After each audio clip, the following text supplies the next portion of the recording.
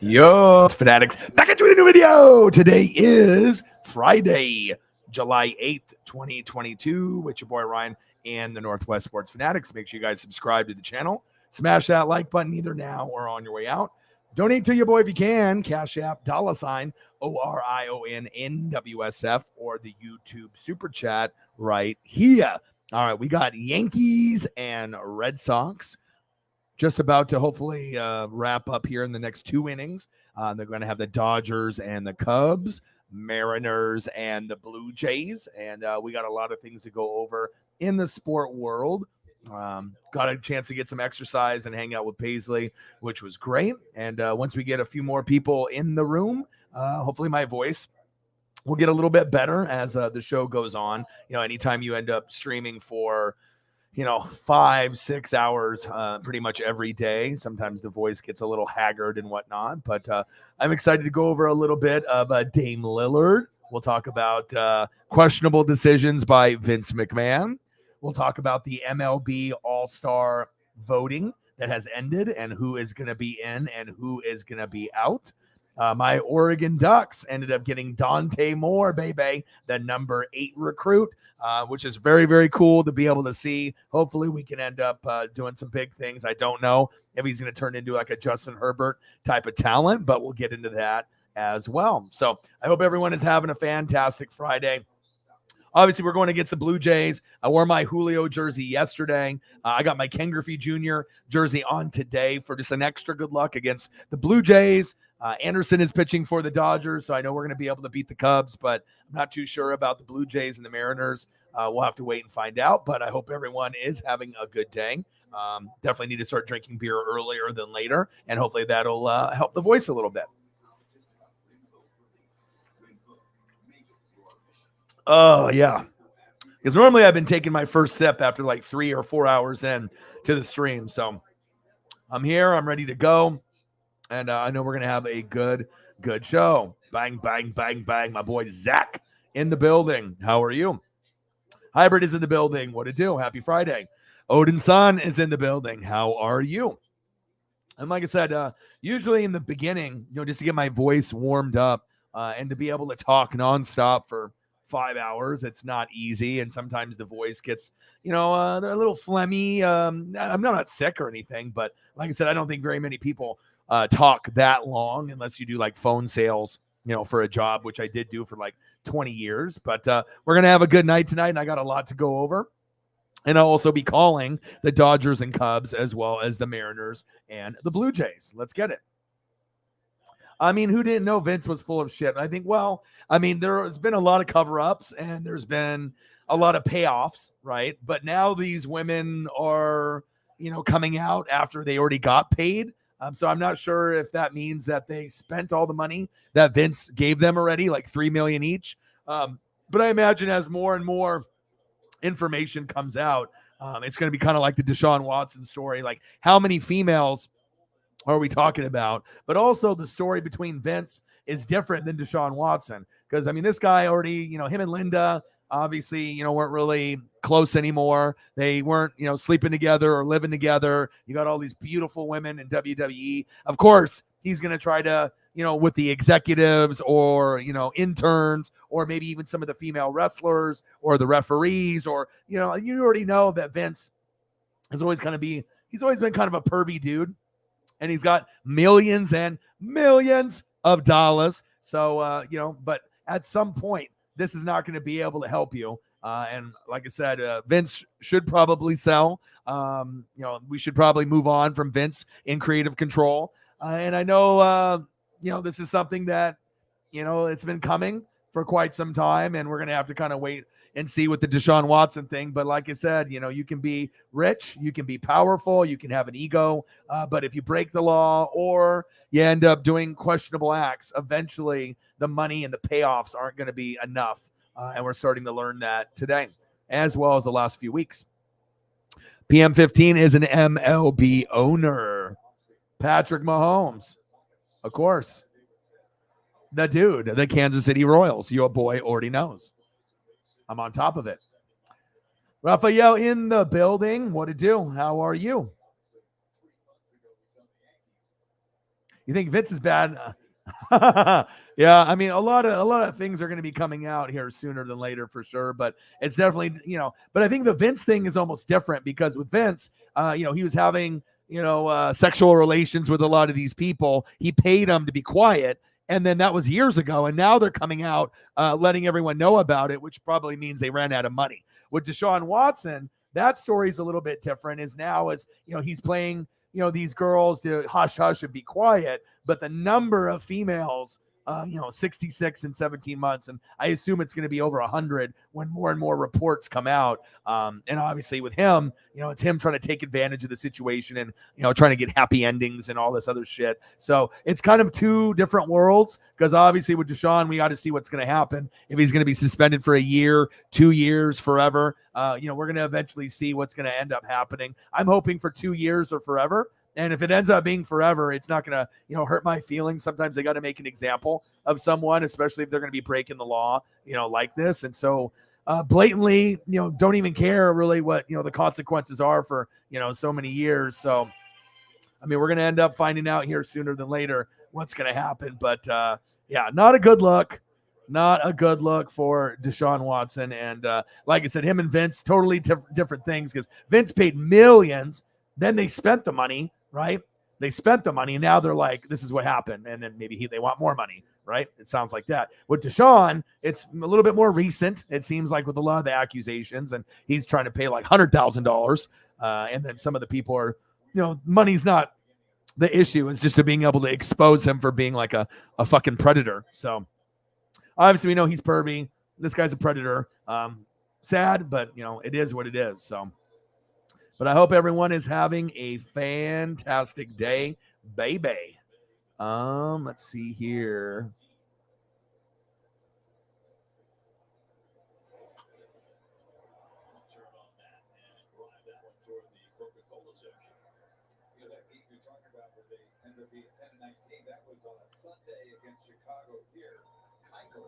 Okay. All righty, let's go through the comments and see how everybody is doing. I hope everyone is having a fantastic day.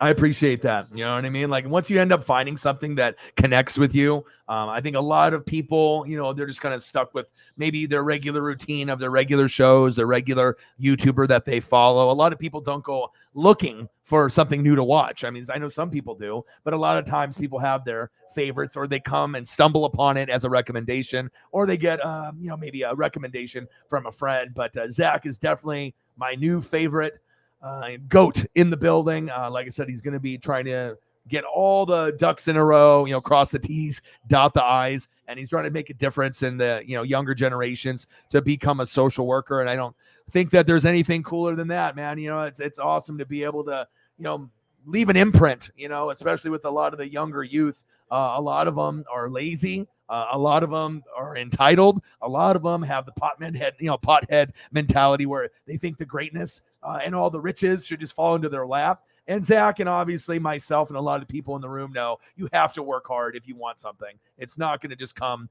easily. And if it was just going to come easy, everyone would do it. And that's why dreams and goals are very, very difficult. But if you're disciplined and you have a good support system and you can obviously talk about things, like mental health or anything else, I'm going to be here to be able to support every single person in this room that supports me. So you guys are the best. I love you and I appreciate you very, very much.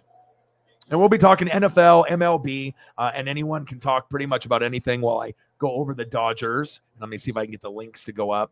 I know the Mariners are on Apple TV, which is absolute dog shit. Apple TV broadcast is horrible. All right, we got Christopher Morel up here, and then I got to see this. So I can't even watch this on Root Sports here in Oregon because it's exclusive on Apple TV, and Apple TV just sucks. It just sucks. All right, so...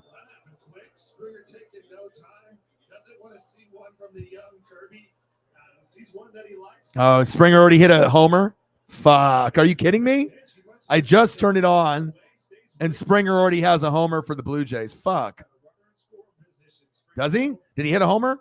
Motherfucker. Oh, he didn't hit a homer. It just went off the wall. Oh, he couldn't even see it.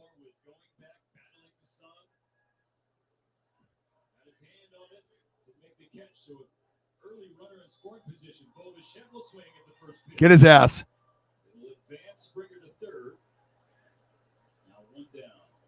And usually the announcing is absolutely horrible too. So I'm going to probably listen to the Dodgers. Anderson is pitching, but I will go to the Apple broadcast for the Mariners. But God, it sucks. So I'll wait for this Yankee Boston Red Sox game to finish. Then I'll be able to put the Dodger game on the TV, and then I can listen to the Mariners or the Dodgers, vice versa. So I'll just turn it down a little bit so it's not like blaring 100% as I'm talking to you guys, but I can still hear what's going on. So we got Dodgers, we got Cubs, we got Mariners, we got Blue Jays. Let's get it. And then we'll be talking about a lot of things like Vince, Dame, Oregon Ducks, the MLB All-Star starters that were released. And hopefully we get Julio as in, as like a reserve fan vote, a player vote. Like I said, if Julio can get in, that would be amazing. But he might have to wait till next year.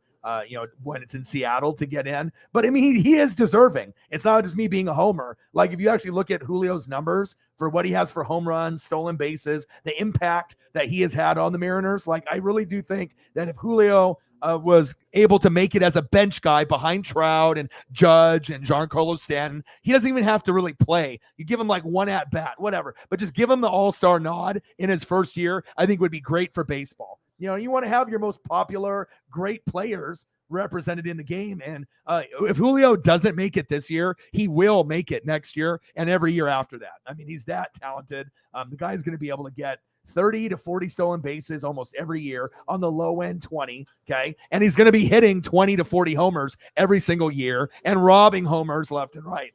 It's just really awesome to be able to see that we actually have something special to root for. That is big facts. Thoughts on Mac Jones? Let's get a photo, dude. Let's do it. Hold up. Let's delete Deshaun Watson. He's not worthy of a photo. Let's see here. And I know I got some Mac Jones. Mac Jones. Who? Mac Jones. The main thing about Mac Jones is that his production may go down a little bit, even though I've seen he's ripped now and he's got another year under his belt, but there might be a little bit of a sophomore slump. Just the fact that, Josh McDaniels is no longer there. And obviously, if you're familiar with, Josh McDaniels, you already know, if you got someone like Josh McDaniels and he's on the Raiders now, right? He is obviously the guy that is kind of the mastermind of the play calling, right? So if you don't have Josh McDaniels calling the plays, do you really think Mac Jones is going to be better in his second year? And the draft wasn't very good. Miami got better. The Jets got better. The Bills got better. And it seems like the Patriots got worse. And I think that Bill doesn't know how to draft. Like there's certain positions he knows how to draft. He knows how to cut people loose a year, maybe better early than a year early to cut someone loose, like Chandler Jones, or maybe rather than do it a year or two late. But I do think Mac Jones will be a good quarterback in this league, top 15 to 20, somewhere in that general range. He has potential to be all the way up to maybe like 13 or 14 if they can get the proper weapons and the proper coaching in down the road. But I still think right now he's going to be 15 through 20 or so, 22. But with him, you lose the guy that's the mastermind for calling the plays. And that definitely worries me quite a bit. Bill doesn't know how to draft wide receivers. And it's just one of those things that everyone in the division and everyone in the AFC got better. And as far as New England, they are one of the teams overall in the NFL, I think, that got worse because they didn't really, they always know how to pick up these lower name guys and they turn into starters, Pro Bowl players, studs. I'm not going to question that. They got all those Super Bowls and they all that glory, but you do obviously have the cheating scandal still with the Spygate, the Deflategate, even though that was kind of debunked, right? But I am concerned. I still think he'll be pretty good, but he is kind of a game manager-ish kind of guy. But I hope that, he can continue to have success for New England fans. But the bottom line is, if Mac Jones, all right, he's exciting. All right, he's going to make the people around him better. He is a leader. But if you're comparing it to someone like this, New England is not winning a Super Bowl anytime soon. The next 10 years, there is no Super Bowl for New England. unless a big turnaround and Bill's still coaching, and then they get another OC as good as Josh McDaniels. And this is not me being a hater towards, the Patriots or the Cowboys like the rest of the world. I'm just being real based off, the information that I've collected, the articles that I've read, the team website, the beat writers, seeing, training camp, seeing, everything that's going on. This is going to be the biggest loss for the New England Patriots, this guy right here. This development really needed to have him there. He got the job. So I think that he'll suffer a little bit. There are going to be games. Remember, they won a game where he threw 3 passes. So, he's not going to be a guy that's going to throw for 4, 5, 6,000 yards every year. He's probably going to be in that like 2,500 to 3,500 range. He can still throw, but let's be honest. If they don't got the OC, all right, the running backs and the wide receivers are just kind of a collection of dudes. There's no like superstar really at running back or wide receiver. Now, if you had someone like this, right, he makes everyone better. The Edelmans, the James Whites, the guys that probably wouldn't be shit anywhere else, or they would be much, much lower, right? But let's be honest, Tom Brady compared to Mac Jones, it's not even close. But I do hope that New England, ends up competing, for the division and they play well. But realistically, Buffalo's going to win the division. Realistically, Miami should overtake them and leapfrog them. Okay. And then don't be surprised if the Jets are closer to New England for third place than you think. And at some point, I wouldn't be shocked if they have an injury or two that New England finishes in third or last in that division. They could get, with good coaching with Belichick, as high as 2 behind Buffalo. But does anyone believe that New England can do anything in the playoffs? No, they would just get routed. If somehow, some way, Mac turned into the stud and they, finished as a wild card team, they would get bounced in the first round by like 20. Okay, so Miami's coming. The Jets are coming. New England, to me, honestly, as I look at that, team, they're the third best team in that division, and the Jets are eerily close of passing them. I think in a couple more years, a couple more drafts, I think that the Jets could, pass New England, and it wouldn't shock me in a couple years if New England's the 4th best team. And if that ends up happening, Bill might retire. You know what I'm saying? Since he doesn't have this to fall back on.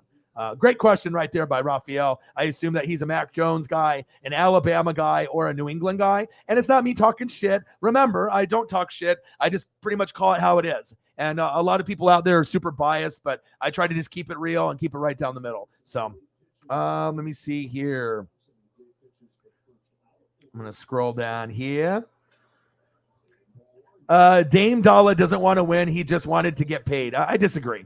Dame Dalla is loyal. And the thing is, it's not about the money. Portland gave him the money. He's loyal. He could have dipped years ago and went to like the Warriors or the Lakers, but he's built a big community presence here. I know Portland because I live here. Okay. So this guy is one of the most influential guys off the court in the NBA. He is a top 12 player in the NBA, top 5 point guard in the NBA. And it's not about the money. The Blazer organization decided to give him that money. He didn't demand that money. Okay. And he doesn't really, I feel with Jody Allen, Paul Allen died, right? And then the Jody Allen, the sister, is running it with a bunch of board members. They own the Blazers and they own the Seahawks. How good have the Blazers and Seahawks been lately besides the Blazers Western Conference run a couple years ago? They've been booty. Okay. So you trade away CJ McCollum. Dame is trying to, get KD to come. Realistically, it's not going to happen. We ended up getting Jeremy Grant. It's not going to be good enough for us really to do anything with Nurk, Dame and Jeremy Grant, but it's far from money. Trust me. Dame is not like every other player in the NBA where 99% of them is about money. Dame is about loyalty and building something in the community. Because if he really wanted to, he could have left for Golden State like 5 years ago. You know what I'm saying? He could have left and played with LeBron 5 years ago. But he wants to win a title in Portland to give us a championship. And he's already probably surpassed Clyde Drexler as like the most famous Blazer that we've had. We've had Drexler, we have Dame, Bill Walton, and we haven't had a championship since 77. So, we're looking for something, and he wants to do what Giannis did. But he's not as good as Giannis based off, he's as good as Giannis based off skill set. Giannis is arguably the best player at forward, but Dame is one of the best point guards in the NBA. And between him and Steph, I'm not sure if there's anyone else that really shoots the deep ball better than them at point guard, even though Clay is shooting guard, right? So it's not about money. Don't get it twisted. You know what I mean? He just wants to win. And I would really respect a guy that stays his whole career with Portland, winning no championship, but tries, rather than just be like KD and jump, LeBron, jump. Guys back in my day, Magic Johnson, Larry Bird, Michael Jordan, didn't jump.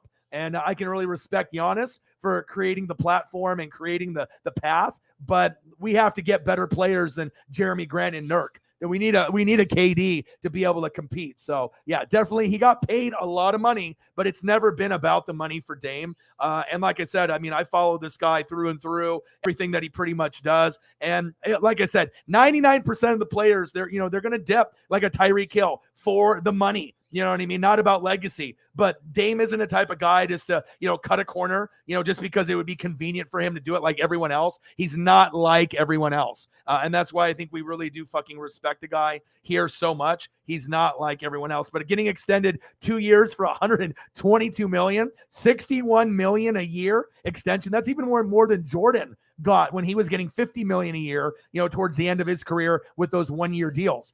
So it's definitely not about money. Don't get it twisted. If there's actually a good guy in the NBA, that you can actually be like, I respect this guy on the court, off the court, what he does for foundations, kids, people across the country. This guy might be the most real motherfucker in the league. And I'm not even joking. Like, this guy is loved here in Portland. He's loved, obviously, in Oakland. He's loved, obviously, in Ogden, where he played his college ball at Weber State. So, just to correct you, Zach, don't get it twisted. It's never been about the money for Dame. He just wants to win and bring a title to Portland. Because think about it, if he's been here 10 years, what if we had one fucking good team in 10 years? Why the fuck would he stay? And it's not like we have a great nightlife here like LA or Miami for the clubs. So he's focused on family, he's focused on winning, and he's focused on legacy. And you know what? I can really respect someone like that. That's why I actually own a Damian Lillard jersey. For some other guys Portland has had in the past, I would never buy the jersey. But with him, this is going to be a guy that I really can respect years to come. And I hope that we end up doing something big. That's facts. So don't get it twisted, my boy. Don't get it twisted. Let me see here. T Perfect, my boy. He said, there's my dude. Rodgers chokes at home. T Perfect, not a fan of the Packers. Yeah. And like I said, it's one of those things. Everyone's got their dudes. Some dudes, are Brady dudes. Some dudes are Patrick Mahomes dudes, and some dudes are Aaron Rodgers dudes, right? We just want Rodgers to play better, but we will see what happens moving forward. My boy, T Perfect, representing yo boy. Go Bucks. Let's get it, baby. We got to go to the Super Bowl this year. Buccaneers, Bills, Buccaneers, Broncos. Let's get it. Let's get it, baby. Let me scroll down here and keep it moving. T Perfect, my dude. I appreciate you.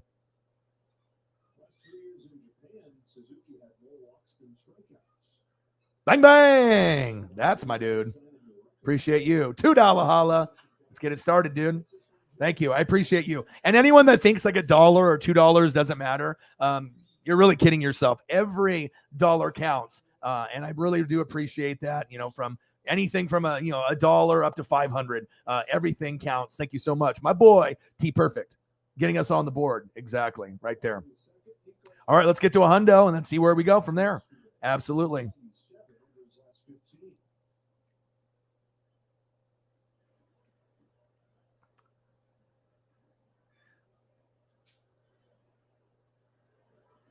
Calvin Griffin in the building. What to do? How are you, bro?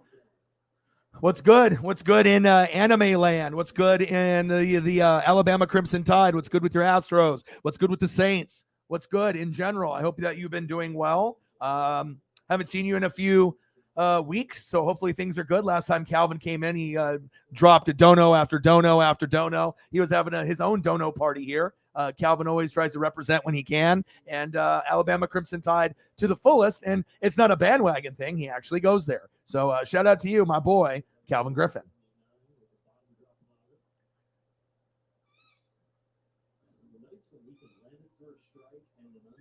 Yeah. Yeah. Appreciate you, Odin, son. Yeah. It just sucked going camping.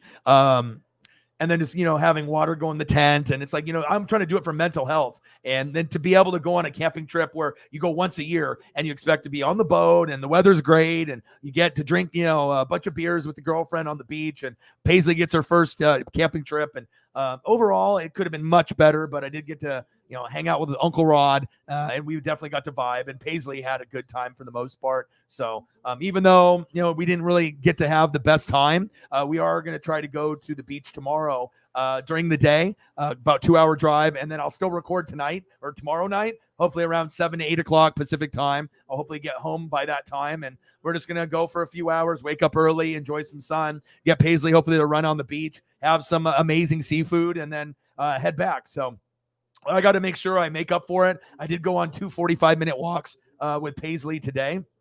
So we definitely have been getting our walk on and trying to exercise. And, I'm just trying to do whatever I can to help myself lose weight. And it's a goal. It's challenging. It's not fucking easy. And I really fucked myself over during COVID by ordering way too much Uber Eats and too much Grubhub. There was times where I was ordering 2-3 times a day for me or the family. And if you eat 3 bad meals a day and it's all fatty shit, and then you're not exercising on top of that, you could really gain a lot of weight in your stomach, 10, 20, 30 pounds, like in a heartbeat. So I need to work hard to try to lose 20 pounds. That's the goal. 10 at first. And then once I hit that goal, then another 10. And like I said, as long as I keep walking and I'm, not eating fast food as much, I think that I will be able to achieve the goal. And that's just, you just got to be able to, have goals in your life. And obviously with Paisley, it gives me a reason to get outside anyways. So we got Blue Jays 1, Mariners 0, and we got Dodgers 0, Cubs 0. Anderson on the mound, 9-1, trying to get his 10th win. Gonsolin already busting out, and busting out.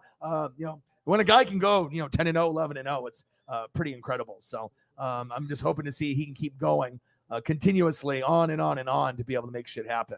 Let me see here. And I promise I will get caught up. I know Eagles John has got a dono, and I am going to be able to get into the show here as well. So one sec here because I at some point the donos are going to come in and I don't want to get too far behind. But thank you so much, Eagles John, $20 dono already to pop the show off. Thank you so much, dude. Let me go down here and I promise I'll get caught up. It took me 3 hours and 30 minutes to get caught up a couple days ago. So I just don't like to skip anybody. I just want to make sure everyone feels special and heard. Eagles John. Bang, bang, bang, bang, bang. Let's get it, baby. Cheers, dude. Thank you so much. Gang, gang. Bang, bang. My dude. Always supporting. Always doing big, big things. You are the man. All right, let's see here. Let's make an adjustment and give my dude a little Eagles love, and then I'll be able to move things forward here. Fly, Eagles, fly, my dude.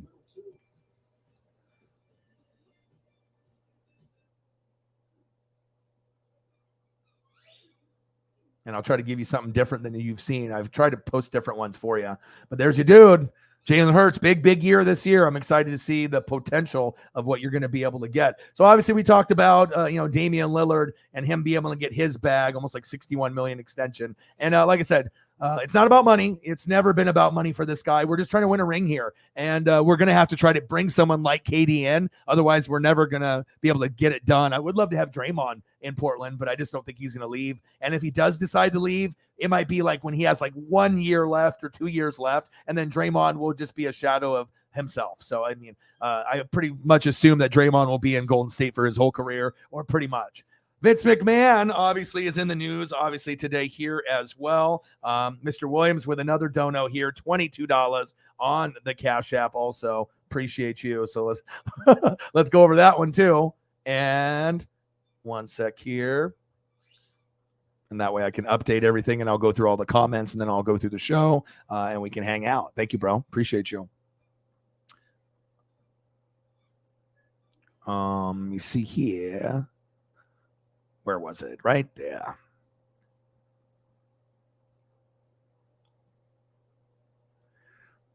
Okay. All right. Clayton Kershaw for my dude. Appreciate you. Mr. Williams. All right, let's go off this audio, and I don't know what the audio is going to be like for this Apple broadcast. I heard it just briefly, and it was better than last time because sometimes their audio and their announcers are really bad.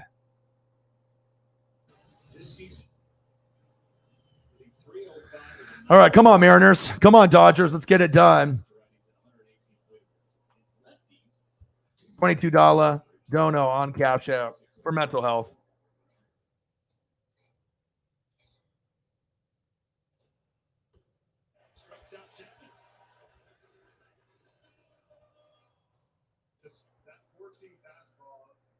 Let's go, my dude. Bang, bang, bang, bang, bang. Let's get it. Appreciate you. You're the fucking man. Cheers to you. Kershaw, baby. Let's get it done. Let's get it done. Go Dodgers, baby. All right, let me go back up to the comments here, and I try to get caught up before it shuts me down. T Perfect donated earlier. Shout out to you. Appreciate you. Let me see here. Appreciate you. Said I can't complain. That's good to hear. That's good to hear.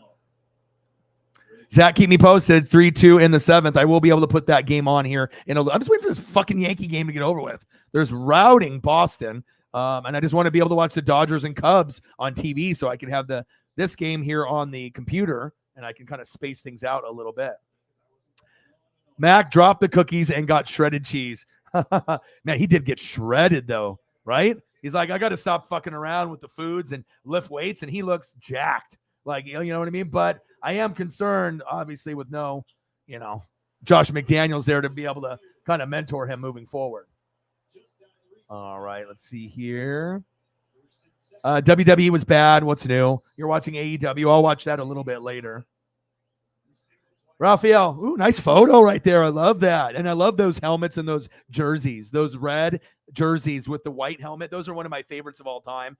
Eaton and a lot of the guys from way back in the day, even, people don't even remember. I mean, even before Drew Bledsoe, if you're going back to the old Grogan, and some of the old school Patriots, even in 85 when they played the Bears, they made it to the Super Bowl. They got killed, you know what I mean? But this was even before New England had Robert Kraft or Bill Belichick or Brady. I've always liked those uniforms a lot. And I think that the Patriot on the side of the helmet, that's one of the coolest logos in sports. So at least you got that going for you. But I never will sugarcoat shit. I will always keep it real. But if you guys can start coaching up to the Patriot standard, get a good replacement for Josh McDaniels in the next 3 years, right?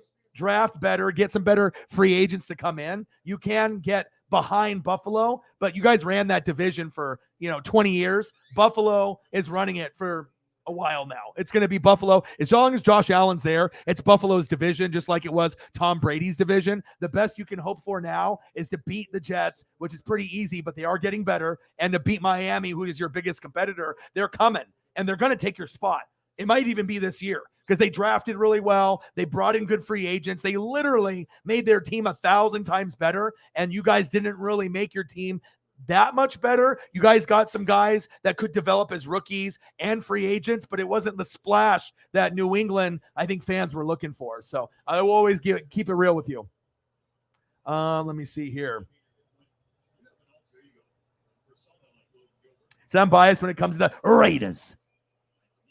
Right. Well, the rivalry is going to get really heated too, and especially if the Raiders and obviously the Chiefs, if you guys finish in 3rd and 4th, I mean, those games are going to get very, very heated. It's still possible for the Chiefs to be in 1st or 2nd, but I want to give you early warning based on what I've read, based on what I've seen. It looks like that the Chargers and the Broncos will leapfrog you guys.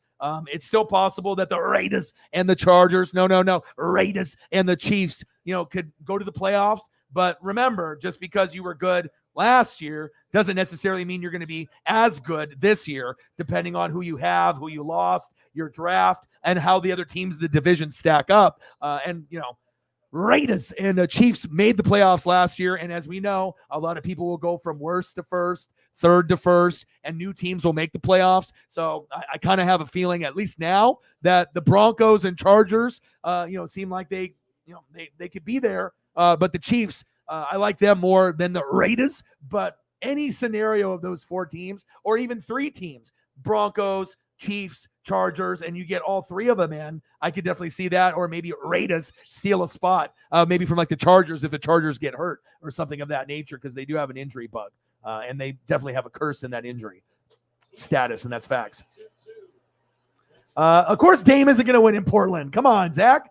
Of course he's not. He's been there for 10 years. We don't bring in the right players, but we need to sell the team because Jody Allen, Paul Allen's sister, doesn't know what she's doing. So she needs to sell it, to maybe Phil Knight, sell it to someone that's got a shitload of money that will pay the salary tax. And then that way that, we can actually try to bring in a superstar like KD. You know what I mean? Yeah, just like Luka. He can't do it alone. Now, if you had Luka and Dame, then we could definitely have something special. But when you only have one guy, and all the rest of the role players get hurt all the time, of course he knows he can't do it. But at least he's going to be loyal enough where it's not just about jumping ship and getting a ring the cheap way. He wants to earn it. And I can respect that. It's like you trying to become a social worker. You have to earn it, not someone just handing you the paper tomorrow. You know what I mean? So, I can respect someone that wants to earn it. And it's going to mean a lot more for us Portland fans. If he does achieve it, it'll be mind-blowing. Just like how Giannis was able to do it. We didn't think he could.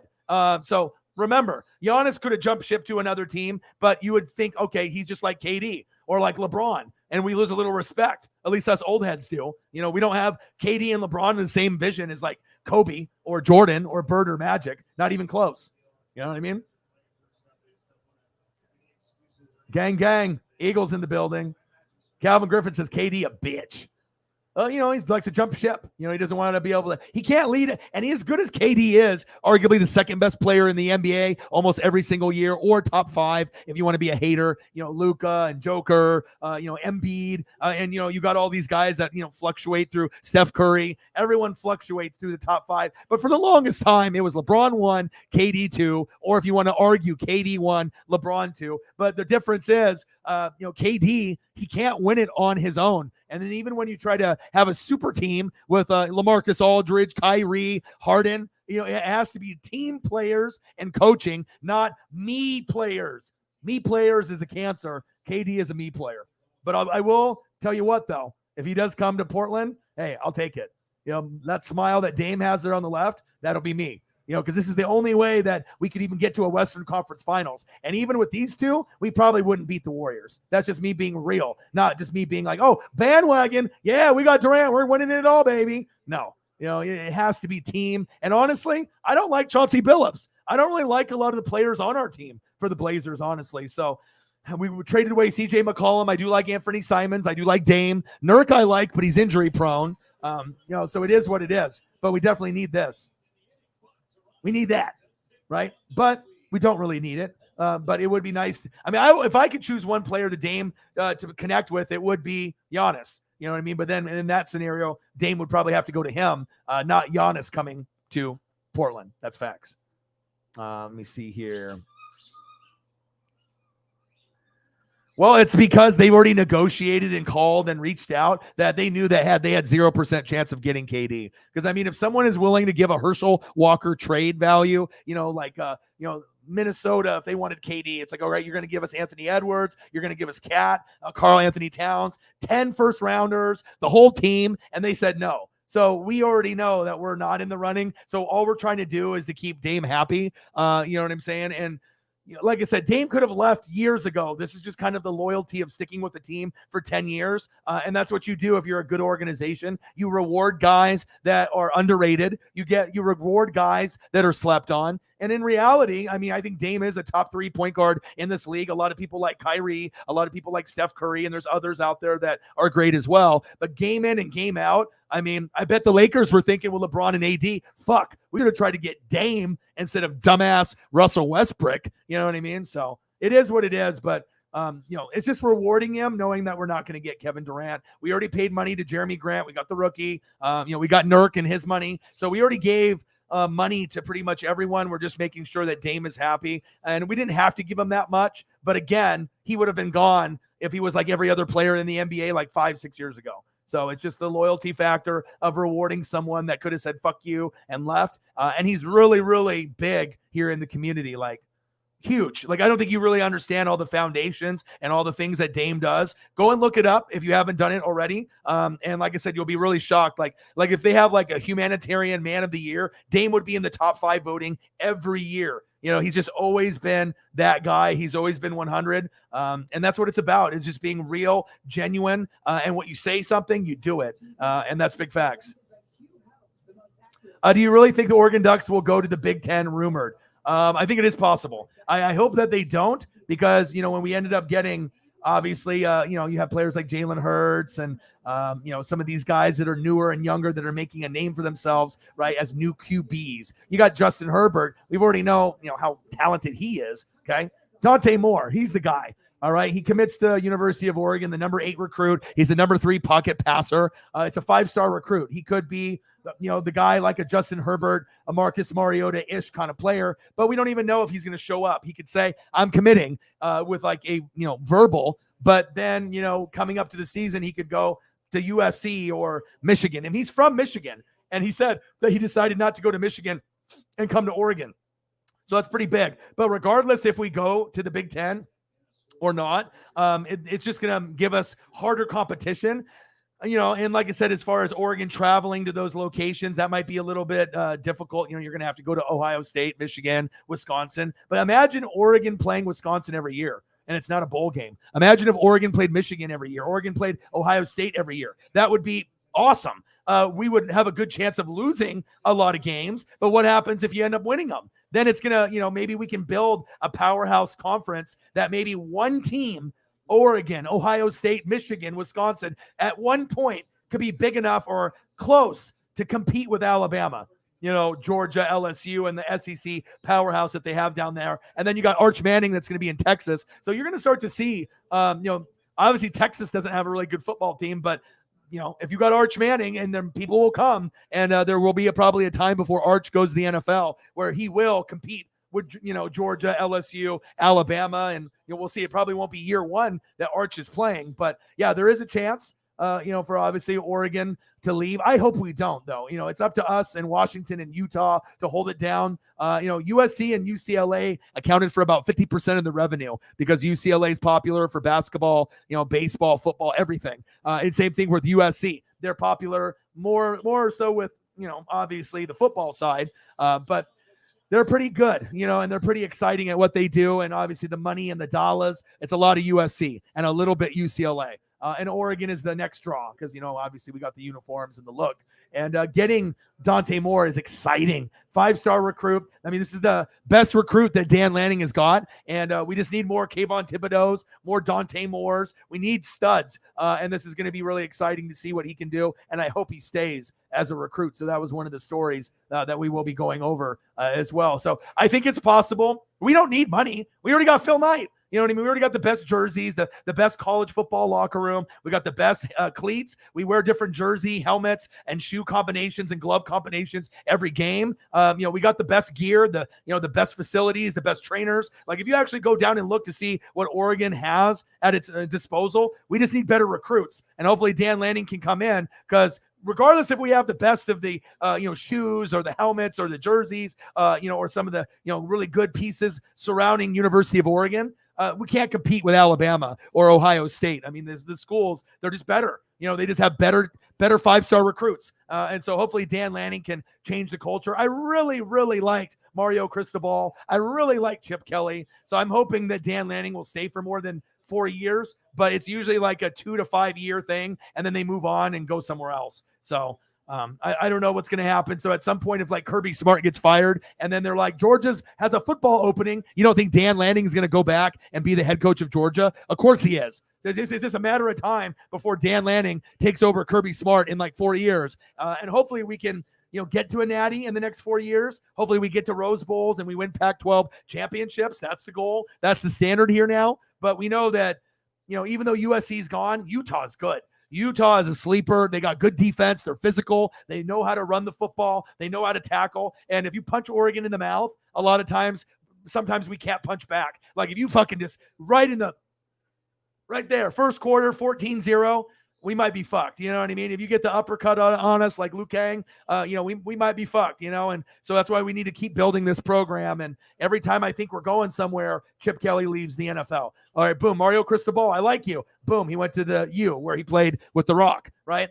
Dan Lanning will be the Georgia head coach. 100% guaranteed in the next probably 4 to 5, 6 years, unless for whatever reason he wants to be like Oregon Duck legend like Saban. And if he can be the Nick Saban of Oregon and stay here for 10 years, I know we'll win a natty by then. I know we can at least get to one and we could win one. But we have to have someone that's committed for 10 years, and I haven't seen it. So we need to be able to keep building. And right when we get like close to maybe get a few more recruits to maybe get to the natty and not lose, but win it, because we can get there. We just can't beat Ohio State or Alabama because they're better. But if we can just get a few more players on each side of the ball, I think we could win it. It's just a matter of, can we recruit like Ohio State and Alabama? Not very many schools can, but if anyone could take a leap, it's us. We definitely got a fire thing out here. And like, obviously, USC fans are USC fans. They're going to be good. They're going to be, dominant. But now going to the Big Ten, you might not be winning as many games. You know what I mean? If you stayed, obviously, instead of going for the money, like we were talking about Dame, it's not about money. USC went for the money. UCLA went for the money. But guess what? Your record isn't going to be very good. If USC plays Michigan, what do you think is going to happen? They're not going to win every game. USC and Ohio State, USC and Wisconsin, you know what I mean? They're USC and Penn State. So USC might be able to win some, but do we really think USC is going to be the number one team in the Big Ten right away or even ever? It's possible. Maybe for 1-2 years if they have like a Pete Carroll, Reggie Bush, Carson Palmer vibe, Troy Polamalu. Yeah, they could definitely be number one, but we already know how good Ohio State, Michigan, Wisconsin typically are. They're not going to hand over that trophy in the Big Ten, from just this little, California bitch team coming up here. They're coming up here and they're like, oh, look at these guys, surfer dudes. And, we want the money and the glory. If they would have stayed in the Pac-12, USC probably would have just ran shit, because we already know it's either USC, Oregon, or Utah. And we have a hard time with physical teams. And then if you have a lot of talent, obviously, with USC, they're going to be good. So, for me, I'm actually pissed that USC left. I could give two shits about UCLA and Chip Kelly or whatever because they're not going to compete with Oregon. But USC was going to be that team that brought the Pac-12 a little bit of like, okay, they got Utah, they got Oregon, they got USC. It's not like a complete, horrible piece of shit division anymore. It's like it's so crappy, but it's less crappy with USC in it. But now they're gone. So now it's just the Oregon and Utah, and that's it. And every once in a while, maybe an Arizona team or a Washington team or something, So we'll see. All right, let me scroll up because I know I have so many comments to catch up on. Mr. Williams, appreciate you. Sarah with a 3-er, appreciate you very much. I'm just going to get caught up in the comments, and I'll throw up some pictures here in just a second. I'll get you a nice Colts one. Let me see here. $47. Let's get to $100, and then let's get to $200, $300, $400, $500. All the hundos. Yeah, no problem, man. Take care. Take care. You know what I mean? You've already donated plenty. You always are going to donate when you can. Take care of your kids, take care of your family. And then, like I said, when you can, have a little extra, you always do it when you can. There's no pressure there. You're my OG, dude. You're my first mod. You're my first OG. You were the first one that actually, started donating heavy to me on the channel. So, and I'll never forget that, and instead of just having one, now we have about 15 or 20 people at any given moment that could, drop $1 to $500. And that's pretty an amazing thing, dude. So shout out to you. So I think there is a possibility. We don't need the money, but I hope we stay. I don't want to go to and it's not like I'm afraid to lose games. I'm actually excited for the opportunity to play Wisconsin, Michigan, Ohio State every year. Even if we were going to lose, eventually we would win. It wouldn't be maybe right away, but Oregon's good enough to compete in that division where we could finish in the top 3. You know what I mean? What does that mean for a Wisconsin or a Michigan? Maybe they fall back a little bit, and maybe it's Ohio State and Oregon, and then maybe USC, is competing with Wisconsin and Michigan as well. So we'll see, but I hope we stay in the Pac-12. Go, get that run. Safe.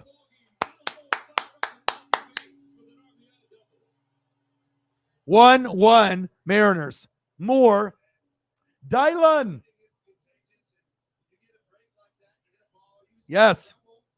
0-0. Dodgers and Cubs in the top of the third. Dylan Moore. Dylan.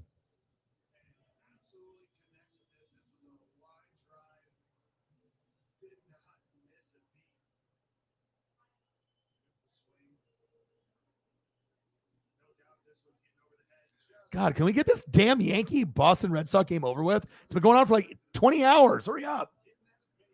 Dylan. Let's go. Yes, sir. Oh, there's a lot of Yankees fans. Well, you live in New York, so everyone's a Yankee fan or a Mets fan there. Doxy in the building. So I'm not watching WWE until SummerSlam. Yeah, probably me either. I mean, unless there's nothing on and Raw is on or SmackDown or NXT and there's no baseball, college football, or NFL game on or a replay, then maybe I will. But yeah, it has to be better for me to watch. Zini Panini, one of my favorites on planet Earth. How are you? How are you? Fly, Eagles, fly. Fly, Eagles, fly. All right, I'm scrolling. I promise I'll get caught up. See, I don't see, and if you go all the way to the current comments, I would have missed. Like if Zini was only able to be in here for a couple minutes, like I want to make sure that I can see everybody.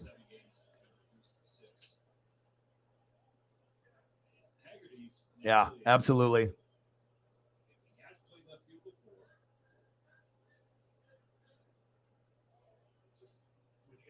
Yeah, and just me, the AFC West is going to fight, but I'm just going to give you the reality of it is that if you look at football, we know it. There's always a last team that goes worst to first, or third to first, or third to second. So I mean, you could be a really, really good team, but also remember, right?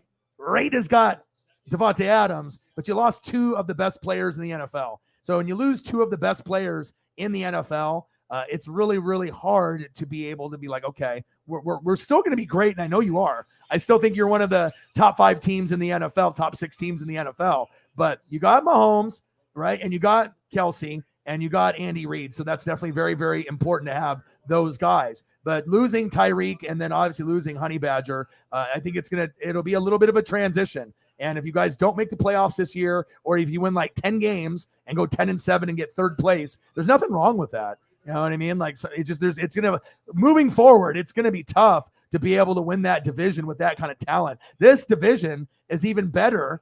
The AFC West, it's better than even when the NFC West was good with, Danger Russ, Russell Wilson, Seahawks, Kyler, Cardinals, right? And then you had obviously with the Rams, with Aaron Donald and Matthew Stafford, and the Niners with Kyle Shanahan.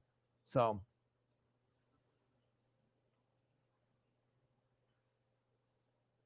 But we'll see where it goes. I am rooting for the Chiefs to do well, and the Chiefs could surprise people, but we just have to be realistic that this could be a down year for you guys. Instead of hitting, 12, 13, 14 wins, it could be a 10 or 11 win, season. It's possible.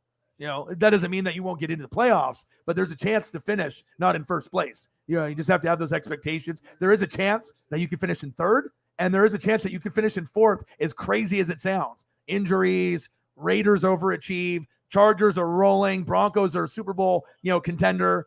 There definitely can be a lot of movement, there. So, but I am rooting for you guys. I definitely like to root for the Eagles and the Niners, other than my team. And I like to see the Chargers with Herbert, and I definitely root for the Chiefs to win. It's just fun football for those teams for me to watch. That's facts.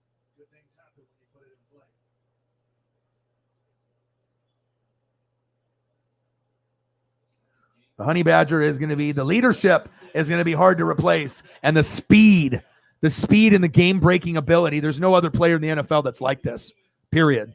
Nobody. There's nobody like this. Like Davante Adams is awesome, but it's a different type of dynamic with Davante Adams.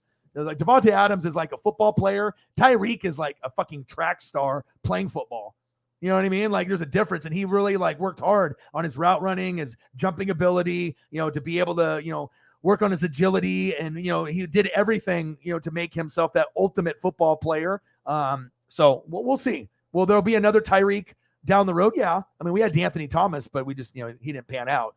I was hoping D'Anthony would be the Tyreek, and he was still there, but hopefully D'Anthony can get back in the league at some point. But yeah, losing the most dynamic player in the NFL, the fastest, the guy that can throw up 2, 3, 4 touchdowns easily, 100 to 200 yards. And it's not even it's like a LeBron James kind of thing. Like, you know what I mean? If he puts up a big thing, like 2 touchdowns, 3 touchdowns, 250, we're like, oh, and we see the replays on how he got it. We're like, oh, wow. That's not too surprising. It's Tyreek. But if it's anybody else, we're like, oh shit, that's facts. All right, let me get caught up, man. I am so far behind. I need to catch up with you guys so that way I can talk to you, but I don't want to get, skip anybody here. Scrolling. All right, let's listen to a little bit of the Dodgers here, audio. Good pitcher, but every team at least has one pitcher who's using it. And one of the benefits we've seen is it is improving pace of play. All right, we'll switch over. 0-0 Dodgers. Come on, Dodgers. I'm not giving them my attention, so they're not getting any fucking runs.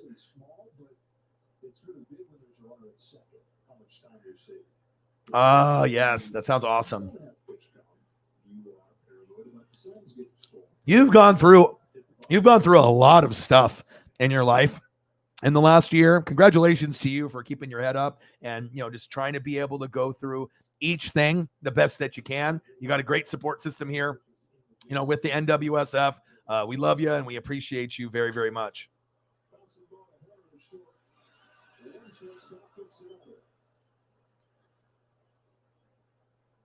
Zini. Yeah, you're going to Dallas on Wednesday, and Zini even throws in a 15er. Thank you. Zini Panini, one of my favorites. Zini Panini. She might be the best fantasy football female on planet Earth. I'm telling you. Guys will not even have her in the league because she's so good. Her own husband has a league. She's like, nope, can't do it. Too good. Plus, if you're playing in the league with me, I mean, you already know what it is. I'm coming for the throne. You know what I mean? I'm trying to. I'm making like 200 transactions when everyone else is at like 50 to 100. I'm really trying to have the best team, score the most points, give up the least, smash every person I play every week. But, sometimes injuries or you pick the wrong guy. I mean, you know how it goes. And you got to draft well. Zini Panini, bang, bang, bang. Thank you. And I know you got your trip coming up, so anything helps. And I mean, that's a lot more than some people have ever done. So you are awesome. I do love you. I do appreciate you. Like I said, mental health is very, very important. We try to support each other, obviously, any way that we can, sending a dog video or checking up. And we're going to be in football season here sooner than later, which will be very, very exciting. And I can't wait to see what your birds have on tap. It should be very, very exciting to see the potential of the Philadelphia Eagles. I do assume they will win the division. I assume somewhere between 10 and 13 wins. And they could win a playoff game this year. So getting to the playoffs is the first goal, and then winning a playoff game. And then if you can do that, then next year will be, win 2 playoff games if you don't do it this year. And then after that, then NFC championship games. So just slowly but surely building something special. And I wouldn't doubt it for a second. I do think the Eagles will be in an NFC championship game in the next 5 years. I think that they're building something special there. And they just have to be able to evaluate if they want Jalen to be the guy or to move off of him. But if you keep him, right, and then you build more chemistry with him and A.J. Brown and the rest of the squad, and you get more offensive linemen, more receivers, more running backs, more defensive help, I think that would be the way that I would go, because if you give up on him and then get quarterback, then that's another position that you're, wasting a draft pick on when you could have gotten an amazing offensive lineman like a Pro Bowl or Hall of Fame guy. You know what I mean? So we'll see what you guys do, but I'm definitely rooting for you guys to have success. And I'd rather have you guys win than the fucking Giants, Cowboys, or the Redskins, a.k.a. football team, a.k.a. Commandos. Lame. Come up with a better name. Cowboys, Giants, Commandos. Come on. Eagles. Fly, Eagles, fly. Appreciate you very, very much. Bang, bang. Zini Panini representing the cause. Thank you. Appreciate you. All right, I promise I'm getting caught up here. I just want to scroll up to make sure I didn't miss anyone. Curtis Clark. I got him. I got Doxy. I got you. I always want to make sure I make everyone feel heard and seen. This is going to be sweet. Imagine you're going to have a lot of fun. And congratulations on that. Obviously, that's going to be coming up here shortly. And cheers to many, many more years of happiness there. I mean, I don't know. You guys don't know, but when Zini got married to her husband, they actually did a Philadelphia Eagle themed wedding. Now you have to understand how hardcore you have to be to do an Eagle themed wedding, right? And the other person is cool with it. You know what I mean? Or if even Zini's the ringleader, like, I want this, you're going to go along with it. I mean, that's a guy's like dream come true. I mean, you can always do, the black ring or the diamonds. You could do the white dress. You know what I mean? But if you got two people that love the Eagles as much as I love my teams, and they're like, this is what we're doing, we're going to have a unique one-of-one special type of thing. Awesome. You know what I mean? Like, some people won't understand, and they're like, just do a traditional wedding. Well, guess what? Some people aren't fucking traditional, and they just want to do what makes them happy. And I thought that was sweet. You're not going to see. It's like when people die and they get caskets that are custom made. Have you guys seen those? So you can be cremated, right? But you can go to these places where they will ice out a coffin for you for your favorite team with whatever, the best cushioning, the best pillows, blankets, trinkets, cards, mini footballs. But then they have it on the outside, and it's got like the logo of your favorite team. Like I saw a Dallas Cowboy one, and it was like Cowboys everywhere, all iced out, just to show that love. It's like when you're gone and your spirit, wherever that goes, if there's an afterlife or not, being able to rep your team, even, when you're physically not here anymore. I mean, I've seen some, and I imagine they go for 10 grand, 20 grand, 30 grand, but I have seen some I haven't seen one with a guy in it or a girl in it, but I've seen, like, they showed it as a demo, and I was like, oh my God. I mean, you're just in eternity, just, in this greatness around you, But then if you have something like that, then you'd be like, okay, well, hopefully no one tries to dig you up and steal all your stuff that's in there, because a lot of the stuff it's icy. It looks crazy. But that's what it's come down to, I guess, right? You could become a tree. You could be cremated. You can end up having an iced out coffin of your favorite team. So Muggsy Bogues, Larry Johnson, Alonzo Mourning, Michael Jordan, Larry Bird, Magic Johnson, Jason Kidd. Yo, boy.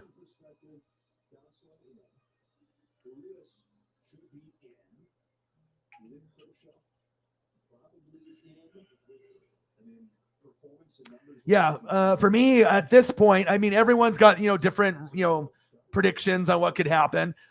For me right now, I'm kind of looking at it as Broncos first, Chargers second, Chiefs third, but there could be movement, and then Raiders fourth. But no one thought the Raiders were going to make it. But I did say within the first 3 years of them going to Vegas, they would make a wild card, and they did. So anything can happen. But to have the Broncos last, that's really being a hater of Russell Wilson. Russell Wilson is better than Aaron Rodgers in my eyes in the postseason. He's a guy that could lead a team in Seattle, because I've watched him. I'm here in the Northwest, so I know. They had not good coaches. They didn't, Pete Carroll, the OCs, everything. GM Schneider, not good. You know what I mean? You didn't have an offensive line. You didn't have a defensive line. We're talking about like bottom 3 defensive line, bottom 3 offensive line, and you're still able to win 10 games, and you're really thinking that the Broncos are going to be last. And also on top of that, right, Nathaniel Hackett, that came from the Packers, helped Rodgers get MVP the last 2 years. Danger Russ has never had an offensive-minded play caller or coach. It's always been NC State defense, Wisconsin defense, right? Seattle Seahawks, Pete Carroll defense. Now he's getting offense. They're going to cook.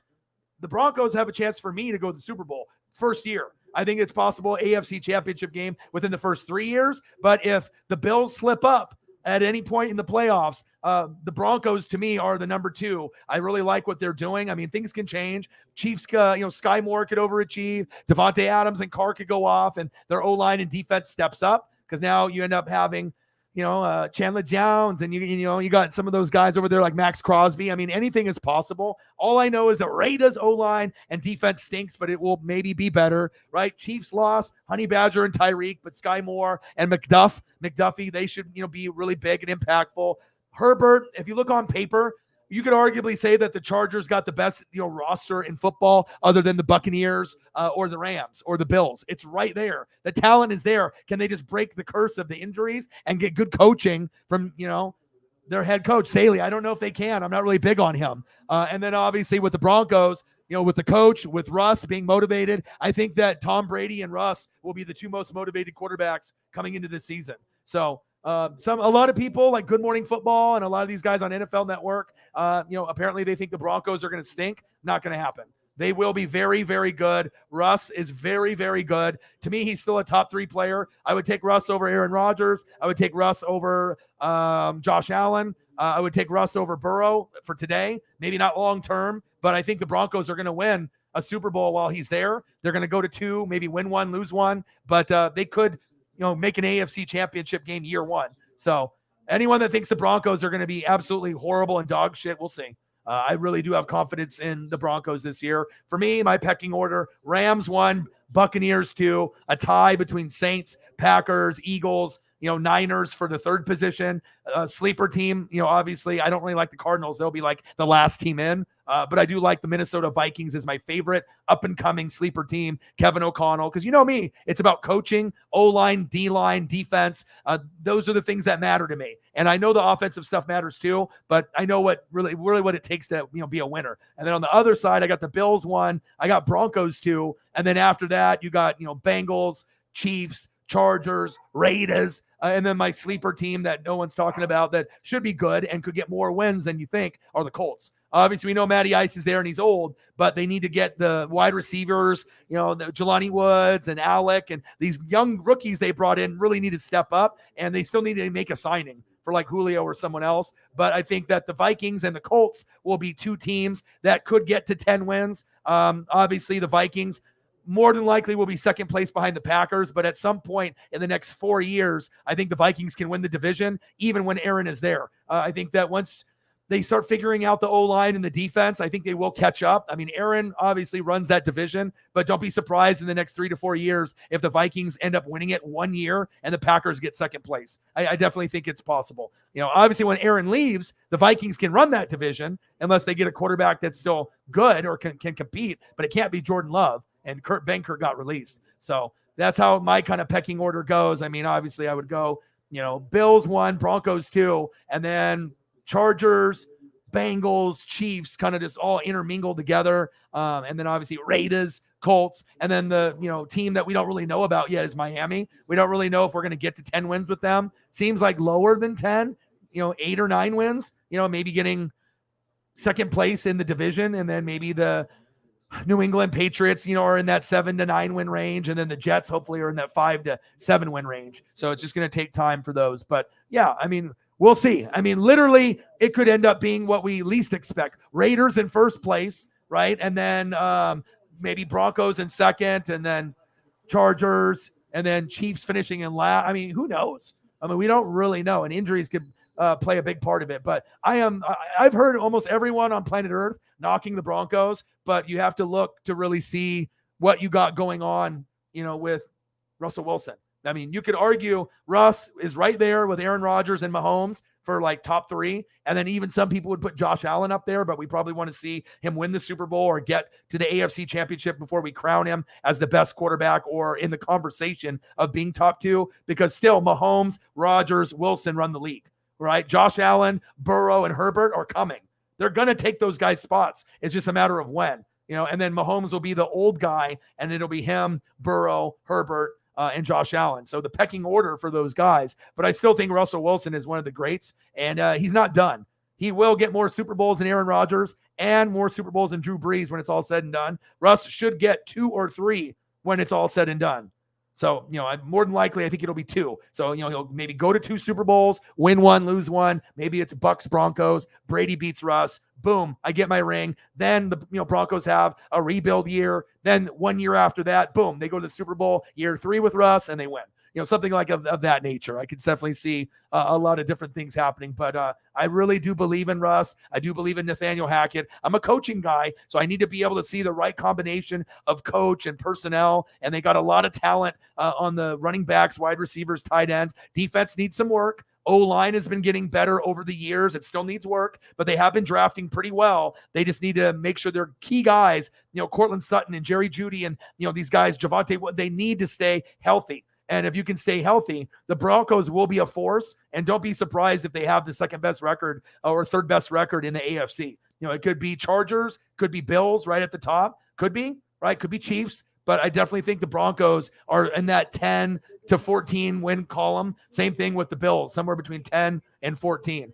So And you could say that maybe for the Chiefs, the Chargers, as well as a few other teams that will be in that 10 win, 10, 11 wins. But the great teams will be, 11 to 14. I don't even know if a team will get 14. But if a team did, it would probably be the Buffalo Bills and then maybe, the Rams or the Bucks. But I'm thinking, 10, 11, 12 wins for the Bucks is good enough for me. I don't need to win every game. I want to know what it feels like to lose, to be able to feel that pain, make the adjustments, and then go from there. Instead of just being cocky and going in there and winning, 16 games and one and having that pressure, and then you lose in like the first round to like a wild card team. It's good to lose, I think 4 or 5 games in a season. And I think that when teams lose 4 or 5, they win the Super Bowl. If you end up having like 3 wins, 2 or 3 losses, 2 losses, 1 loss is undefeated, it's a curse because you just get too full of like your cup being, just we're the best. And then you get punched in the mouth for a half and you can't recover. And it's only a 1-game thing. It's not 7 games like NHL, 7 games like NBA, 7 games in MLB. It's 1 fucking game. So you can have 1 off game and you're fucked. You can have 1 off game in the MLB, NHL, and NBA, and you can come back and win a series. So, yeah. But this is going to be really, no one knows in the AFC West. Absolutely no one knows. Unless I do. I mean, maybe my ESP is correct, but we'll see. I mean, I did get the Celtics Warriors right. I did get the Avalanche and the Tampa Bay Devil. Tampa Bay, obviously, the Tampa Bay Lightning. I got that right. So, and I don't really watch NBA or hockey. And I got it in the correct game, too. Game 6 on both. ESP, baby. Yeah, but I'm very high on the Broncos. I think the Broncos are the biggest threat to the Buffalo Bills, Russell Wilson. Like I said, you could say it's Burrow, but they went last year. But I do think the Bengals will be good. Chiefs, it's a prove-it year. Chargers seem like they could be the Bengals of last year. And, they could. They have it. They got the talent. It's just can you stay injury-free, and can you get better coaching? Because I'm not sure if he's the one. He might be the guy that gets fired, and you get one other guy that's better. And then the Chargers can hopefully get to a Super Bowl with Herbert. But if the Chargers get to the Super Bowl, I don't know if they will win. It's like they'll probably lose like the Bengals did. But if the Broncos or the Bills go, I think they have a much higher chance to win the Super Bowl. I think that those are really the only 2 teams I could see winning it, is the Broncos, if Russ can stay healthy, and then the Bills with Josh Allen.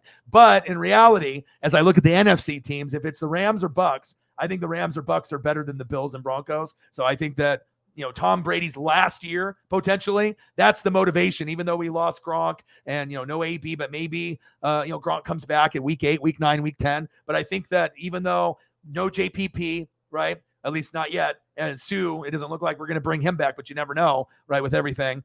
I do think the Rams went last year, so that means that if they don't go and the Bengals don't go, and they're 2 of the top 3 teams in the AFC, who's next? After, the Rams, it's the Bucks. Right. And then obviously the Eagles and the Packers, and the Saints are thinking, hopefully it's us. Right. And Vikings are just like, all right, we want to just make the dance. But I really think it's Rams and Buccaneers. So if Rams slip up, I got the, Bucks, I think, are the second best team there. There's a gap between 1, 2, and then number 3. And then Bills, Broncos, and then right there, Chargers, and then the rest of them, right, grouped in together. But anything can happen. All right, it's 1-1. I got that game on. All right, we got the Dodgers here, so I can turn this one off. All right, cool. So let me put the Mariners back on. All right, so that game fucking finally ended. So now I can turn on the Mariner audio. Keeping that level of intensity in everything, I can't imagine what he was like. All right. All right, so I got the Dodgers on the TV. Perfect. And how is the Brewers doing? How's that game going? Rookie of the Year winners. Alvin Davis, 84. Kazushiro Suzuki. I'll go back to that. And then Ichiro, and then it's going to be Julio.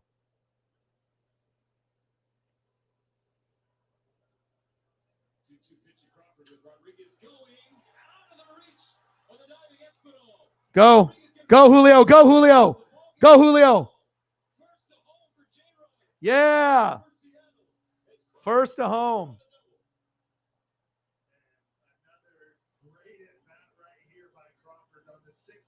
Yeah. 3-2, Julio moving, stays on Yeah, baby. 2-1 Mariners. Let's go. Let's get above 500. Stripling. Suck it. JP Crawford. Bang. Bang, bang, bang.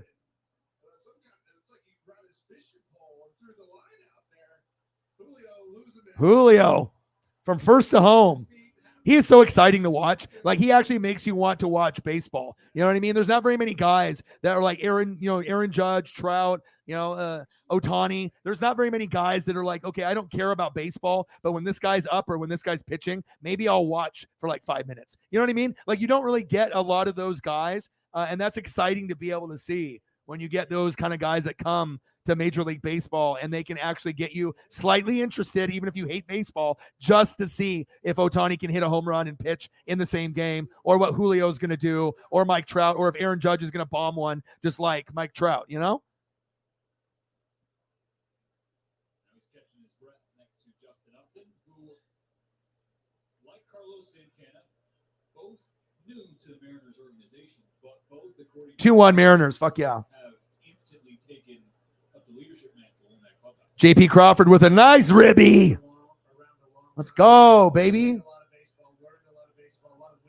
Yeah, we do. But, I mean, Michigan and Ohio State would probably own us, and maybe USC. So the games are always close. Like, even though we beat you guys, it's not like we blow you guys out. You guys had Russell Wilson, and I already knew Russell Wilson from NC State, but that's why I predicted that he was going to get drafted by Seattle, and I did predict that they would go to 2 Super Bowls, win one, lose one. You can ask Marcos Pineda. I was like, this guy will be drafted by Seattle, and everything kind of lined up. But I've always liked your Badger football team. You know, they got a lot of great running backs. They play with a lot of passion. The fan base is lit. They have a great basketball team as well. They got a lot of cool things to root for. You don't even have to be living in Wisconsin to respect what they got going on there for their college football team, as well as their basketball team from year to year. I'm no dummy. I watch. I know. ESPN top 10 list omits big play Slay. Of course, because he's not popular. Spin. Oh, safe. No, he's safe. No. Safe. No. Hell no.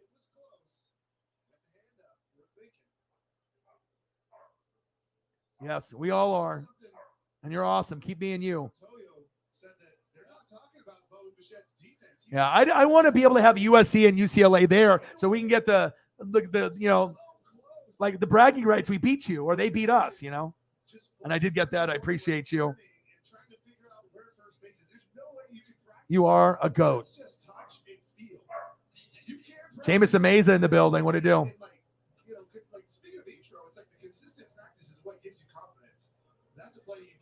Damn right.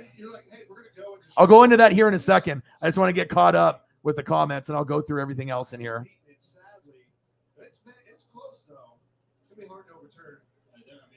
And that was from earlier. Shout out to Zini. Appreciate you. Please show the throw from Bichette one more time. And Montoyo said it, like his defense has been exceptional this year, and that's an unheard. Yeah, it's very, very narrow. But I think if you don't have Russell Wilson in the top 2 after the Raiders O-line and the defense is questionable, Chiefs lost Tyreek and Honey Badger, and then we know Justin Herbert's talented. He's got the best stats, out of any quarterback in his first 2 years ever in NFL history. The most yards, the most completions, the most touchdowns. He is coming. He will be better than Josh Allen and Burrow. It's just people can be like, oh, it's an Oregon bias. Well, I mean, did anyone really think he'd be the best after 1 year or the best after 2 in NFL history? Nobody, including even me. You know what I mean? So he's showing you that he's going to give you something that maybe Josh Allen, better accuracy, maybe a little bit more moxie. Maybe Josh Allen can run a little bit better, but I think true leadership, I like Herbert more. And I think I even like Burrow more than Allen as well. I like what Burrow brings to the table. He's kind of like got that underdog mentality. He knows he's got the swag. He's confident, but I definitely like Herbert and Burrow more than Allen. Allen is good. I mean, he's going to end up going to a Super Bowl or 2 or 3. But I mean, I don't see them winning a lot. I mean, maybe he gets 1 win and loses a couple. But we'll see what happens. we'll definitely see what happens as we move forward for sure.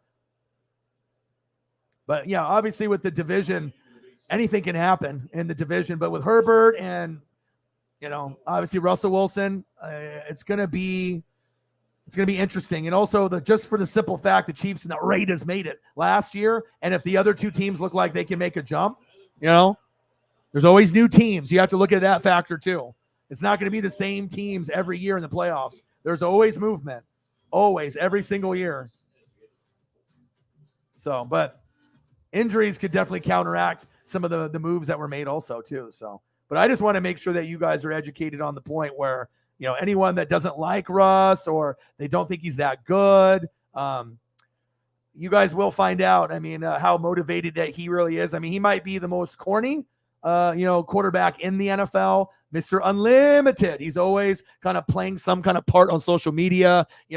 Sometimes he doesn't seem maybe as authentic as we want him to be, just kind of goofy, trying to be acting all the time, but when you have Sierra as a wife and, you have Future's kid and, you're kind of living in La La Land, you're Russell Wilson. I mean, who the hell knows what it's like to be fucking Russell Wilson. If he wants to be a fucking weirdo a little bit, on social media stuff, let Russ be Russ, let him cook.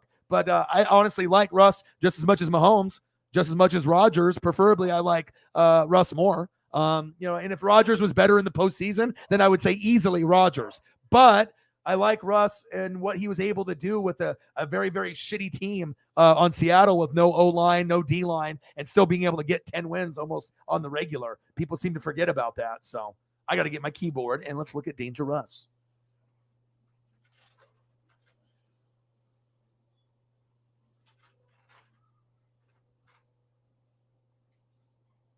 Yeah, but everyone's going to have a different perspective. I don't expect, anyone to watch film or read, as much as me, because I do it like almost like a scout level or higher. But yeah, it's just for. Let's see what button got hit there. This one. Okay, sorry about that. But I think with Russ, with me, he's always been a top 3 quarterback, and for his history, the Super Bowl presence. He gives me that John Elway, Peyton Manning vibe where he is going to win there. I mean, even if you have doubts about the running backs, Javonte Williams is a beast. If Melvin Gordon goes there and does anything, you got Judy, you got, Cortland Sutton. You got a lot of weapons there. They just need the O-line and the defense to hone in. Russ will make everybody better there. And he's a winner. So when you're a winner, he's going to be able to achieve, because if you got Mahomes there, they lost Tyreek, and there's a realistic possibility that they might not make a Super Bowl in the next 3 years. Maybe they do, but maybe they don't. With the Tyreek impact, we have to wait and see. You know what I mean? We have to be able to see how these other guys step up, which I do think they can. If any organization can come back from losing 2 Hall of Famers, number 1 on the list is the Kansas City Chiefs, because they're run very well at the top with the ownership, the GM. So don't be surprised if Sky Moore or Watson for Green Bay with, obviously Aaron Rodgers, and Sky Moore with Mahomes, that if they do amazing things year 1. So we will find out, you know what I mean? But you can kind of have a feeling if a team is going to be a Super Bowl team or a playoff team. You know what I mean? It's like the Packers and Chiefs kind of feel like playoff teams, maybe not necessarily Super Bowl teams, but a lot can happen from now until the regular season. So I just give you guys my 2 cents without any bias to any other team in the division or anything like that. So, but who knows, right? But I do have a pretty good sense of ESP, and I feel that usually a lot of the things that I'll predict, they do come true. Not everything, but I have a good pulse with the ESP and the almanac from Marty McFly. Yeah, it ain't Jordan Love. Kurt Bankert's gone. Obviously, Watson could be the next Devontae Adams. The project where you're working on a guy that no one really knows. And if he throws to the guy 12 times a game and he catches 8 or 9, he's going to keep going. You know what I mean? But I think Allen the Lazard, he's going to be him, Robert Tonyan, and then Watson. And then, obviously you got Cobb. And then I would go Sammy Watkins, because even though Cobb is old, he knows Aaron and where to go. You know what I mean? So he's not going to get a lot of looks, and he's old as shit. But I don't know about Sammy. So.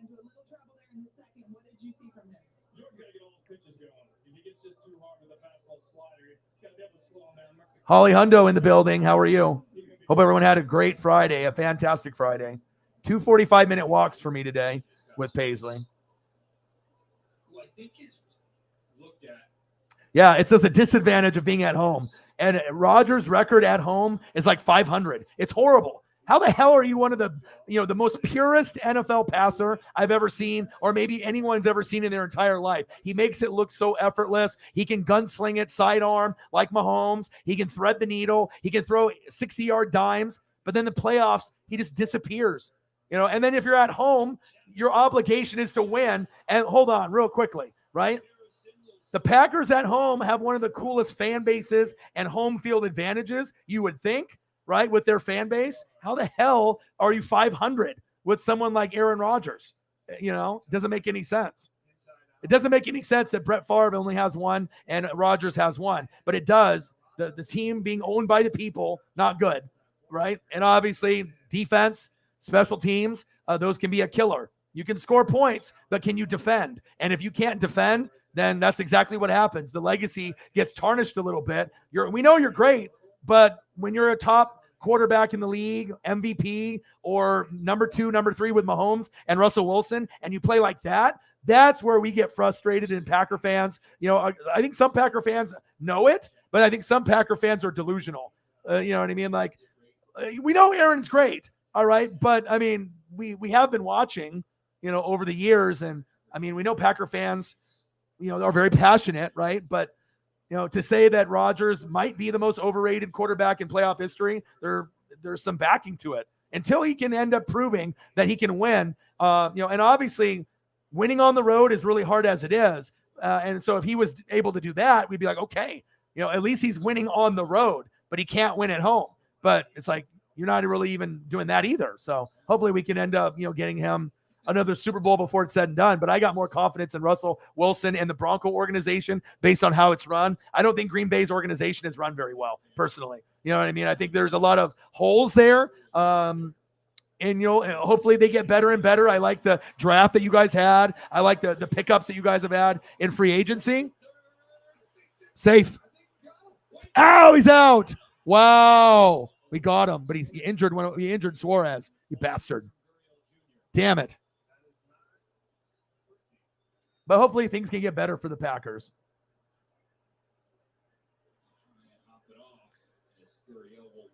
Yeah, well, there's one team that can get 13 or 14. It's the Bills, because they got the easiest schedule in the NFL. They're favored for every game, all 17. So if there's a team that can go 14-3 or 13-4, I would say it's them. And then after them, I would go Rams and then Buccaneers. But I mean, I'm totally fine with 10 to 12 wins. So, but yeah, there's going to be a lot of parity in the league, but I think we will get a team that does get to 13 wins. 14, I don't think so, but 13, we might have one or two teams at 13. But you never know. Anything can happen. $62 in donos. Let's get to a hundo, baby. I'm almost caught up. That's actually really good that it's the shin. Shin on shin just is a big bruise. If that was the spike, that could have been dangerous. So he just basically took a kick to the shin without a shin guard. Just a kick to the shin. Just a kick to the shin. Escobar. Okay, keep me posted. Yeah, but I've seen him front row. You know what I mean? A lot of it's not Herbert's fault. It's the O-line. The run defense couldn't stop anyone. Their injuries. Herbert is one of these guys. You could say it's Oregon bias, but I've got to see him up close and personal with his technique. I know what kind of man he is on and off the field. This guy is locked in and loaded. And like I said, he is going to be able to be a top 5 quarterback for many, many years to come. And there'll be a lot of battles with Josh Allen, who will go to a Super Bowl before his career is over. I think Herbert has a harder time to get there, but maybe, they can end up overachieving until I get the right coach and they can fight that injury bug, that injury curse. That's what's holding him back. No one thought the Bengals could get there, and they got there. So.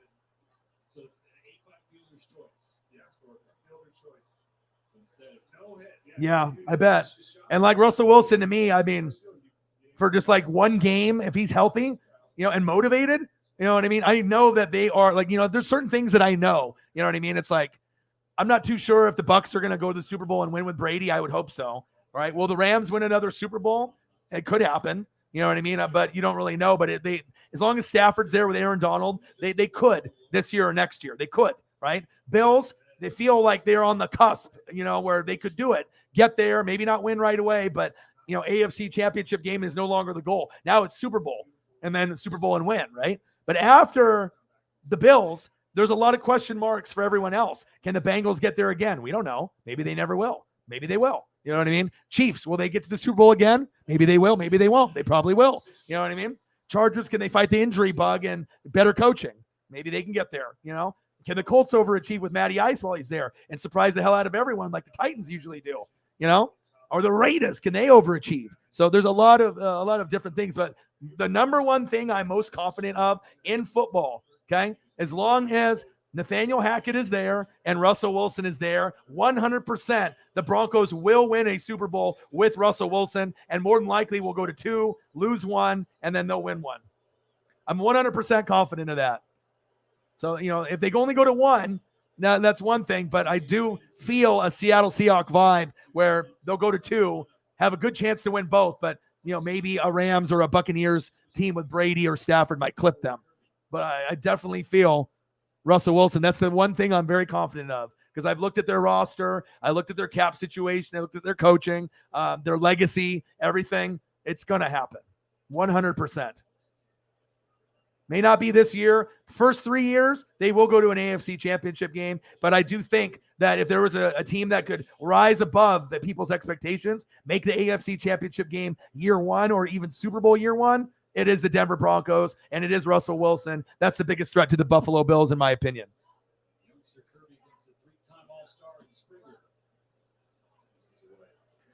Okay, of course they're going to disrespect the Tennessee Titans. That's what every organization on TV or broadcasting does. They'll never get respect, ever, period. Oh, yeah, we're still looking for Mahomes-Rodgers matchup, for sure. Yeah. But also for Russ, the motivation, you know what I mean, to actually get a good O-line, a good defense. He's stuck there, and they didn't draft O-line or defense. And imagine, being a top 3 quarterback and you're running for your life every game, right? And you're still able to get fucked up, but you make the big plays with your feet or with your arm. You're a top 3 quarterback, and your team is horrible. They suck. O-line, D-line stinks. Defense stinks. Coaching stinks. GM stinks. And you're getting 10 wins or more every year. Name other quarterbacks that could do that. Really, honestly. You know what I mean? Patrick Mahomes and probably Aaron Rodgers, and that's it. There's not very many, maybe 3 guys that could do that on the Seattle Seahawks. If Rodgers was on the Seahawks, he could do it. Get you to 10 wins because he's Aaron Rodgers. Russell Wilson did it. Mahomes could do it.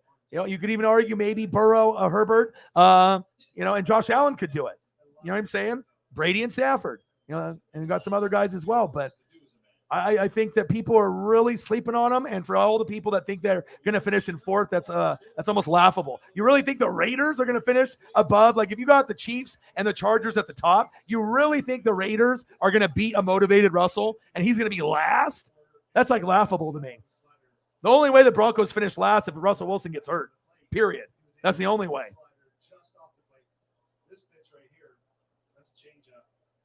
Of course it's good. It's literally got the most minutes, number 2 all time on Netflix, like 1 billion minutes. It's one of the best shows of all time. It's got a cult following. And then when we wait 2 years for season 5, it'll be the biggest thing on planet Earth. Like, period. Like, everything is going to shut down. It's going to be Stranger Things final season.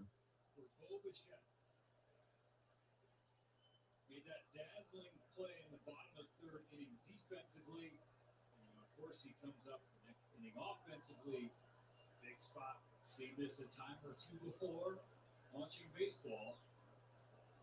Sometimes when you say that to a Packer fan, though, they start talking shit and they get defensive. You know what I mean? It's like, if you can't admit when your player isn't good or, the team isn't good, you just got to be able to realize, like, if someone is saying that, it's like, you take it so personal because we buy the merch. We're so invested as fans. We're like on the team. We feel like we're on the bench, or like a coach, you know what I mean? Like, we're not actually playing. But you feel that way with all the money that we spend, all the dedication that we put in, the hours and hours and hours of reading and watching the games. And you know what I mean? So I get it. But, you got to be able to sometimes just be like, you know what? It is what it is. You know what I mean? And, not every team is going to be perfect. But to be able to deflect or deny or not act like that is a real thing. And some people like to love. I don't think really Packer fans get too argumentative, about certain situations like that. Saints fans do. They love to argue. They love to argue. But a lot of times it's just jealousy and envy because the Buccaneers did what they couldn't do, and I get it. It's painful. You were like the best team in the NFL record-wise for 4 years, and you couldn't even get a Super Bowl. That's tough. You know what I mean? But I do believe in the Saints, and I think that they will be very, very good for years to come. And I think they could finish as high as 3 in the overall in the NFC. I think it could be Rams, Bucks, Saints, even over the Packers, Niners, or Eagles. And I think that the Packers and Eagles could end up getting 10 to 13 wins. So, I mean, Saints could be, 10, 11, 12, 13 wins too. But we got to see if AK is going to get suspended or not. Cubs 1, Dodgers 0. Yeah, Dodgers. The Cardinals are nice, man. 2-1 Mariners. All right, let me turn this up. But, you guys got Goldie, right, who's awesome, right, Hall of Famer. You got Molina at catcher, Hall of Famer, right? So you got that. You got Pujols, right, OG DH, Hall of Famer. Arenado, Hall of Famer. I mean, I would love to be able to watch a team that has 4 fucking Hall of Famers on it. So, Paisley.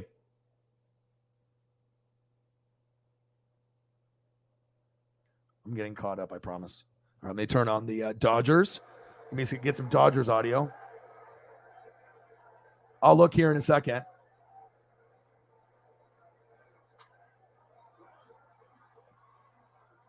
That would say how popular a show is. Damn it. 2-0 Cubs. 3-0 Cubs. No. Damn it.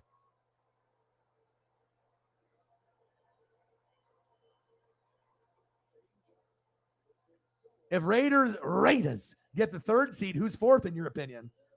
I like I said, I do a lot of reading, a lot of film study. Sometimes it's ESP, sometimes it's a hunch. Sometimes you're completely right. Sometimes I will be completely wrong, and sometimes you can't predict injuries.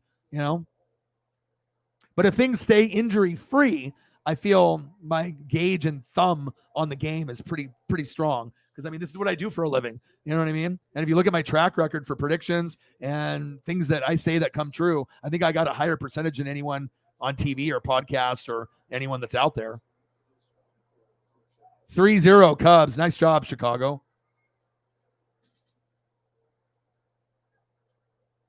All right, I'm almost caught up. Well, he's dating a witch now, and he got his first tattoo. So, I mean, we don't really know where his mind is at. I mean, if you couldn't even become friends with Devontae Adams, hopefully him and Watson can get a little bit of rapport. But Aaron Rodgers is kind of like Tom Cruise. I feel he's kind of in his own world.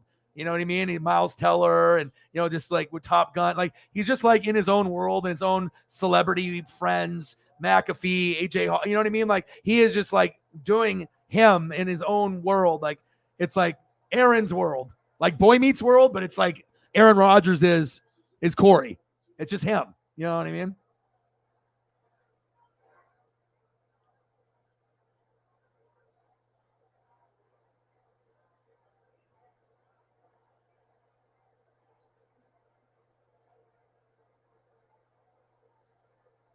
Yeah, your drawings have been awesome.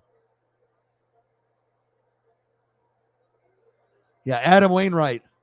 Your boy knows baseball names.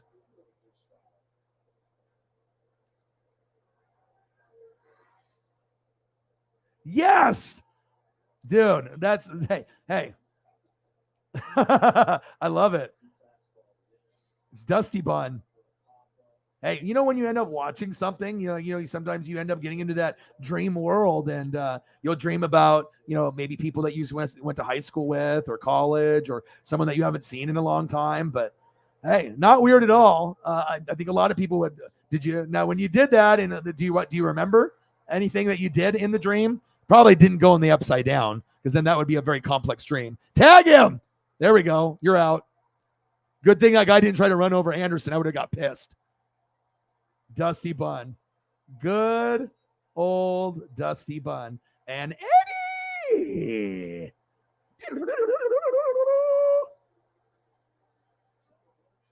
Eddie.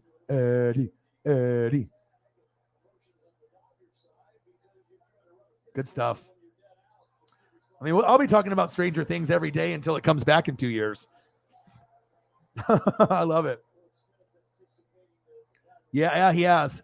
I mean, I read everything about everyone. So, I mean, I have to keep up on pop culture and everything that's going on. So she does like a lot of like medicinal stuff and hippie stuff, but kind of like witchcraft stuff. But yeah, she like supposedly like it's not just like for media. Like she is kind of do like witchy things. She does witchy things. So, and I think that was one of the reasons that Rogers got the tattoo is because of her. And I'm doing some of the witchery. I don't know what kind of juju they're trying to cook up against the rest of the NFL. You know what I mean? But so who's dating a witch? Like a real deal? Yeah, Aaron Rodgers. You gotta read, bro. Just get. I mean, you can just go and type it. I mean, I have Twitter, so I'm and you do too, and Instagram. I mean, usually but I'm always reading, and you're working, so I'm obviously reading. 6-7 hours a day. You know what I mean? I'm always doing that. All right, we got Mariners 2, Blue Jays 1, Cubs 3, Dodgers 0. Come on, I don't want Anderson to lose. All right, I'm going to go back to the Mariners audio. And then I'll go back and forth, and we'll go into the show.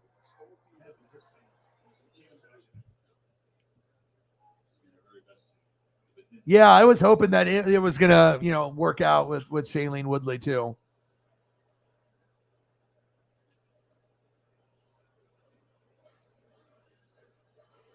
You think Chargers? Have you looked at their roster, though?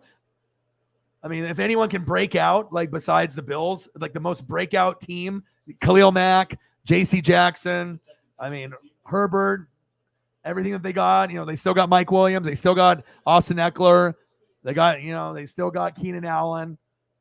They got Joey Bosa. I mean, they got Derwin James, Asante Samuel Jr. I mean, they've been drafting like really, really, really well, like one of the best drafting teams last 3 years. So, I mean, I don't see the Chargers finishing last whatsoever. But you never know. If you had a dream that you were in the upside down, then you're having a nightmare. Then if you're a Dusty Bun, you can't even enjoy it. Oh, good. You and Dusty Bun.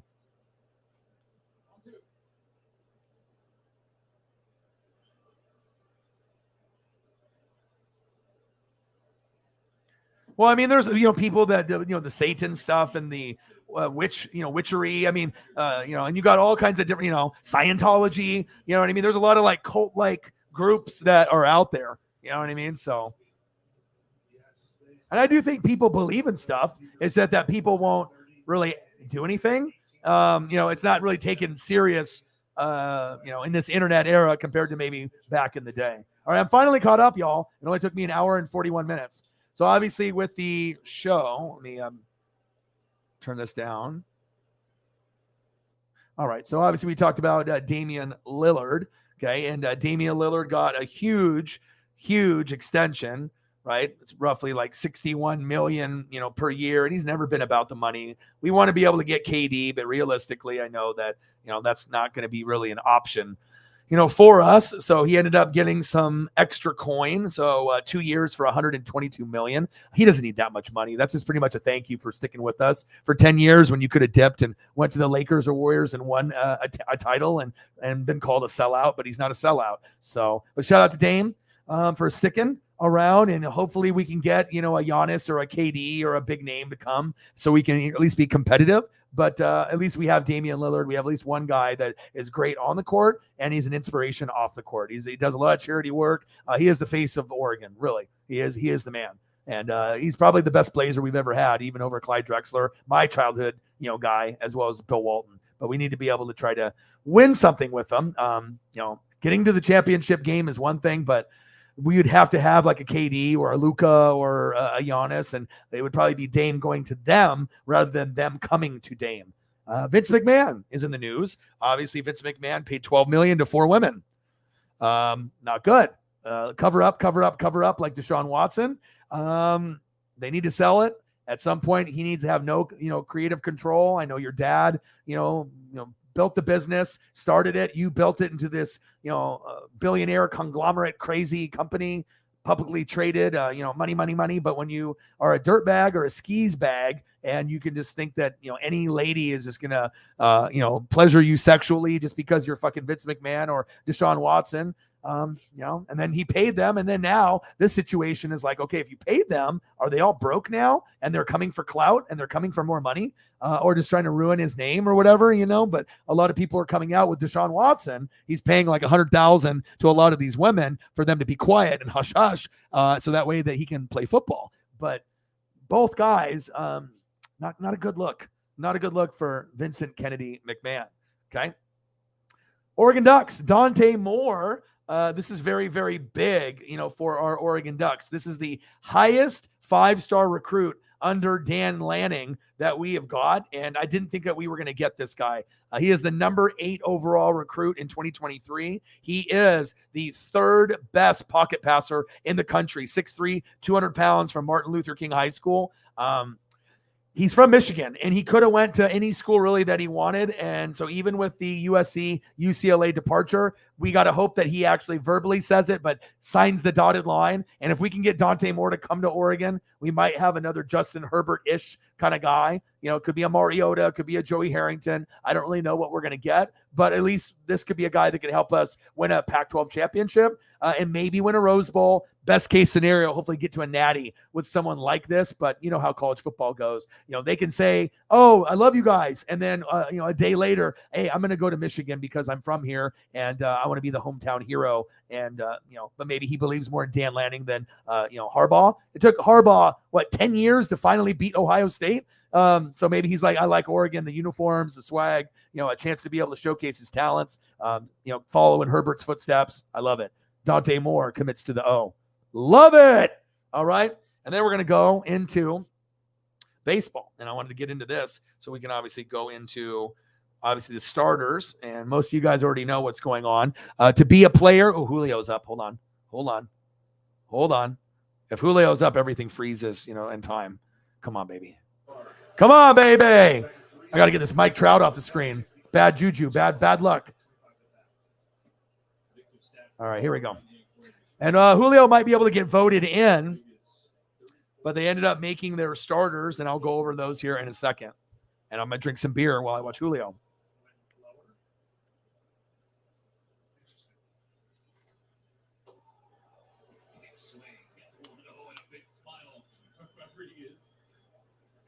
Stripling has thrown 2 chase pitches, nothing that actually hit, which kind of gives you a hint at what Stripling beer done. Be okay loading the bases or trying to get him to chase his pitch.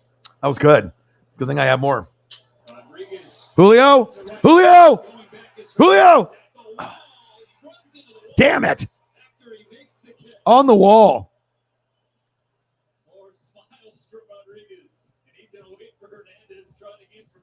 My goodness. Wow.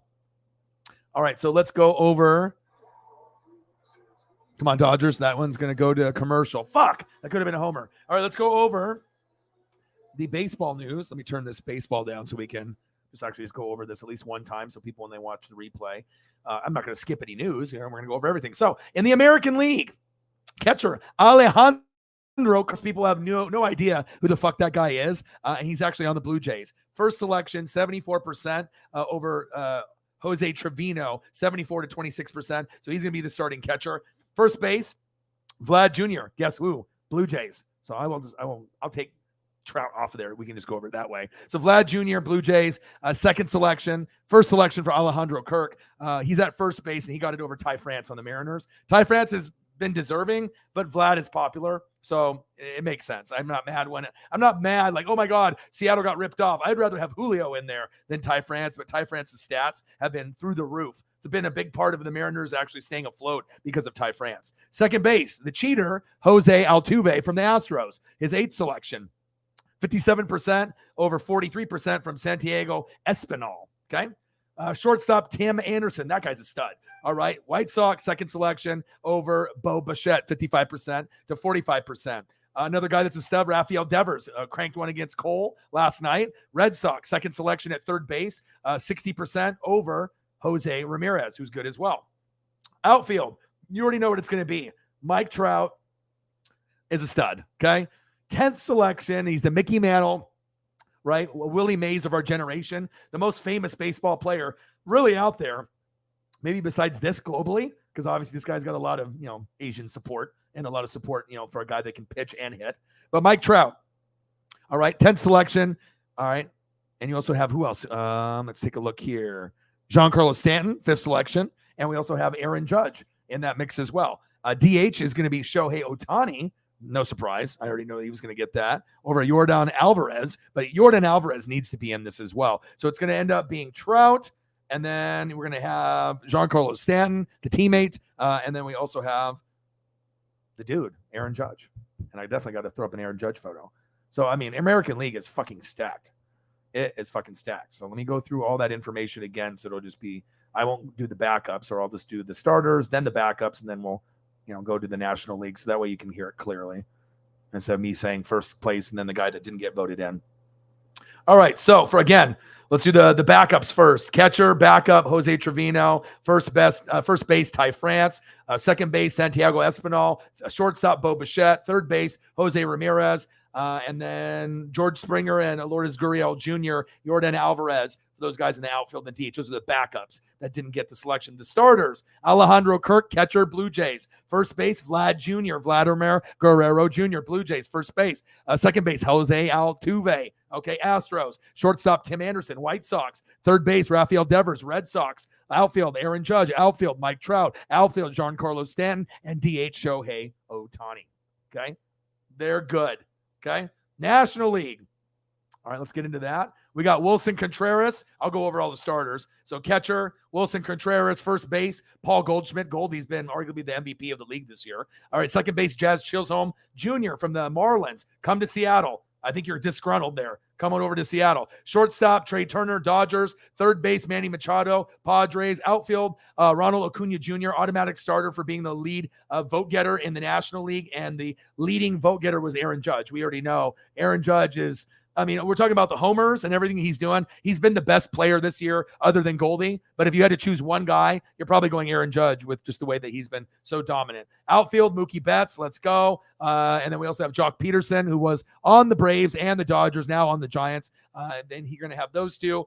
And then you're going to have Bryce Harper at DH. And then for backups, you're going to have Travis d'Arnaud at catcher. First base backup, Pete Alonso, who's fucking amazing. I would love to have Pete Alonso on my team. Second base, Ozzie Albies on the Braves. Awesome. Shortstop, Dansby Swanson. Awesome. Third base, Nolan Arenado on the Cardinals. Awesome. All these backups are crazy. Starling Marte, Adam Duvall, and then you got William Contreras at DH. So if you look at the team, it's stacked. And I think the American League is quite a bit better. I don't think that you're going to be able to compete with that National League, but those are some of the stories with Dame Lillard getting some money. We already know money, comes to Dame Lillard because it's well-deserved. Vince, right, was paying the money to the ladies to hush hush. Mike Trout, Ohtani, obviously we knew that you were going to be there. Oregon Ducks, Dante Moore commits. If I put it on the screen, then it's a big thing, right? I'm not going to put up a lot of Oregon stuff unless it's Herbert, Mariota, Joey Harrington, LaMichael, DeAnthony Thomas, or maybe Kayvon Thibodeau, and now Dante Moore. Super exciting. I had to message a lot of my Duck friends, and they were like, okay, because they know I'm going to follow everything. So let's get it. We'll see how good you really, really are. But this is the highest. He's 5-star. Oregon doesn't get 5 stars very often. Even when we are very, very good, we don't get 5 stars very often. That's like, Haloti Ngata, Kayvon Thibodeau.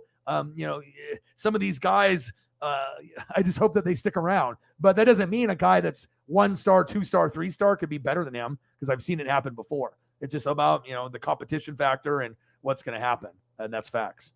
But yeah, at this point, since I'm able to watch every single game, there's no excuse to not be a pro at baseball now for, Dodgers and Mariners. I'm watching every game, so I'm following everything now, doing NHL, NASCAR.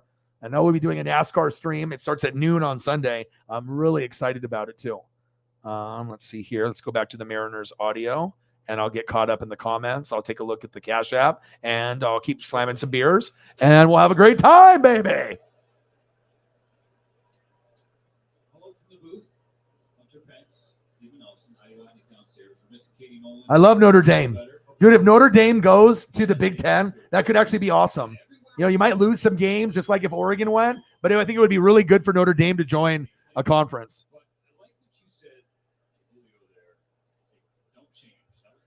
Chug a beer for Julio. I got to go get another one. Hold on. I got to go get another one. Give me a second. You just are so honored and so humbled.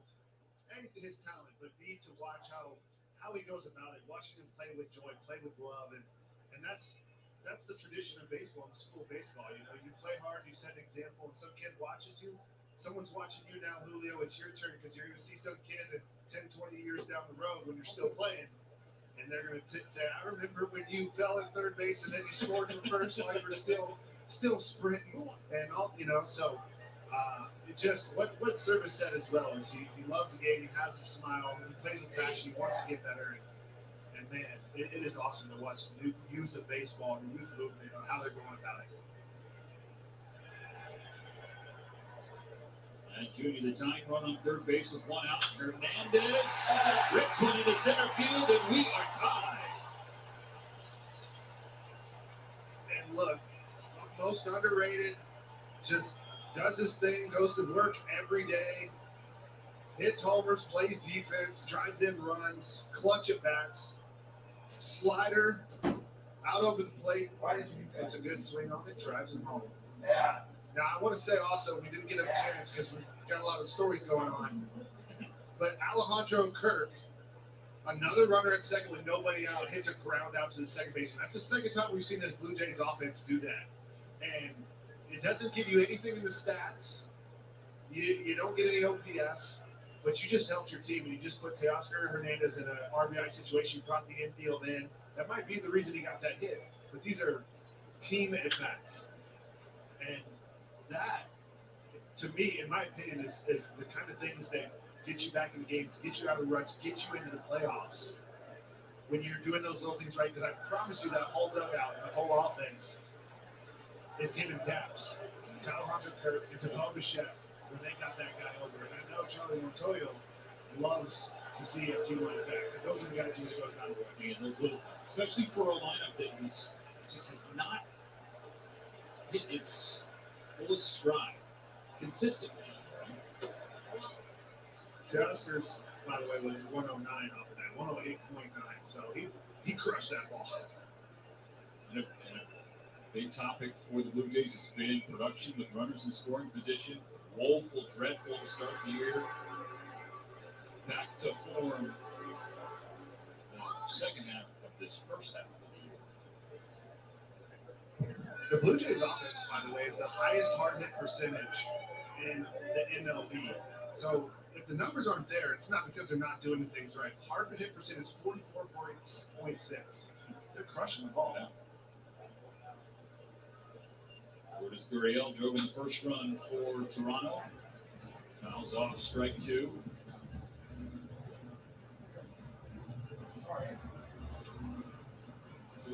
See the Jays with Riz. Heidi, what have you picked up about this split? Well, when I asked Charlie Montoyo before the game what the biggest surprise for this year's squad is, that really it was our lack of offense early in the season. I mean, these guys are great offensive players, and they just weren't hitting to their capabilities. He said they're getting warmer lately. We're seeing a lot better offense from these guys, and like you said, some team baseball.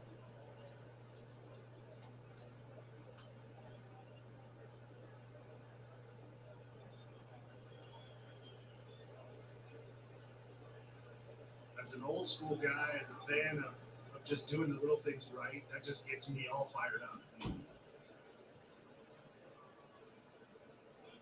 And it's not about going in. Lourdes Gurriel Jr. now 3 for 3.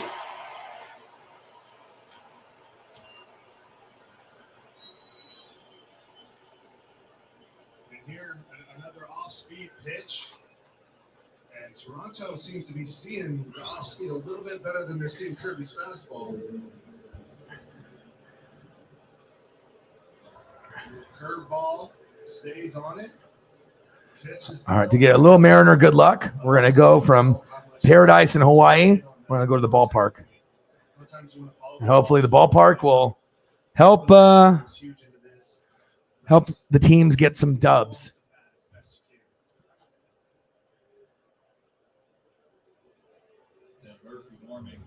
Chug. Service out of the Seattle dugout. And for Kirby, threw season-high 100 pitches in his last start. 88 now. So I just went out there. Paisley was acting a path, and she got locked out of the room to go in the bedroom. 2-2, damn it. And she ate her dog bed. She just started ripping a hole into her dog bed and ripped a bunch of stuffing out of it. And it's like a $80 dog bed. And we had like a $40 dog bed that she ruined. I didn't spank her, but man, not good.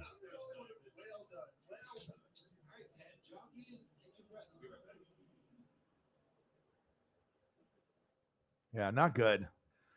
Not good at all. Eating the dog bed when you spend $80 on a dog bed, and she did it as like revenge. You know, she gets in these like bitey modes. Like I took her on 2 45-minute walks today. I got some good color. You know, she's happy. You know, we snugged and we slept together, and we made sure that we got, you know, a nap in. And yeah, you know what? The thing is, though, is that if the Royals were good, then more Chief fans would pay attention. But since they're not winning, you just can't rely on Bobby Witt Jr. to be the reason that you watch unless you have a baseball connection. But, you know, once the Royals get good again, you know, it'll be something to watch. But obviously we know the Chiefs are much, much better. I get it.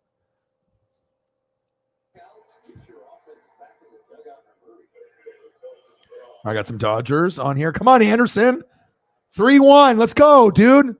You're 9-1. I want you to get to 10 wins. Come on, buddy.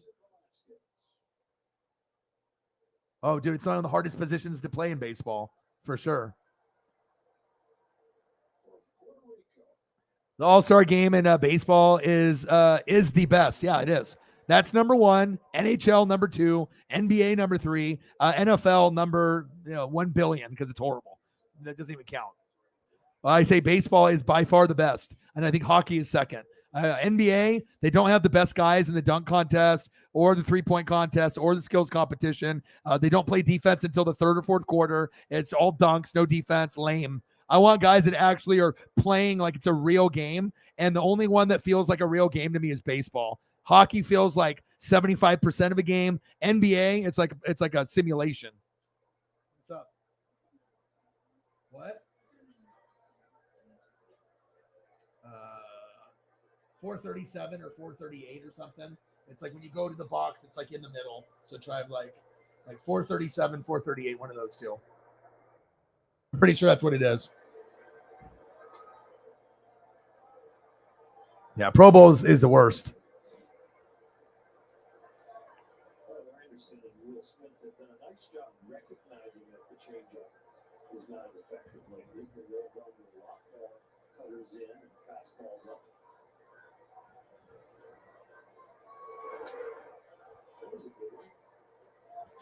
Yeah, I mean, like I said, they don't need Notre Dame or Oregon, right? But if Notre Dame and Oregon were to come, it would definitely be a power conference that could compete with the SEC.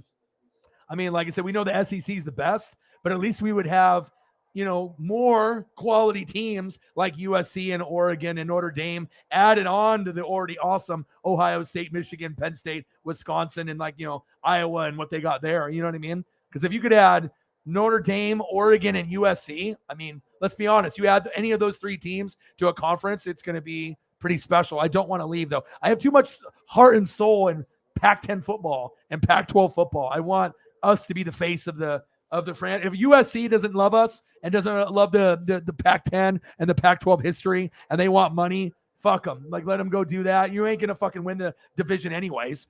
Realistically, Ohio State probably is the favored team. USC could get maybe second. They will eventually get first, though. I do think USC will be able to beat everyone in that division. Ohio State will be the biggest threat at some point, but there'll be a year where if USC keeps recruiting well, they will be number 1 in the Big Ten. USC has that potential, but it won't be this year. At least I don't think so. But I think USC is supposed to be pretty good. Oh, nice catch. Freddie Freeman over the shoulder.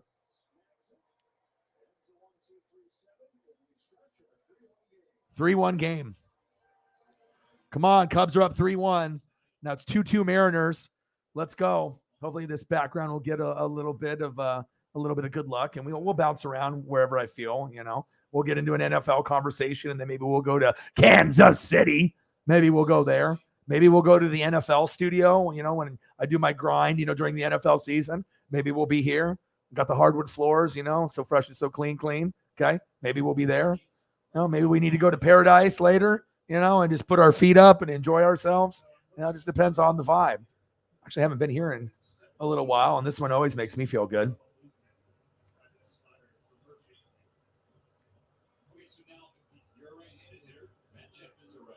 Yeah, Notre Dame doesn't need a conference, though. They've already been independent and successful regardless. It's like they can always get to a bowl game, sometimes a natty, maybe not win like Oregon, but, Manti Te'o and the fake girlfriend isn't the reason why that Notre Dame didn't win. I like Notre Dame. I like watching them. I have a Notre Dame starter jacket, from back in the day, from the 80s and the 90s. Rick Meyer, right? Jerome Bettis, Tim Brown, the Rocket. Lots of guys over the years. Samardzija, and then he went to baseball. Jeff Samardzija, the tight end. They've had a lot of guys over the years.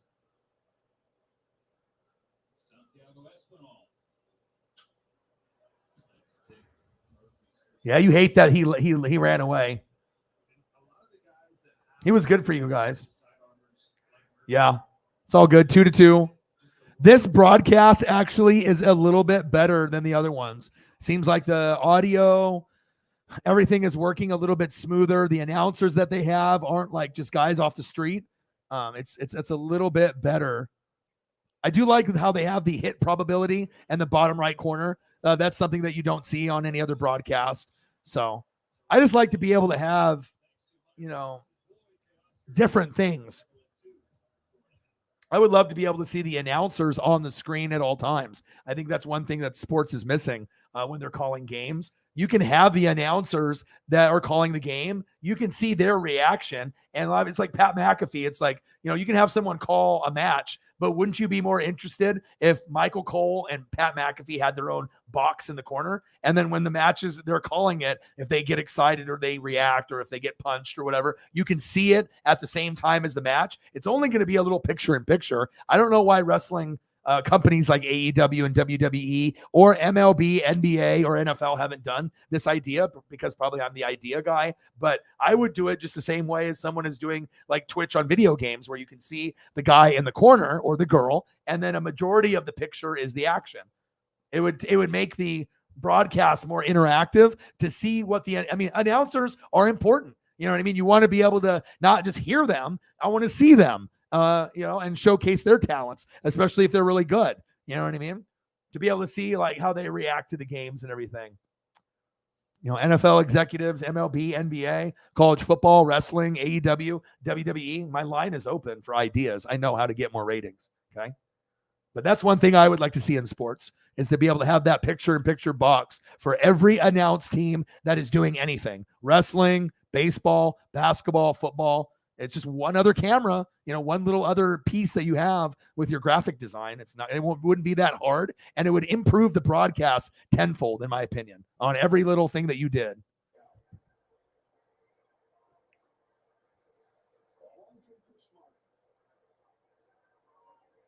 Yeah. It'd be really sweet, Odin's, is like once I get rich and then I fly us out and we actually go to South Bend and we go to Notre Dame. Could you imagine being Notre Dame front row, 50-yard line behind the Notre Dame bench? How like incredibly insane that would be. And we'd have to do like USC. It'd have to be like a big one, Michigan or USC, a big opponent. USC would be ideal. And we could both root for Notre Dame to win.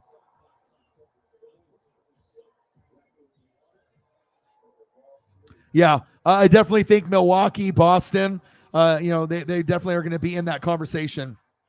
Yeah! Dodgers!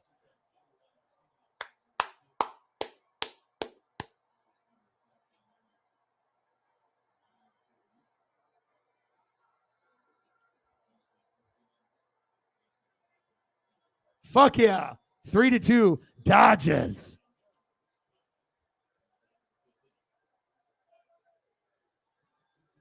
Jake Lamb. Bang! No one expects anything from Jake Lamb. Let's go. Jameis Ameza. Bang, bang, bang. $5. Thank you, bro. Appreciate you. Bang, bang.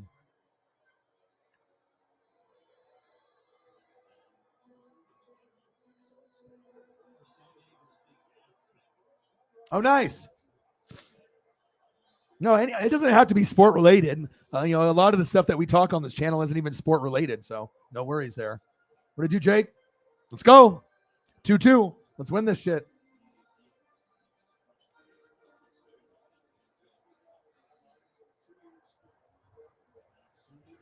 Yeah, well, you can just see, the friendship. You know what I mean? It's like you got to have some credibility for an NFL player. But AJ Hawk is kind of down to earth. McAfee's down to earth. Aaron is kind of Aaron. You know what I mean? He's in his own world. But if you're loyal to Aaron, Aaron will be incredibly loyal to you, and you can tell how loyal Aaron is with AJ and Pat for sure. I mean, I watch Pat McAfee show sometimes strictly for just the interviews with Aaron Rodgers on Aaron Rodgers Tuesdays. Because I watch Pat McAfee. That's my favorite because he's real. And I feel like I try to be real as well. And, if you're real and genuine, who gives a shit if you swear a little bit, It's America. America. Dodgers. Raiders.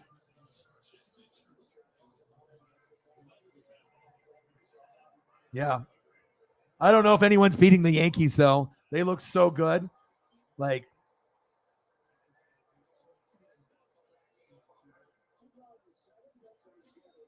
Yeah. But I want it on the screen right now. If I was able to watch the Dodgers, you can have the graphics, the score on the right corner, the name of the guy, and then the pop-up comes up. But what about on the bottom left if you just have the announcers there or above the scoreboard on the right, for certain games so I can see the announcers talking the whole time. You know what I mean? So when they react to a home run or they lose their shit, you can have that and see that visual. It would just make sense. But sometimes you got to have that innovation to take the broadcast to the next level. What can we do? Yeah! Gavin Lux, go. Go, Gavin. Go, Gavin. Go, Gavin. Go, Gavin. Go, Jake. Yeah!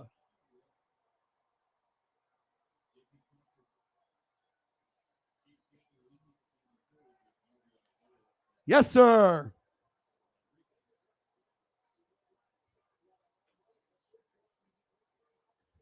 Nice hit. Yeah, let's check the cash apps while I slam a beer here in a second.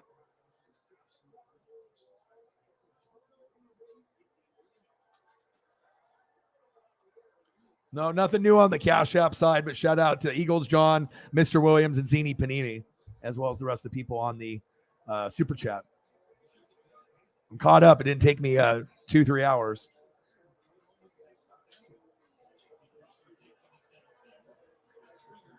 The Yankee Bar Garage Man Cave. Oh, wow. I bet. Well, when you have a man cave, you have a personality you want to showcase. I mean, I want to be able to have my man cave where I can have my wrestling figures displayed. I want to be able to showcase my love for, not just, NFL and college football and NASCAR, baseball, basketball, but on my toys, I want to be able to, have an area where I can just look at my, hopefully down the road wrestling belts and, just have all my wrestling figures surrounding me in cases. And most of them are in the box still. It's I get it. You want to be able to look at that stuff and have it the right way. But some people got money, I mean, I'm trying to be a millionaire myself. I'm a lot of people thinking being a millionaire is impossible. But like I said, if you have incredible work ethic and you have talent, a great following, it's a matter of time where you can get an opportunity to go from 50,000 to 100,000, 100,000 to 200,000, and then to get a big deal with another company or a sponsor to maybe go from 200 to 500, 500 to $1 million, and then maybe multi-million-dollar deal depending on what it is. But I just want to be able to build my brand and be my own CEO, just like Grossi. It's I don't want to, leave But it's like there's only certain people that could bring ESPN ratings back. And I think like if you got the best Twitch streamers and then you got some people like, me and Grossi to do live play-by-play and, to do that could help it and, bring it back. But ESPN is just so far out of the loop. They don't even realize that they're not the king anymore. They're like WWE. They're in denial. They think that everyone still watches ESPN and everyone likes it. No, like you literally went from like the top to like the bottom. Like people are going to Twitch and YouTube and, Fox Sports and shit. People are even going to CBS Sports rather than going to, that particular destination on ESPN. And I mean, obviously, Good Morning Football is kind of going down the shitter, but NFL Network normally has good programming, but they lost a lot there. 2-2.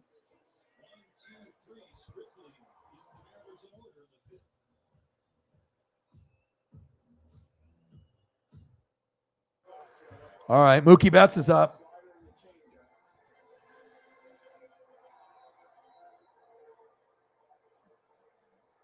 Oh, yeah. Well, Devontae's the best receiver in the game, right? I mean, besides Cooper Kupp from last year, you know what I mean? And Tyreek. I mean, Devontae's been the best. Like, if you're going to pick one guy that's consistently the best, it's Devontae. And I think Devontae's numbers won't go down necessarily. I think that they'll be still the same. They'll be very, very good. I really do, because Carr and him have a very strong connection. Rodgers can throw the ball better than Carr, right? He can thread the needle better, but Carr knows Devontae. Like, they went to college together. So, I mean, if anyone really is friends and they know each other, they're going to put in the work. Devontae is going to do anything in his power to make Carr, look like a top 10 quarterback. And guess what? He will be a top 10 quarterback this year.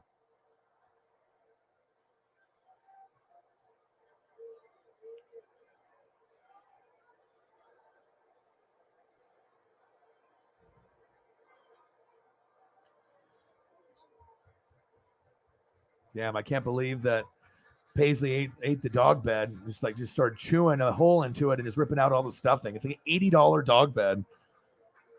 But sometimes she just gets in these moods at nighttime at 8 or 9 o'clock every night. She just starts running like crazy, but being bitey, just not listening, just being like a psychopath every night at the same time, every night.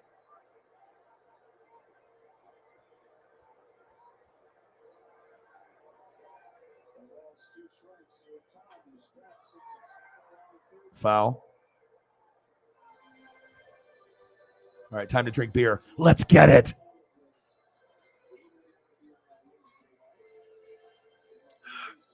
God damn. This mango beer is so delicious. You have no idea. Let's go, Dodgers. Let's go, Dodgers. God, I need to go to LA. Let's go, Dodgers. I just want to take my dad there before he passes. My dad's getting older.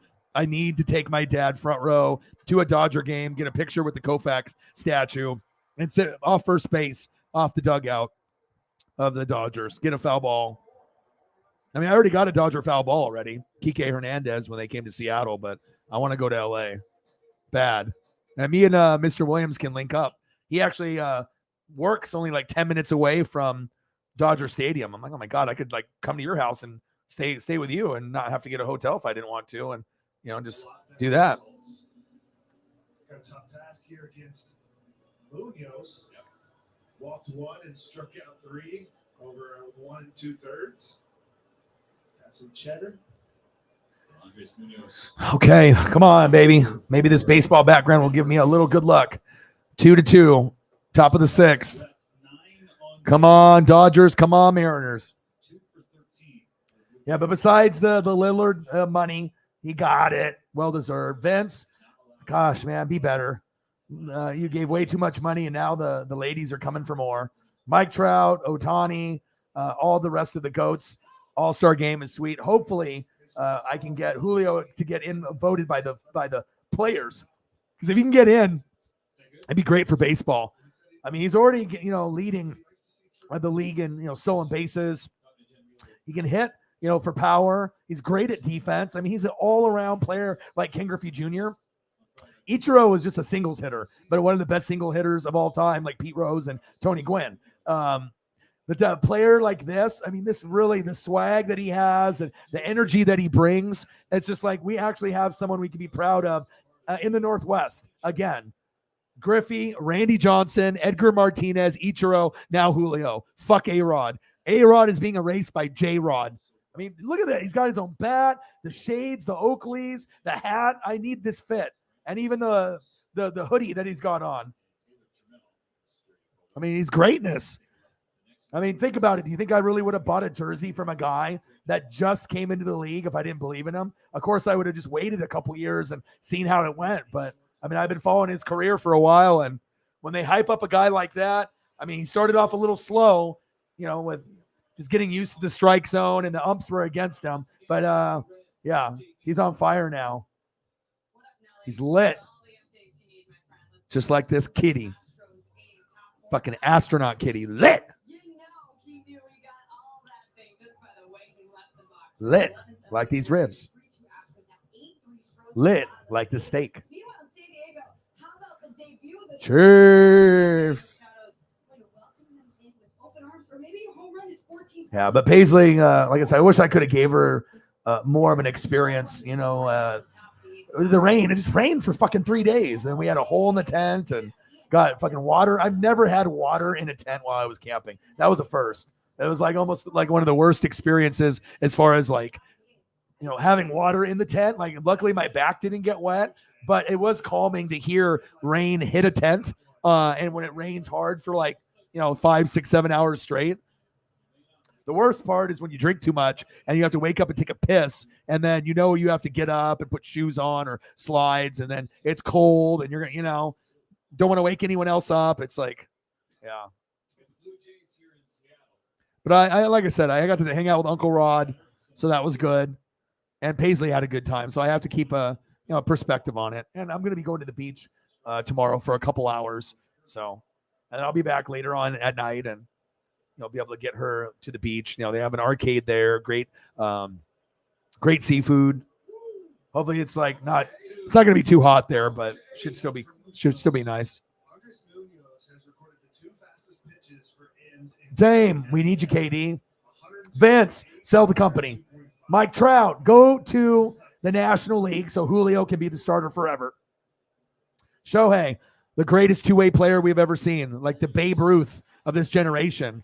The last guy that could dominate at pitching and hitting, Babe Ruth, Shohei Ohtani. And it's just wild to me that a Japanese player was the guy to do it. I definitely would have thought it would have been a white dude, a brother, a Dominican. The last person I would think it would be is a Japanese guy. But how many Japanese guys are 6'4", 6'5", Dante Moore commits to Oregon, number 8 recruit at quarterback, the third best pocket passer from Michigan, offers to every school. And he 5-star athlete and chose Oregon. Life is good. Can't wait to watch him play. Woo! What a diving grab by the Dodgers. Wow. That was sick. My God. Is that Muncie? Wow. One-handed, too.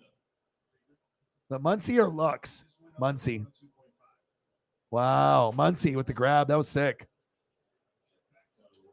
And I don't know if he's going to be, Mariota or Herbert, but a 5-star. I mean, this is the biggest guy that we've gotten from Dan Lanning. So just having Dan Lanning's name alone is going to help us out to compete. I wish we could beat USC's ass, but they left like pussies, like UCLA. So I guess we just have to try to beat Utah. But Utah is always physical. So don't be surprised, if you see Oregon and Utah in the Pac-12 championship every year for like the next 5, unless some other surprise team comes along. But Utah is solid. Solid like Mookie Betts. Shout out to you. You are the man. The man with the plan, baby. Just like Dante Hall. Happy Friday, y'all. Bo Bichette with a single. Fuck.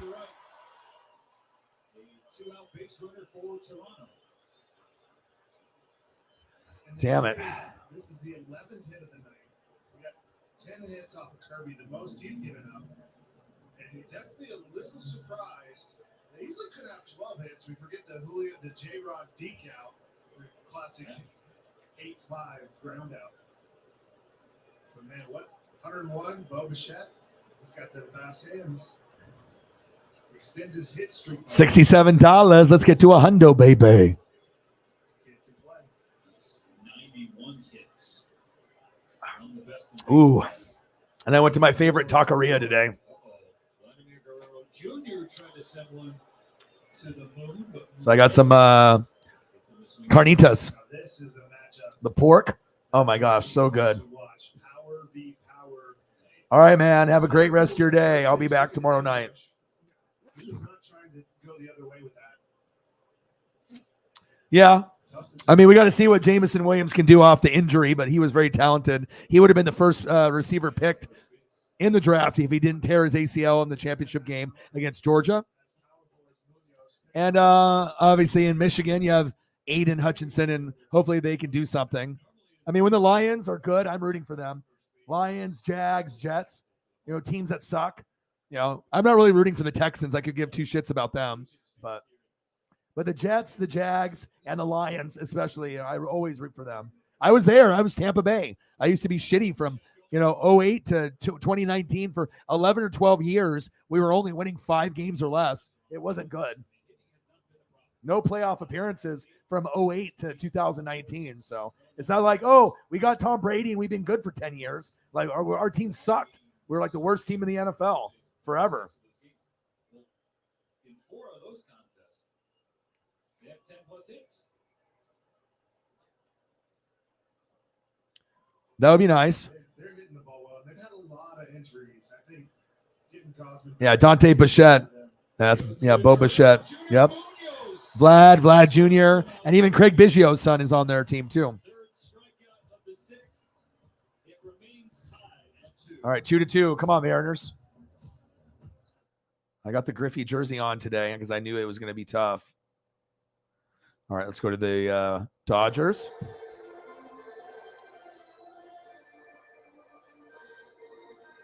Let's go, Dodgers.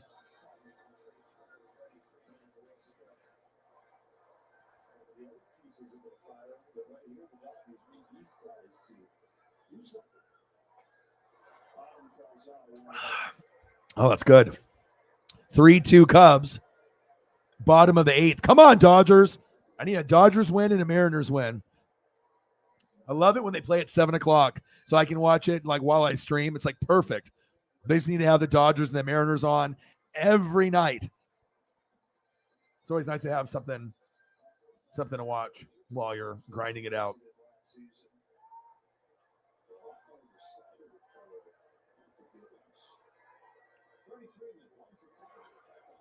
Oh, Freddie Freeman is up. Oh, yeah. Come on, Freddie.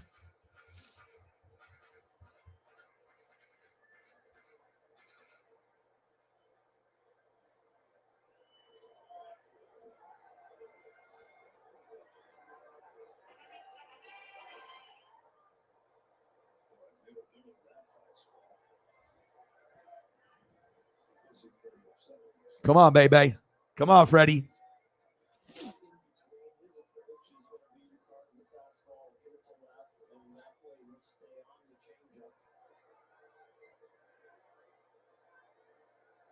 Yeah. Ragnow. I mean, there's some guys that people don't really know of, like centers. And if you're looking at the players and Penny Sewell, I mean, the offensive line for the Lions is actually, they got some guys. Yeah, Barry Sanders is the GOAT.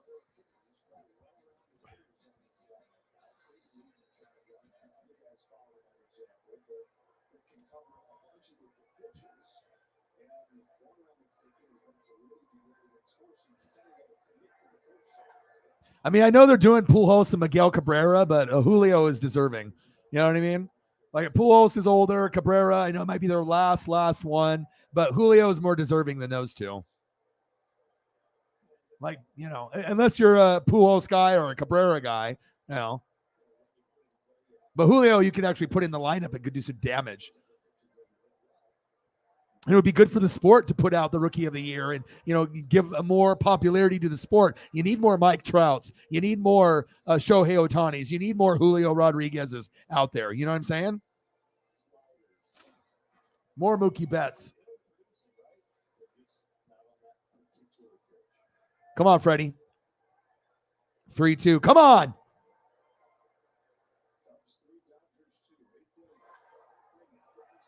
Fuck, right to first. Damn it.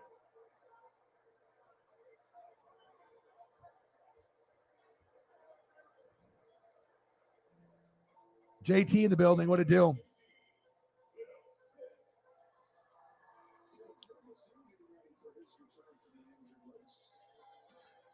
Well, I never saw Ray Nitschke play, and I'd have to look at his stats because I don't think anyone knows Ray Nitschke's stats off the top of their head unless you just looked it up yesterday or day. You know what I mean? Unless you're like an old dude and you are 80 years old and you remember. So I'd have to look up all the stats of everything. Singletary was good, but I think Brian Urlacher was better. I have to look at Nitschke's numbers. So I would, if I had to take just a guess and not look at stats and based off impact, I would probably go.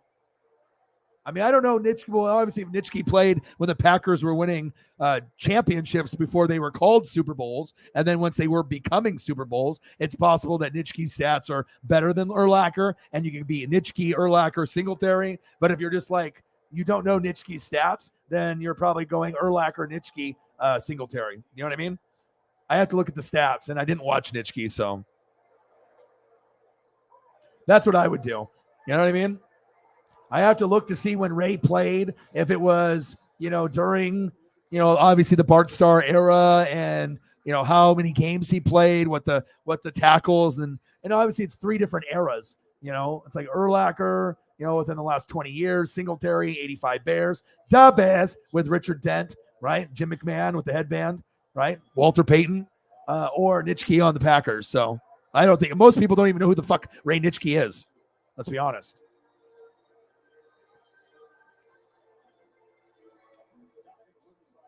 I don't know. You have to look it up and tell us. If you're going to come up with the question, Zach, you gotta inform us the stats. See how you're interactive now on the channel. So if you ask a question now, you're going to look it up and you're going to type it in the chat and educate us. See, that's how it works here.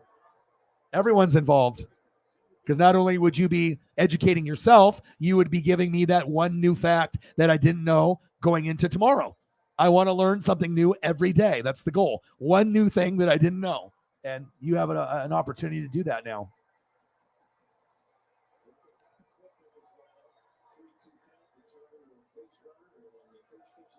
Yeah, well, it's, like I said, you have to look at, all the factors. For me, I mean, if you're in this game, on YouTube, you can't be a fucking idiot. You know what I mean? You can have a guy that has fire thumbnails or fire editing, but you have to be able to command presence on the mic. You have to be likable. You have to have a good voice. You have to be able to connect with the fans. But also, I think the thing about me that people really do respect is just the amount of reading and film and the knowledge and the stats. As far as analytics are concerned, I don't think anyone is on my level on YouTube, period.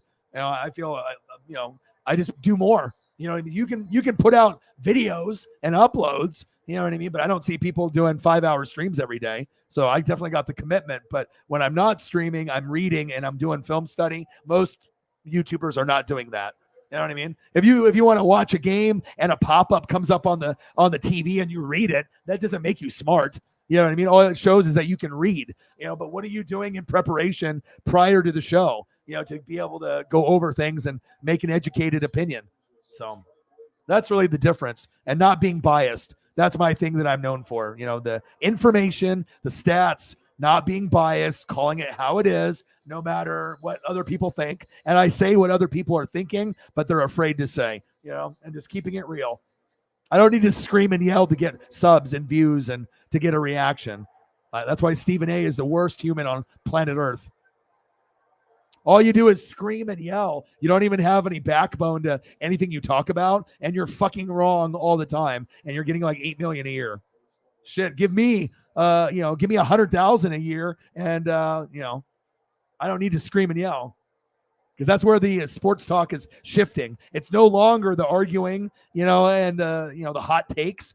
People want to hear like real shit. You know what I mean? Like it's if you want to watch drama, go fucking watch World Star and watch fucking people knock each other out. I mean, I want to hear real shit, not some made up fake opinion that a producer says, argue about this. You know, like Skip Bayless every year that the Cowboys are the best team in the NFL and they're winning the Super Bowl. You goddamn well know they're not the best fucking team. You're just doing it for clickbait and ratings. It's sad. Because they know if Skip says that and he acts convincing enough, there's going to be people that tweet at him, you are a dick, you're a moron, you're stupid. Well, he did it on purpose to get the reaction from you. Because if he would have said Rams or Buccaneers, you wouldn't be commenting. It's all about the strategy on how these TV shows try to get you engaged. Say something so incredibly wrong that you have to reply. That, and then they look for the suckers that reply, you know, that are not smart enough to realize that that's what they're doing on purpose. So the psychology of sports talk, you know, it's horrible. You know what I mean? The shit on TV is horrible. The only good thing on TV or on podcast is Pat McAfee show, Sirius Radio, Channel 82, Mad Dog Sports, or YouTube. And then you can watch me or Grossi, and if you choose to watch anybody else. But I think if you watch Pat McAfee, Grossi, and O-Dog, NWSF, you can get as much information from anywhere else. I do like Colin Cowherd and Joy Taylor. I would recommend dipping in there once in a while. And if Good Morning Football gets Colleen Wolfe, I'll watch. And I'll still watch NFL Network, but I will never watch Good Morning Football ever again. The inside. The wafers? No, that's stuff in between the wafers. Ah, the in-between stuff. Have a break. Have a Kit Kat. Do you want to watch more live games? Do you want to watch more live veterans? Let's go. Yeah, I was going to say they probably didn't even record sacks and a lot of stuff back then. Like they only started doing that like in the 80s for certain statistics for defense, which is wild. Dick Butkus. Yeah, Dick Butkus was an animal. Yeah, that would be more of a, if you were doing like the Chicago vibe instead of Nitschke. You know what I mean? Dick Butkus would be the guy that you would put as far as like old guy. And then you go back in that old school era, like the Jack Ham era and, you know, the Steelers.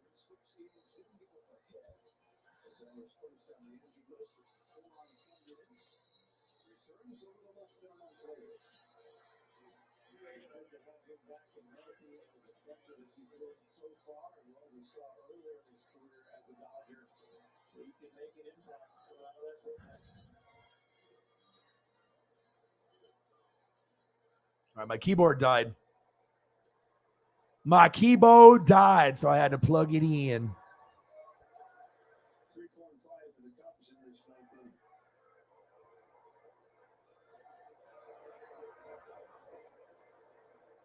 Yeah, Eagles, John. I mean, like I said, being old is good, though. You know, this younger generation, some of them know sports, but it's very clear when it's recency bias and they just see shit that they just recently saw, and then they just think that that's the best thing since sliced bread, and you're not going to see anything better than it. Like I feel a lot of, you know, emotions when I hear people talk, you know, about basketball and they don't mention like Kobe or Jordan or Bird or Magic. You know, it's like these guys are pretty good that are playing now, but you have no idea. I mean, I know how great LeBron is all around, but I mean, give me Magic, give me Bird, give me Jordan, give me Kobe, give me Shaq. You know, all those guys are just run the floor with anyone that's playing today. Even Giannis, even the Joker, even Embiid. These guys are 2.0 versions of the studs that we had. Even Barkley and Malone would fuck everybody up in the league now. Like, you know, these guys are pussies. They're soft. Malone would average 25 to 30 points a game. Same thing with Barkley. You know what I mean? In his prime on the six. I mean, these guys are soft. S-A-W-F-T. Soft. Just like Enzo Amore and Big Cass. I miss them. S-A-W-F-T. Soft. The good old days in WWE and NXT. That's why, you know, I'm slept on. You know what I mean? People don't realize. I mean, some people realize, you know, what they have here, but a lot of people, you know, will only pay attention during football season. And I've definitely rebranded the channel since January. So a lot of the football fans, they haven't been here since the Super Bowl ended or the draft. So once we get football season back, and then they start seeing that the channel is more than just NFL and college football and wrestling, that it's baseball, it's basketball, it's hockey, it's NASCAR, it's mental health, it's food, it's Stranger Things. Like, you're going to get more people because I'm going to be able to hit a wide variety of audiences, girls, guys, young, old.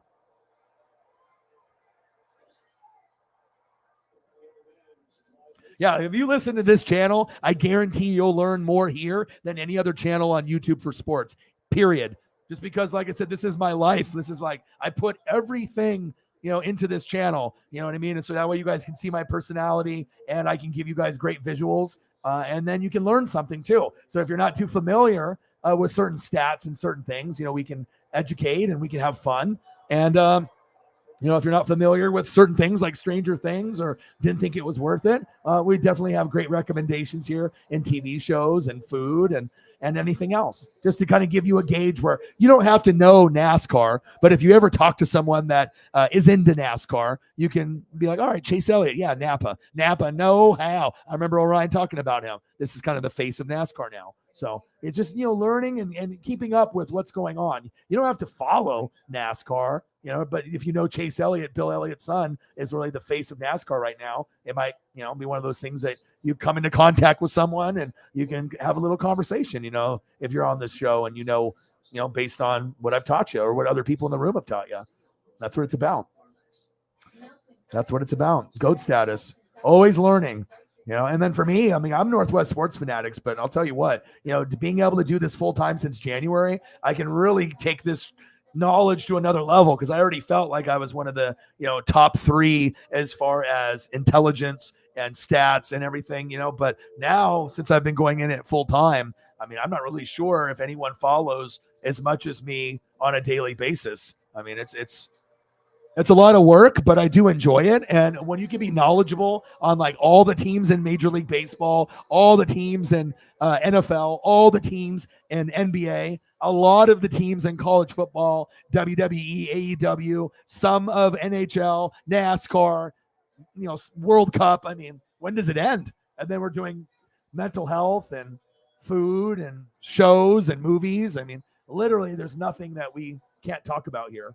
Whether it be beer, mental health, food, Stranger Things. That's what makes this show so great. And the people that are in the room. So, we'll be at a point where, we'll be at 20 people or less. Then we'll be at 50 people or less. And then we'll be at 100 people or less. And then 200 and then 500 in the room and 1,000. It's just a matter of time. It just depends on where you want to spend your time. You want to spend your time on someone that's screaming at highlights and that has no brain and it's just, just yelling to yell and just to try to get subs and views. You know what I mean? Or do you want to watch something that actually has some substance that has great people in the room?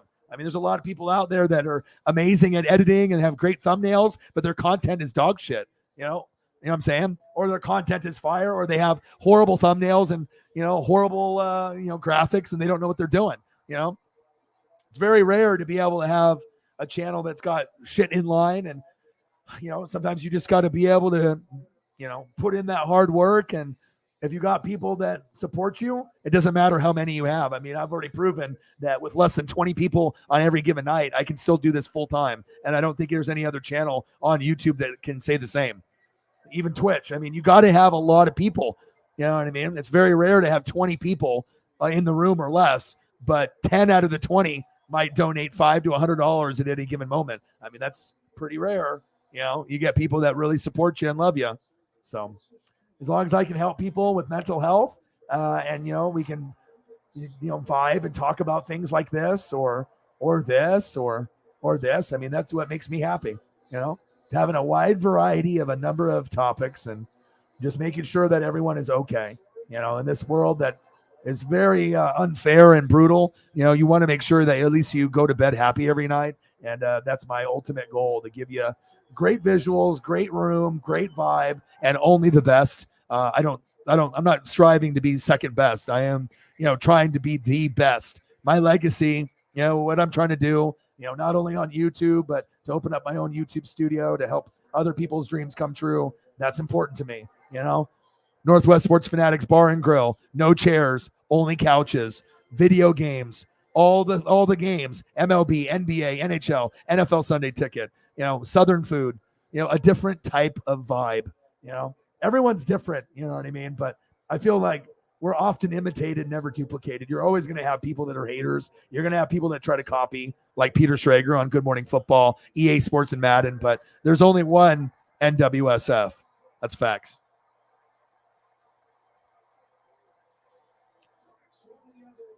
Justin Turner. Tying run aboard. Let's go, baby.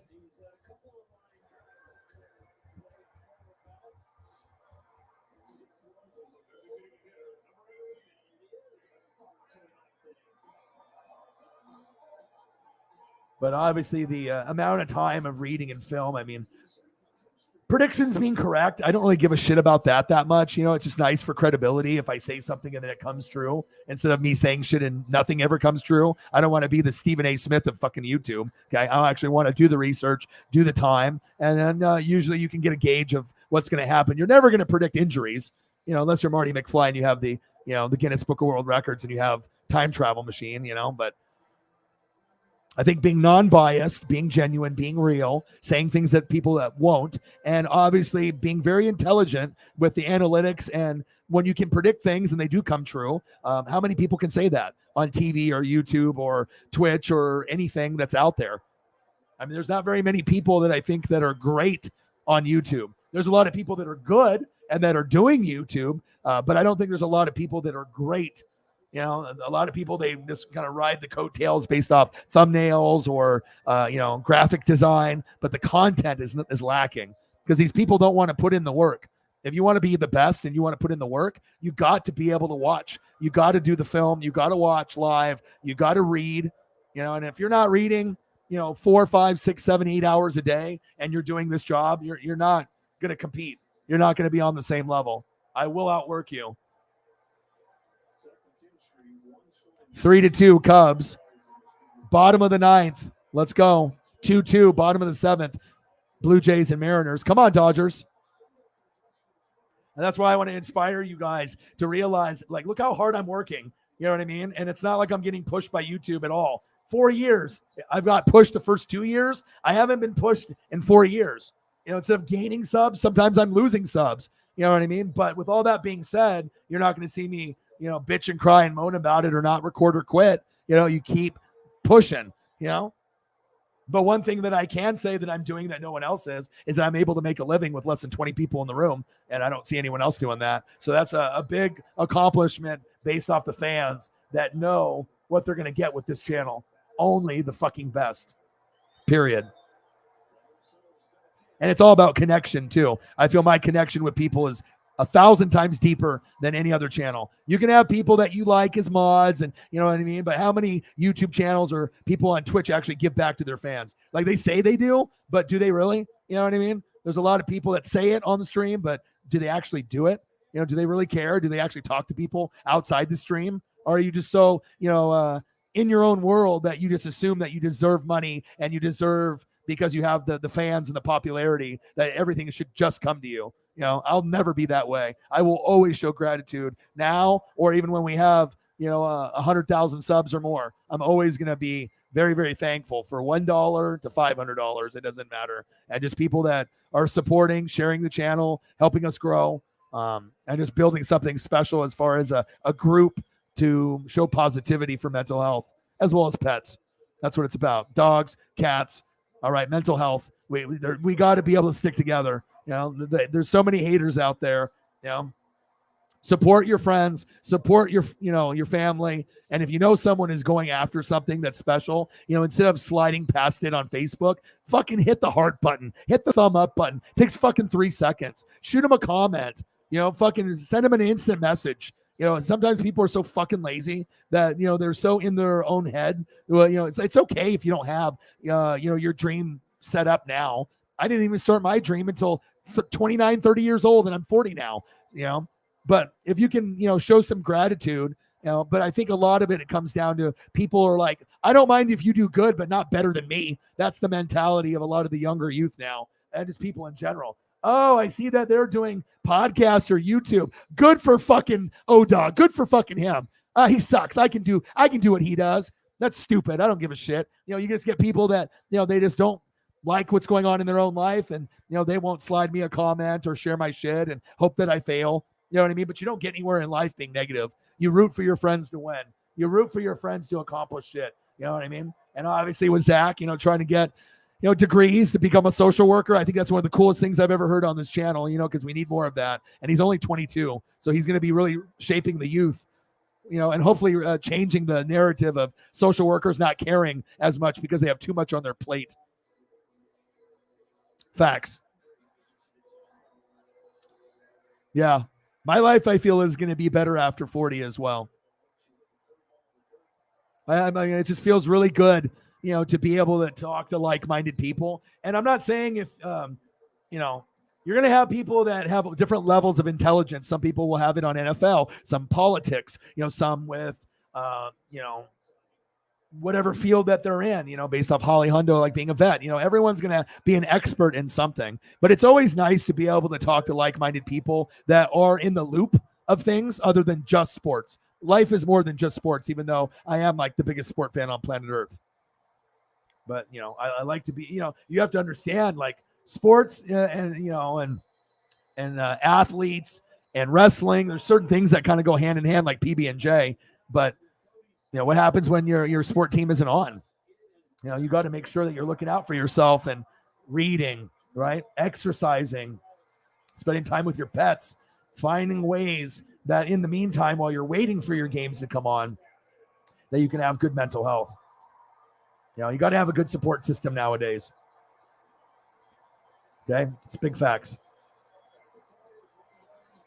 Way too much suicide, way too many people with depression and anxiety. And sometimes you just have to know your own triggers. And if you write shit down and you know what makes you happy and what doesn't, and you know what path you're going to go into. I'm a routine guy times a billion. I was born on the same day as The Rock and Pat McAfee. You know what I mean? It's like us Brahma Bulls, Tauruses, we're really fucking hard workers. People say that we're stubborn, but I don't think that a lot of Tauruses are really stubborn. I think they're driven. You know what I mean? And sometimes if you're explaining a dream to someone that doesn't see your vision, they're never going to understand. They just think that you're full of shit or that you can't accomplish it. You have to be able to surround yourself around like-minded people. And if you can do that, you'll definitely see where your circle is going, and where you are going to be going in the near future. That's facts. $67. Let's get to a hundo, baby.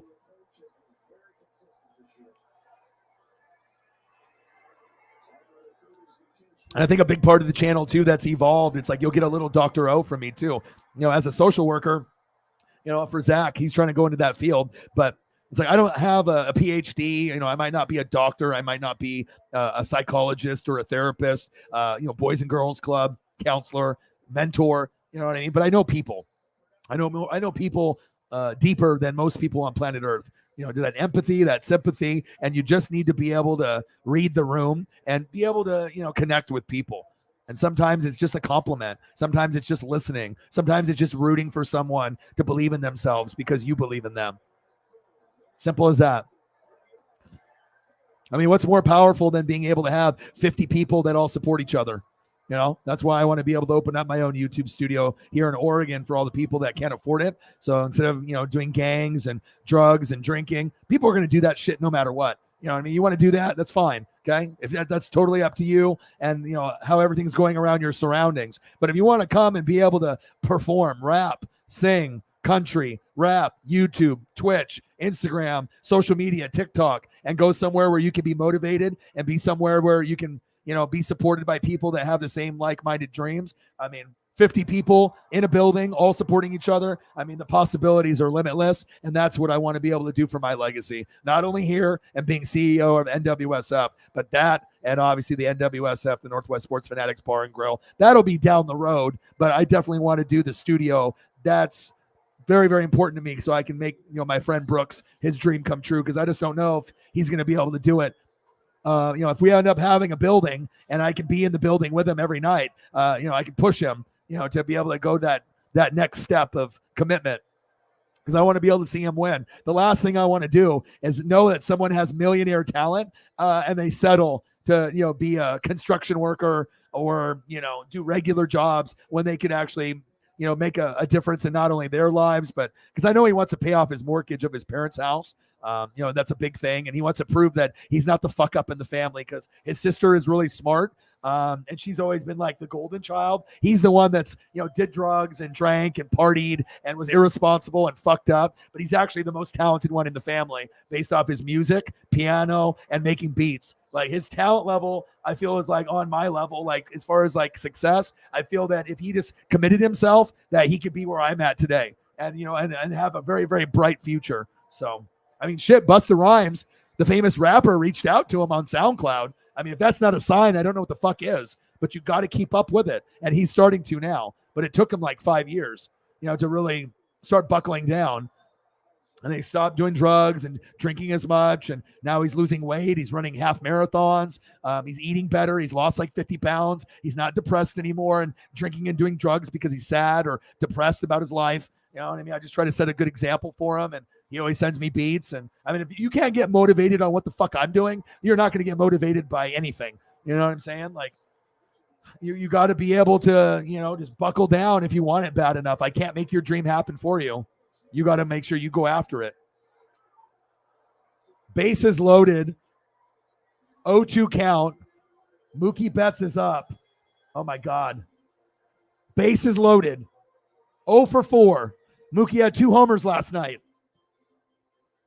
Mariners 2, Blue Jays 2 in the top of the 8th. Best record since June 21st. Mariners #1. Let's go, Mookie. Batting .337 with 5 grand slams in his career. Mookie Betts. Give me a Mookie. Boom. Come on, baby. He's 0 for 4 tonight, too. That's not a... But if anyone can do something crazy, I don't even need a grand slam. Just get me a fucking double, 2-run ribby.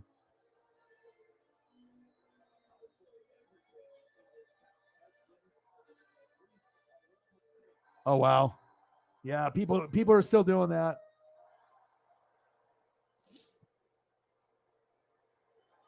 Oh, yeah, this applies to anybody. You got to make sure that you take time for yourself. Oh, shit! Mookie! Oh, shit, go, slide.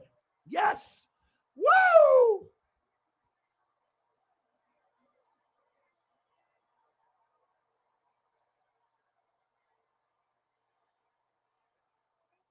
Three to 3, sacrifice fly.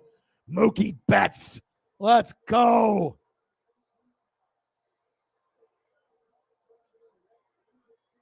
This is getting tense now. We're going to the ballpark. This is too tense for me.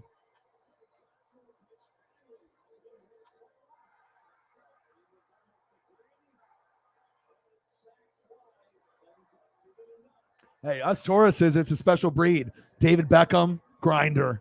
Bend it like Beckham. Pat McAfee, grinder. Dwayne The Rock Johnson, grinder. All born on May 2nd. And then O-Dog, way down there. He's on the list too. May 2nd, 1982.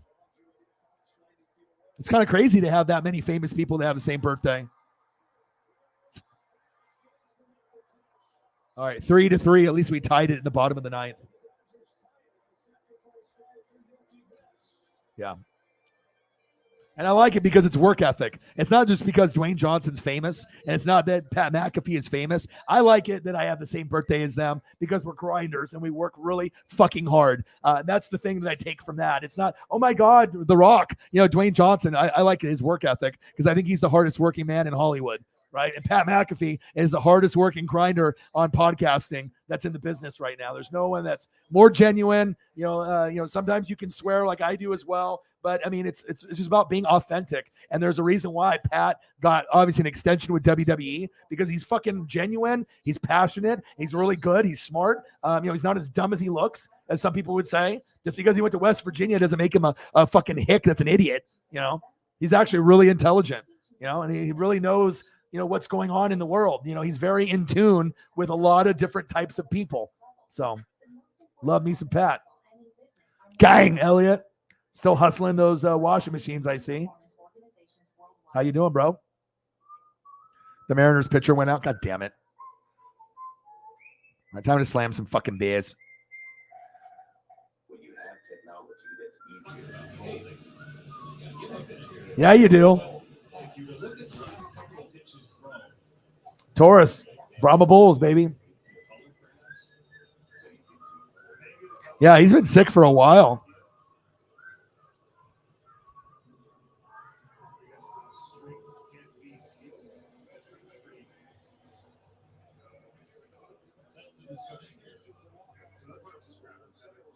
Oh, we got some big donos.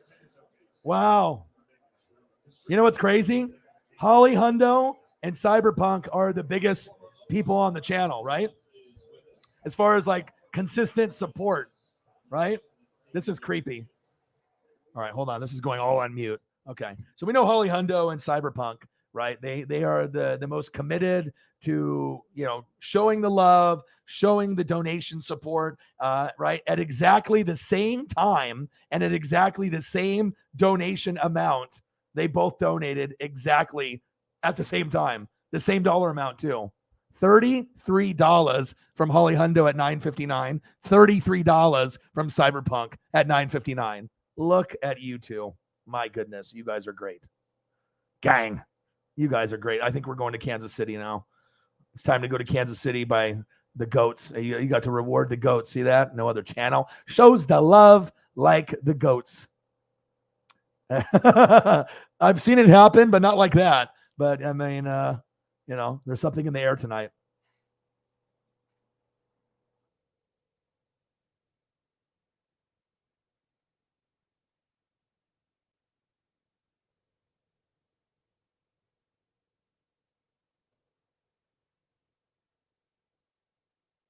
Holly Hundo, 33 cybers. Oh, it was ESP. Yeah, you guys got it. I mean, that's rubs off, you know?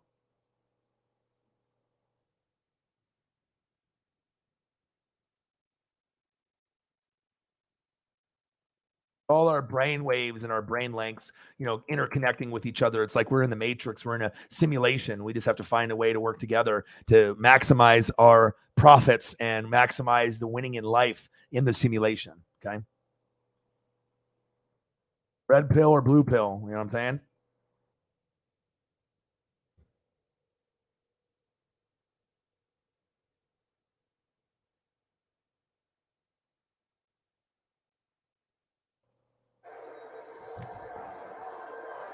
Straight ESP. I've never seen that before. I've never seen that before, but I guess it is what it is. Holly Hundo, $33. Thank you so much. Cyberpunk 33 at the same time, $9.59. You guys are awesome. And then since that happened, boom, we changed the background to the Chiefs. The Chiefs.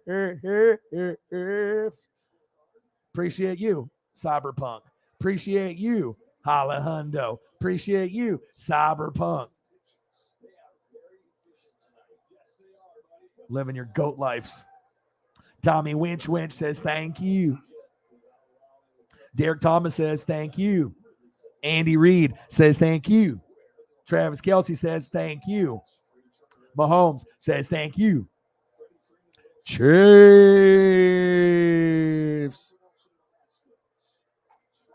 3-3, top of the 10th. Phillips on the mound for the Dodgers. 2-2, Mariners and Blue Jays. Gosh, what a fucking Friday night, man. I got my Griffey jersey on. We're hanging out. Holly Hundo and Cyberpunk are mentally intertwined in the same vision as NWSF. They literally donated $33 at the same exact time, same exact dollar amount. We are connected at the hip, just like a cell phone. Who is the best? You guys. I appreciate you. High five to Holly Hundo. High five to Cyberpunk. Cheers.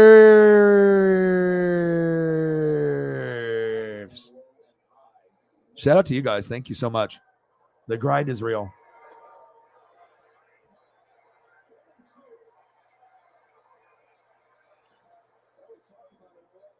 ESP. The ESP is real. You will meet Tommy again. You will give him a gift. He will remember you.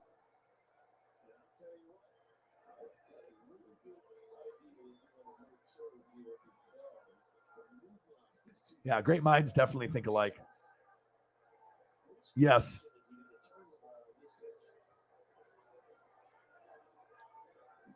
Pizza is mid. All right, I'll get you a pepperoni pizza. You know it's not, unless you had some shitty kind. Time for O-Dog to slam a beer. Gotta get a Dodger dub. Gotta get a Mariner dub. Paisley ate the bed. So she had an $80 dog bed and took revenge on my girlfriend and just started ripping out all the stuffing out of it. I come out there to get another beer and there's stuffing everywhere. The bed is like 6 feet long. I'm like, what the hell is this dog doing? The dog already did it once to the cheap $40 bed. Now this one is like $80 bed. My goodness. We are in the Matrix. Yeah.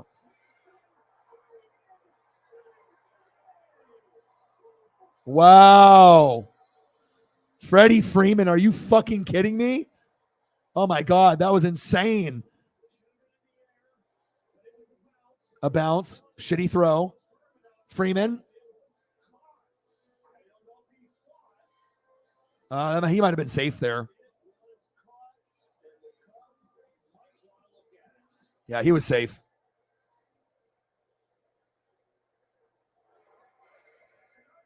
Yeah, Chicago is challenging, and they should. His foot went off the bag. All right, let's go back to Mariners. 2-2. Top of the 8th. Come on, Mariners. Come on, Elliott. The Tommy Winch. Bang, bang, bang.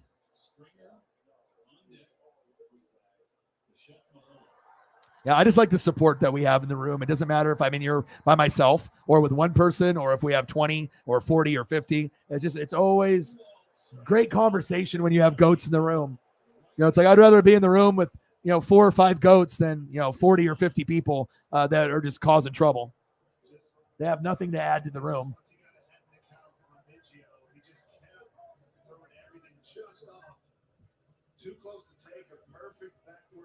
Time for beer. I just got an update, Stephen. You're going to like this from Katie Miller. Ah. About Lourdes. Come on, Mariners. Blow drying and straightening iron on that hair. Need it. Well, Sewell needs one more out. Thank you, Katie.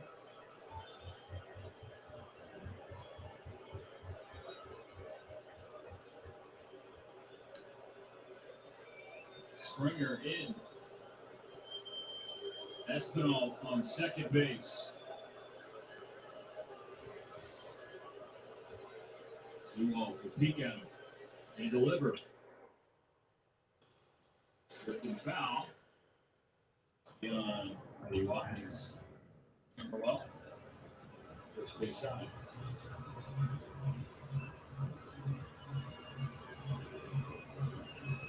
Big moment in this game. And you got a hitter who is a stranger to producing moments on the biggest stage, talking about October for Springer. I found an awesome Joe Montana Chiefs photo. I'm a big Joe Montana guy, so. Hit to second. And Sewell escapes. Stranding Espinal at second base. 2-2. Come on, Mariners. France, Crawford, and Santana. Let's go. Let's go. Joe Montana. Look at this photo. This is dope. One of my favorite Joe Montana photos that I've seen. Look at Bruce Smith. He's like, I am going to eat you alive, Joe. You're not as good as you were on the Niners, Joe. I'm going to end your season, Joe. And look at the jersey, the 75th anniversary. So that already tells me right there that's 1994.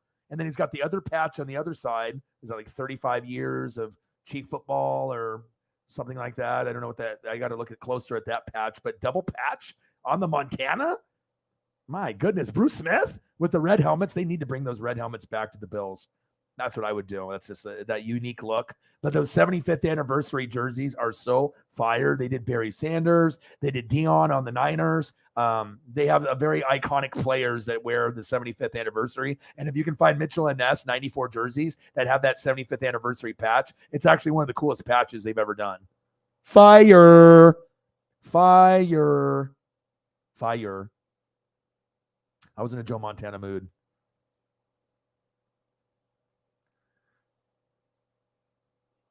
One of your cats puked all over the expensive bed. No, his splooting area was interrupted. Oh my God, what were they? Just sick? Too much catnip, or did you have to like treat them? I know you're a vet. Did you have to take them in, or was it just like dehydrated? Or I mean, I don't really know a lot about cat puking cycle because I've never owned a cat. My friends have had cats, but I've always been a dog boy, dog daddy. You know, I've never owned a cat. You know. Is it something common that the cat puke or the jealousy? Yeah, she just wants to hang out. And so when she gets locked out or she gets time out, she's like, all right, fuck this. And then she just starts going crazy at the same time, like 8, 9 o'clock. She always just, I don't know what it is, just gets really, really worked up.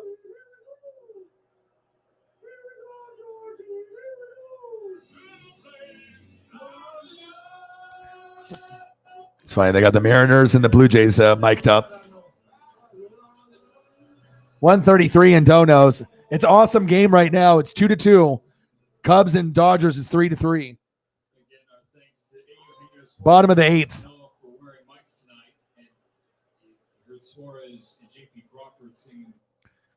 All right, I got to go to the Dodger game because the Dodger one's almost over. We still got a couple innings left, but I got the Mariners on. 3-3. Bottom of the 10th. The Dodgers got 2 guys on. Will Smith at bat. And we're not talking about the guy that slapped Chris Rock. This is actually the cool Will Smith that I actually respect. And we got Blue Jays, Mariners 2-2. The Wrench Gang is in the building. I had to make sure I took care of the guys and girls that are always here. You know what I mean? If you're only here, once a week or once every 2 weeks or, I have to be able to take care of the people that take care of me, and you guys are so well deserving of the wrench status. I'm glad I figured it out. And for some of y'all, I should have given it to you a long time ago, but I couldn't figure it out with this new platform, but I figured it out on the replay. Oh, shit! Go! Yeah! Dodgers win! Dodgers win! Dodgers win! Yes!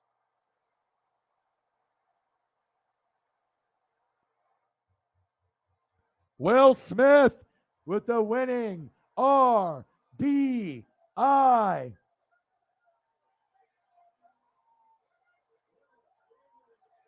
Oh my God, they almost stripped him down. He's got no jersey on. They ripped his hat off and then ripped his jersey off. Holly's like, oh, what channel? What channel? What channel? I need to see him with the shirt off. It's like Jason in True Blood. Shirt off. It's a party. Let's see a replay. Bang! They pitched him inside. Nice try, John Wick.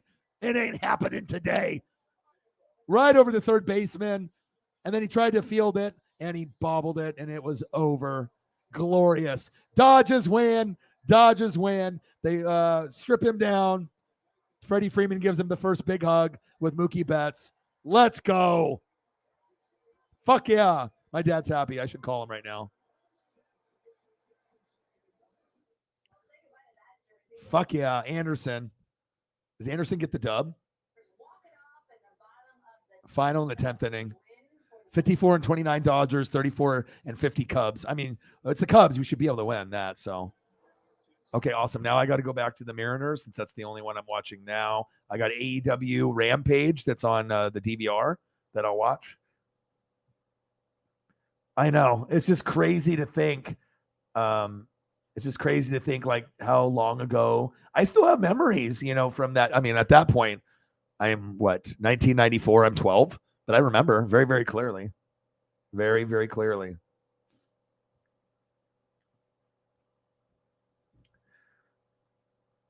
Is that what it is? They eat too quickly. Do you feed them wet or dry food for your cats? And I know you got like 2 or 3, so I know Victor. You got Victor in there. Let's educate the people in the room. 2-2 game. All right, is it time for the Jason photo? Jason photo coming on up. Bang, bang. Holly Hundo with a dubber 20 to see Jason with his shirt off.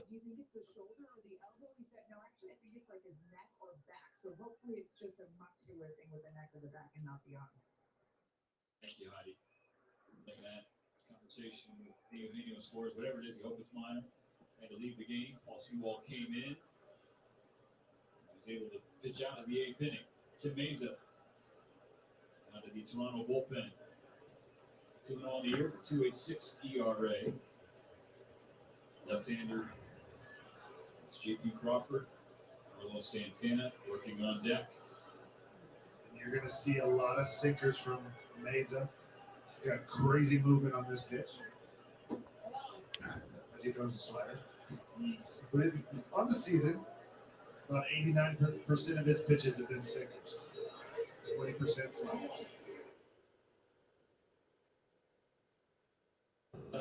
And a batter's just 233. Strike 2 call. Righty's hitting 321. Santana on deck is a switch hitter, of course. All right, time for Jason in True Blood. Holly's earned it with the 20. It's like virtual strip club.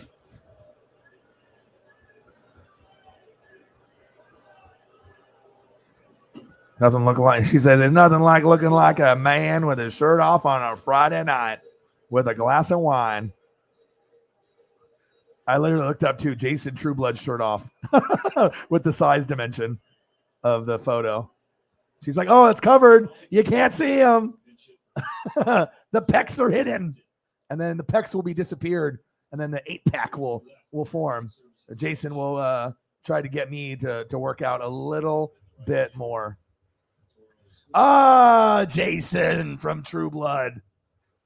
Holly's like, ooh, very nice. Oh, very nice. Very, very nice. $20 super sticker. Oh, Jason. Oh, your shirt off. Howdy says, oh, very nice. Oh, howdy. Oh, howdy Hondo. Howdy Hondo, like a Jason with shirt off. Oh, so good for Howdy. Howdy loves the Jason. Jason song. Howdy loves the Jason song with shirt off. True Blood. All right, the temperature is warming up and Holly's home, so we better get Jason off the screen or she might pass out. Way too many packs there in the stomach. 2, 4, 6, 8, 10. Who knows how many he's got? That guy works out. Macho, True Blood. Watch it. You'll thank me later. We will not cover up his face.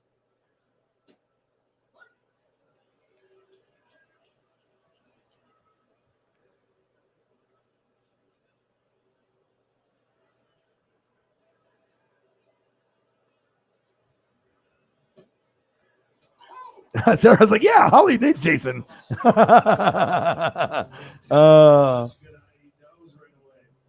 Oh, head Holly. She said 12-pack. Yeah. Oh, did that hit him? Did he get the foot out of the way?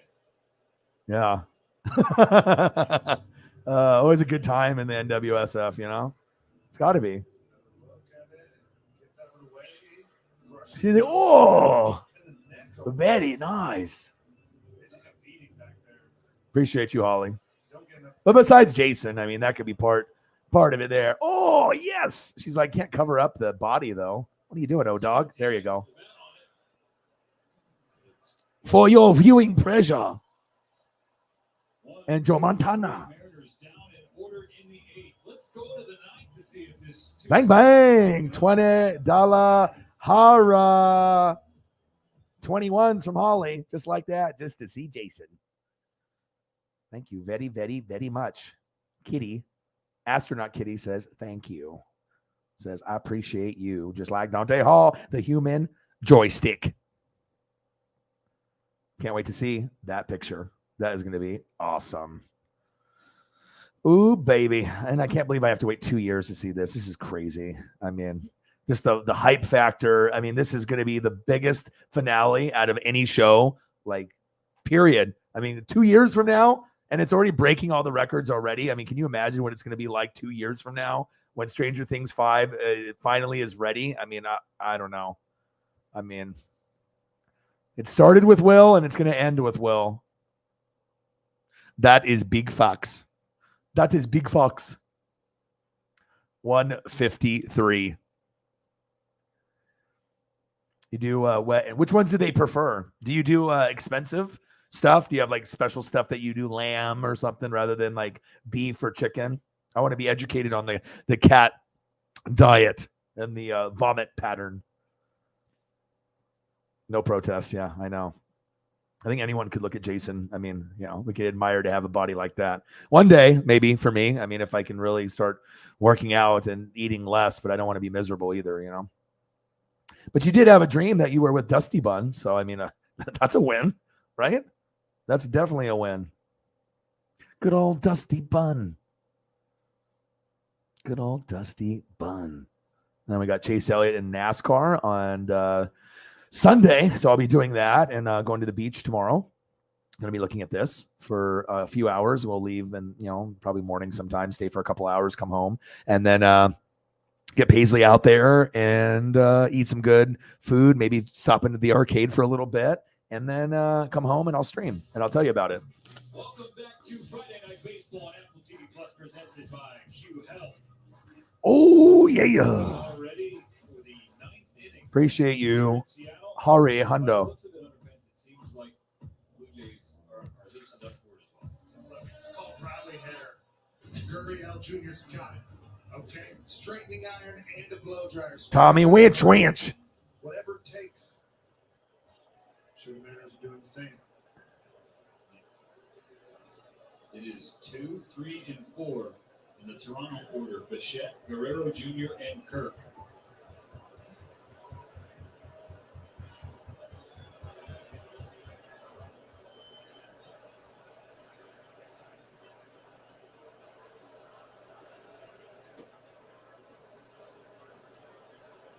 Sewell.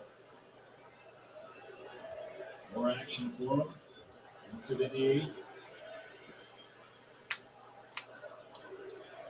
I actually want to go back and watch Tommy Townsend and McPherson, Florida highlights. I would love to see both of them, punt and kick in college, since I don't remember because I didn't watch Florida football like that.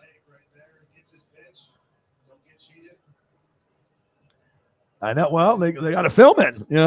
They got the Duffer brothers got to film it, and they got to go. It's going to be millions of dollars spent, but it'll be so worth it. And to see the characters 2 years later, I mean, they're already grown, but they're going to even be more grown.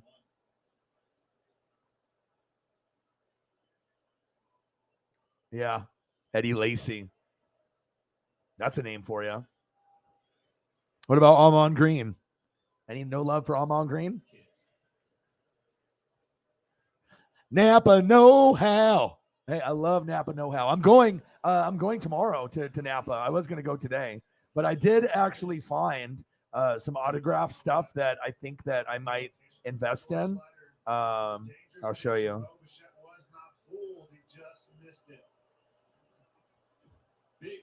I'll show you two different ones that I think I might invest in. Strike 3 called. Paul Sewell begins the ninth inning with a K. Second strikeout of the game for Bichette. And that one absolutely freezes him. After the front Check out these Chase Elliott autographs. I mean, even if you don't like NASCAR, I mean, these things are sick. Check this out. I got two of them that I was researching last night. Napa, no hell. Love me some Napa.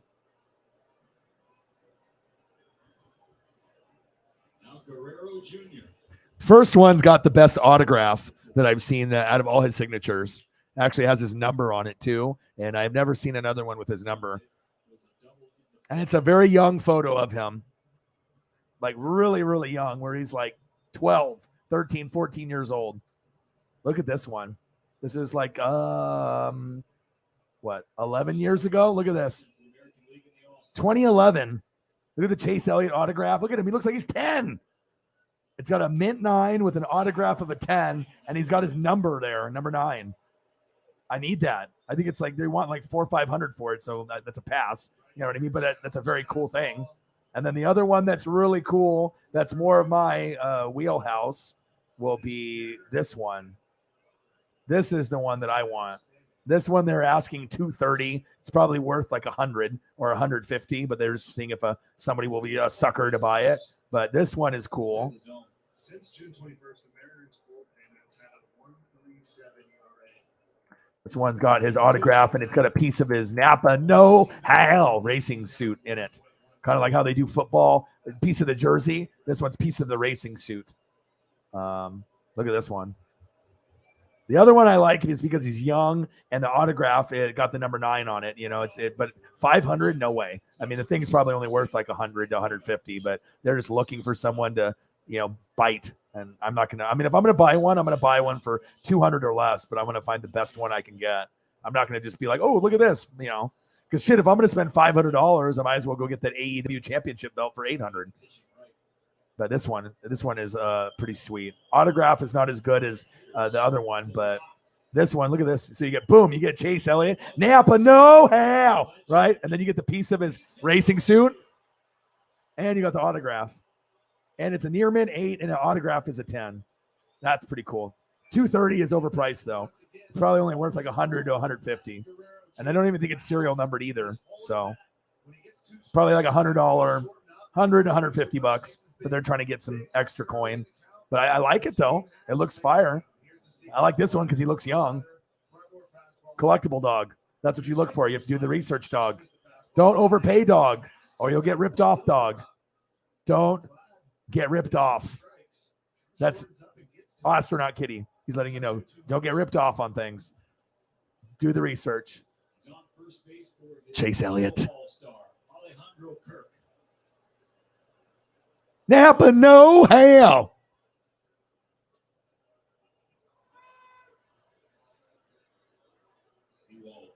Starts him off with a strike. Debut in 2020. Kirk playing high A the year prior. In the big leagues the short season. It's felt like he belonged ever since. All right, here we go. 2-2. Time to slam some beers.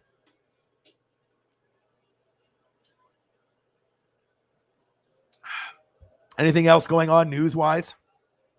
Deep breath from Paul Sewell. He knows. Got to give the heart to Holly Hundo. Oh, thank you so much.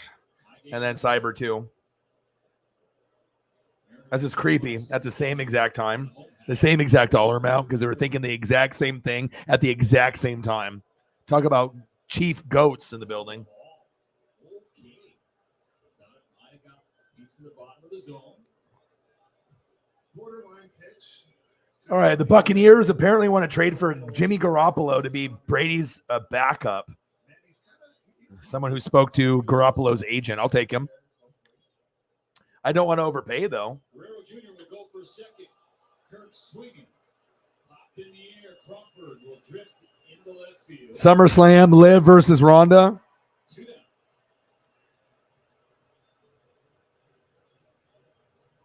Thank you for sending me that. Oh, Cyber changed his name, his little logo. The bunny with pushing the card. That's my dude. Yeah, I saw those. I just looked at them right now. Zach, the pitcher, SummerSlam, and then the Buccaneer rumor. I would rather want Ryan Tannehill. That's the one I want. Ryan Tannehill, Gardner Minshew, and I guess I'll take Jimmy. But I don't want it to be like long term, a year, until I can find someone better. I would rather have Tannehill than Jimmy G, though. But if it ends up being Jimmy G, it's not going to hurt my feelings. I mean, after you go from Tom Brady, who do you think you're going to go to? It's not like the Niners can go from Joe Montana to Steve Young, or Brett Favre to Aaron Rodgers. I mean, Jesus. I mean, we're not all that lucky. Peyton Manning to Andrew Luck. I mean, some of you guys are just incredibly lucky. Oh, is it? Oh, that's cool. I was wondering why you sent me that, if that was part of it.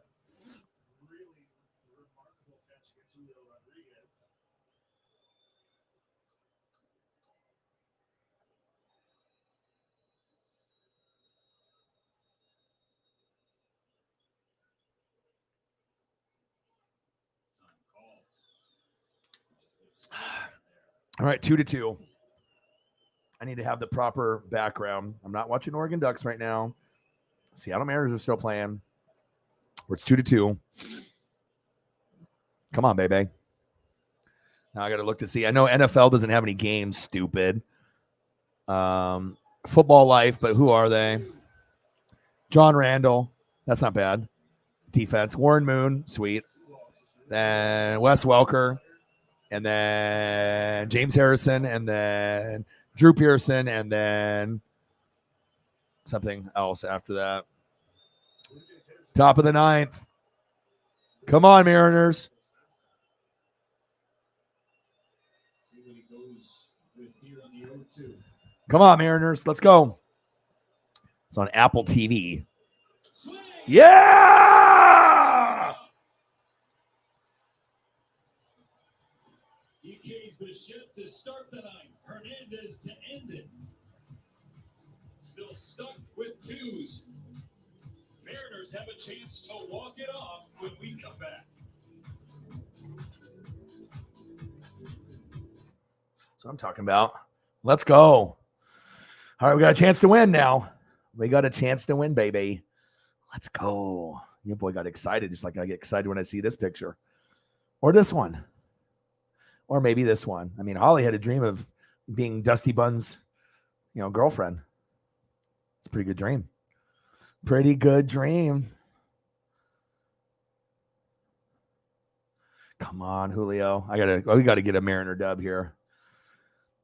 And we'll stream for another hour and a half. We'll go till midnight, and then I'll probably end the stream. We're at 3 hours and 30 minutes, and like I said, I don't got anything really big to do until I got to wake up and go to the beach probably around, sometime between 10 and 11 o'clock or something like that. But I probably won't go to sleep until, 2, 3, 4 a.m. I'll get some Simpsons in. But if we keep grinding and we keep having people in the room, or if we keep getting donos and people want to keep hanging out past midnight, I will. But, we're still an hour and a half away, so you guys hang out. We'll have a good time. Anything that you guys want to talk about, please do. And other than that, what am I going to do? Just drink beer, eat gummies, and I don't know what the fuck happened with this picture mode. What's going on here? What is vivid picture? I don't know why that came up all of a sudden. Okay. Input. That's on there. Okay. It's cool. It's crazy with like these smart TVs too. It's like Peacock, Netflix. It's got all this shit like built in and stuff. But I don't really use it. I just use like my regular, just my Ziply cable, to go through the programs and whatnot. Sneaker Grail. All right, MLB. I'm looking to see if there's anything else I can watch. Off-road racing. All right, what is it? Extreme E Championship Final from Italy. What are we talking about here? Bottom of the ninth time, 2-2. Blue Jays. Oh, this is cool.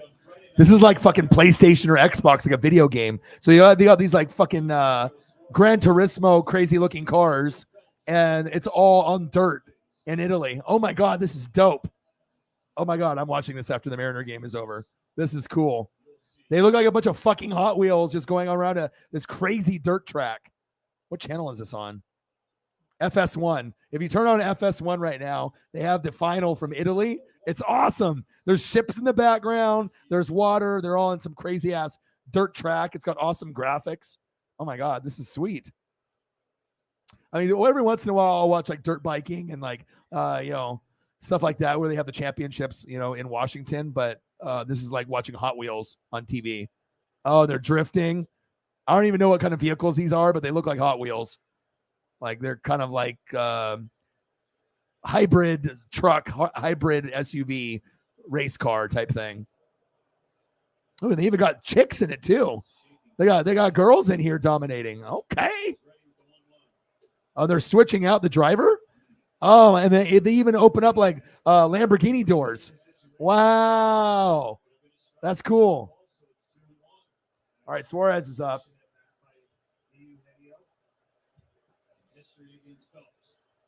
Come on, baby. 2-2. Time to win. Time to win, baby. And after this, I'll watch AEW Rampage, which will be an hour, and then we'll end the stream probably at midnight, 2 a.m. or 3 a.m. your time. But if we still have people in the room or people show up and we want to hang out and talk food or whatever, I'm down to do whatever and chill. So Another close pitch that goes come on, baby. Suarez his way. Dub's gonna shake his head like, huh? Put the rods in here. But I gotta feel like you throw two pitches right there, not getting either one called. You feel a little pinched. Working quickly, here's the payoff. Suarez fans on it. A strikeout for Phelps. Damn it. Oh my God, these camera angles on FS1 are so dope.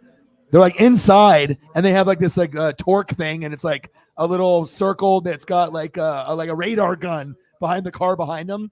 I've never seen graphics like this on FS1 before, but it's like a video game that you're watching. It's awesome. Oh my gosh, they got the rear view mirror and they got this guy that's right on the other car's ass. It's like hitting jumps and everything. Oh, this is cool.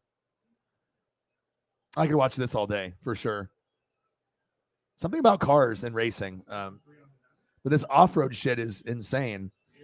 Because it's not a car, it's not a truck, it's not an SUV. It just looks like a fucking Hot Wheel. 2-2. Bottom of the ninth. I mean, I wore the Griffey jersey all night, so. Come on, baby. Come on. Come on.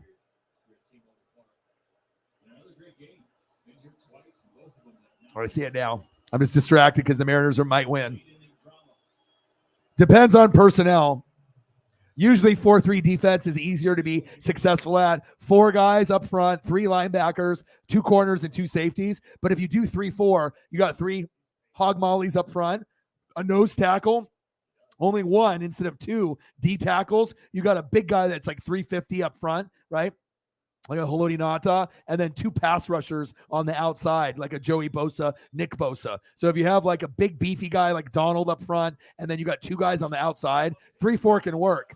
And then also you do 3-4. That way you have 4 linebackers. So you have speed. And if your linebackers are more athletic than your pass rushing, or you got 2 really good pass rushers and you do 1 D tackle, nose tackle, and then the other guy's a linebacker, then you're going to be better in coverage unless they throw a lot of double tight end sets, and then you're fucked. Because tight ends can obviously outwork linebackers unless it's like Devin White, Levante David, Darius Leonard, Fred Warner, Bobby Wagner, Micah Parsons, or something of that nature. Gang. It's all about coaching and personnel. It just depends. Do you have better linebackers or do you got better D tackles and DNs? And that's why you would decide to do that.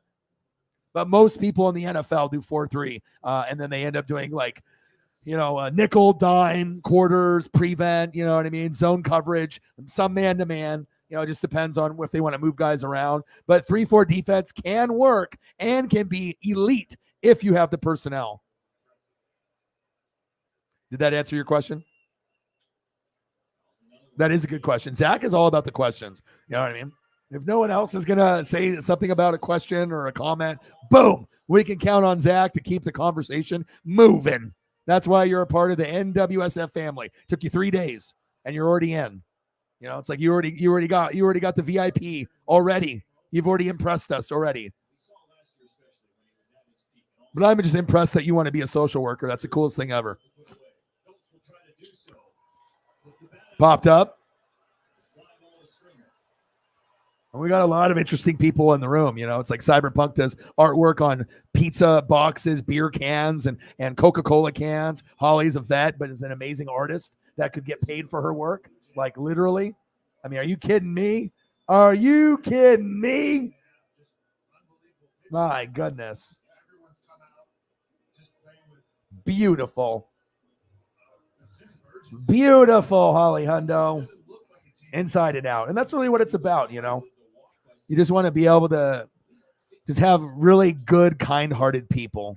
Good karma, you know what I mean? You just want to be able to surround yourself around greatness. Dylan Moore is up.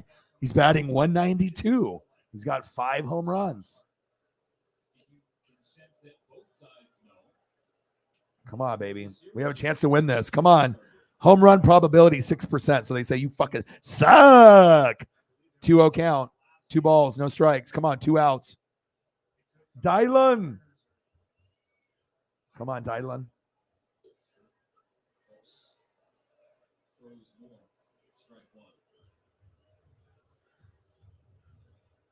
Come on, buddy. I got a great photo of you. Look at that. The bat is broken. Come on, Dylan. Ooh, he swung for the fences on that one.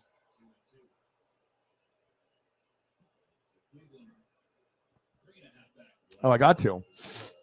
That's the thing, you know what I mean? It's the connection with the fans, whether they know what I'm talking about or I have to explain things to make someone understand that doesn't follow baseball, basketball, NASCAR, wrestling. You know, it's a lot of us are very in tune with each other, and I think that's a big reason why a lot of people get pissed off that they can't join. Like, you can join the Fanatic family, you just can't be rude to me or people in the room, and just be like a normal person. But I guess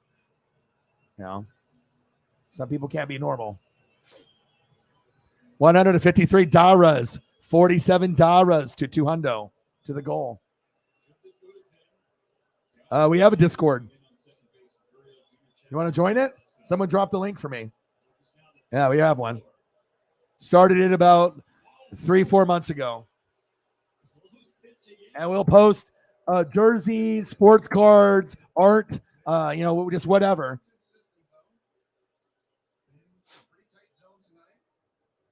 We got the Northwest NWSF family, and there's a general one and a sports one that you can post on. And then we also have Northwest Wrestling Fanatics that for wrestling fans, and we post stuff there as well because that's really big for me.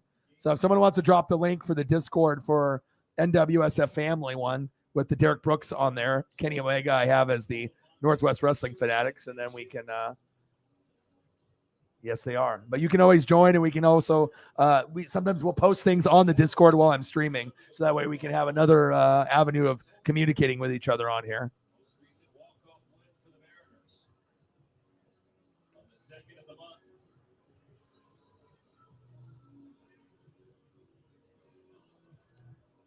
There you go. Sarah just dropped it. Join it, dude.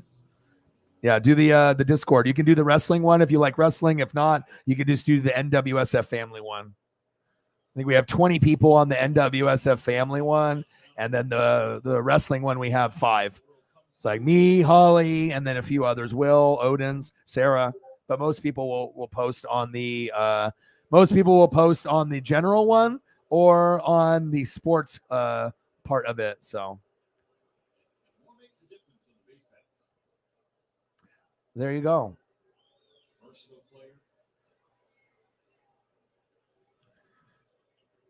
All right, 2-2. Winning runner on the first base.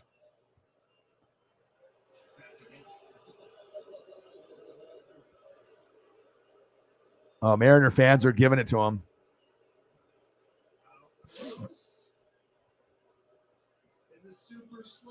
He's safe. Get the fuck out of here. I mean, I got the Griffey jersey on for a reason.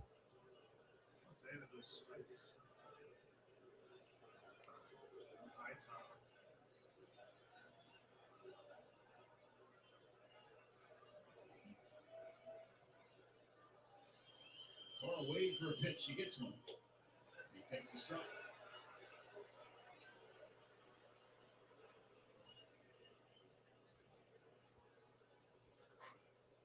Your boy's got it. It's a strip tease.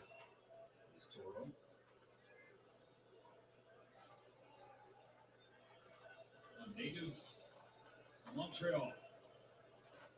Canada. NHL draft this week. Another check. Another close play. Or again safe. That's a quick pick. See this one's in it close. Good carry. Nope. He's the back.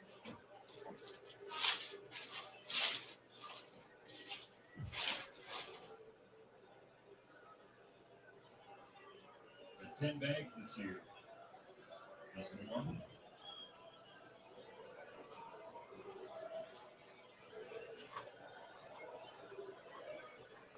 Big 90 feet you get here tonight. Mariners, baby.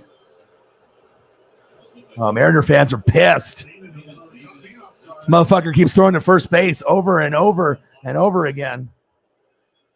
All right, time to go to paradise.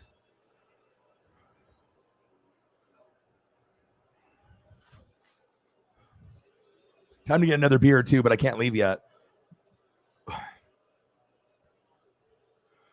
All right, come on, baby. For the involved parties. Phelps against Toro. At the bottom of the ninth. 0-1 pitch, strike two. All right, strike two.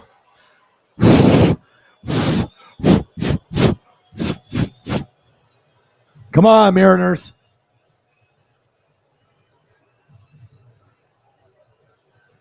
Come on, baby. Come on. 2-2. God, get Julio in the damn All-Star game.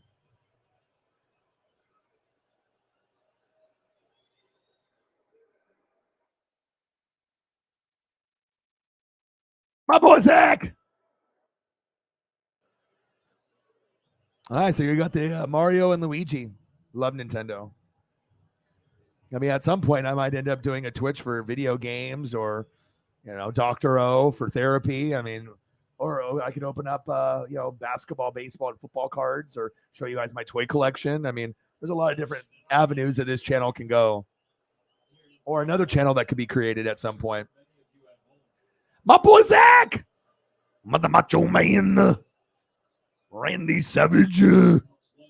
Oh yeah.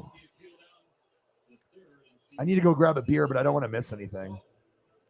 Should I run real quick? Oh, I'm going.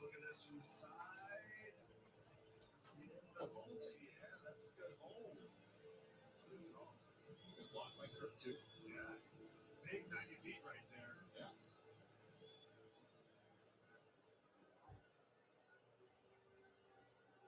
Come in. Come and hang out with Daddy. Come here. Come here. Hang out with Dad. Hang out with Dad. Hang out with Dad. Hang out with Dad. Hang out with Dad. No, they don't need to. Boo! Strike three. Phelps Strike three. ends the ninth with his second K of the inning. So Come here, Paisley. extras here in Seattle. Phelps right here, another one of those knuckle curves. She being more calm now? Not able to hold up. No.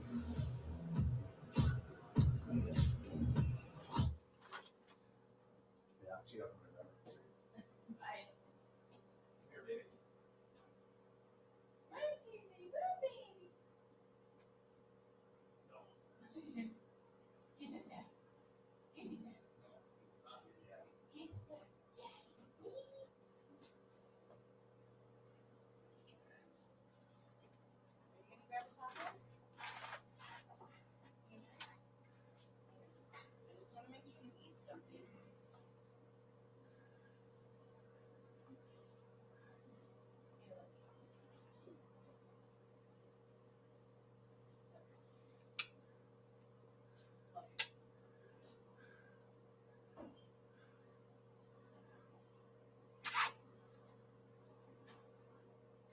Yeah.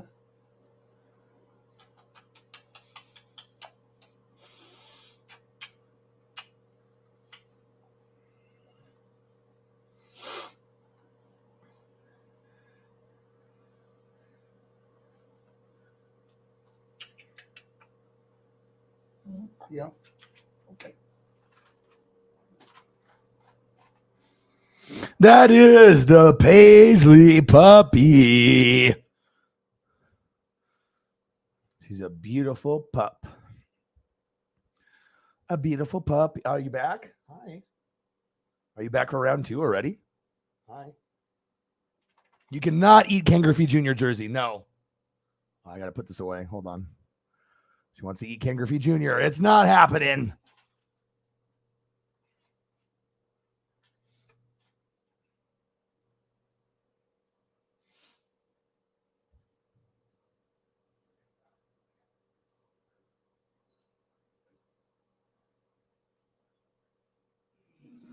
We're in the 10th inning in Seattle. What about what happened before? How did we get to this 2-2 tie? Scoring summary. There on the left, on your screen, Lourdes Gurriel Jr., Dylan Moore, J.P. Crawford, Teoscar Hernandez with the run scoring hits. It is Gurriel Jr., Chapman, and Espinal. With Hernandez beginning the 10th as the base runner on second. Execution in these extra inning games during the regular season. And an old friend for the Blue Jays, Ryan Barucki. Step off and look Hernandez back to second. Paisley said, "Ooh, look, King Griffey Jr. jersey. That's not worth anything." Ga ga ga ga ga ga ga. What's been the difference coming over from Toronto? I did something with my hands, placed them a little bit higher so it doesn't drag. The left hand doesn't drag as much when he's delivering the pitch, but just a change of scenery.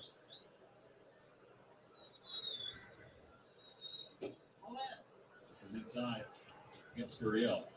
Toronto's 2-4 this year in extra inning games. The Mariners 4-2. Yeah, the game is tied 2-2 in the 10th. It's crazy that the Dodgers and the Mariners essentially had the same score except one run off, 3-3, 2-2, and Dodgers won an extra, and the Mariners are going to win an extra, I hope. Paisley. The pitch com not working, I think. But to your point, though, Yeah. sometimes it changes scenery. Well, I try to get foul balls, so I mean, for me, I just, I'll eat and I'll drink, but my main goal when I go to a baseball game is to get the souvenir. Whether it's a bobblehead to attend the game, but I'm trying to get a foul ball every time. And I've only been to 5 or 6 Mariner games, and I already have two foul balls. So I mean, I feel, I got 2 foul balls for the Portland Beavers in AAA when I was 10 in 1992, and I got batting gloves as well when I snuck down to the front row after one of the Portland Beaver AAA players hit a home run. They were the Twins affiliate. I yelled at him, "Hey, bro, give me your gloves, dude." And then the guy did it, and I still have them to this day in a plastic Ziploc bag that have been sitting in that bag since 1992. So, and I got 2 foul balls. Kike Hernandez from a year before COVID hit, or 2 years. It was like maybe 2018, 2017-ish. And then I got one this year for Julio.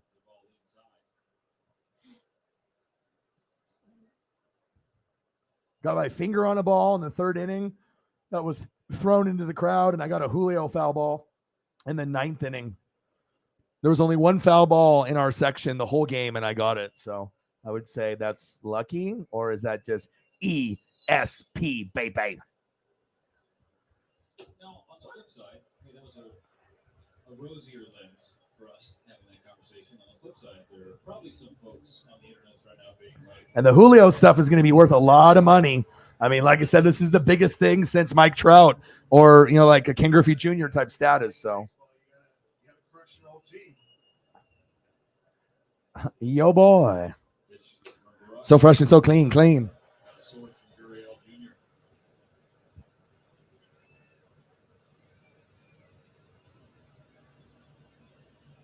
Pitching always.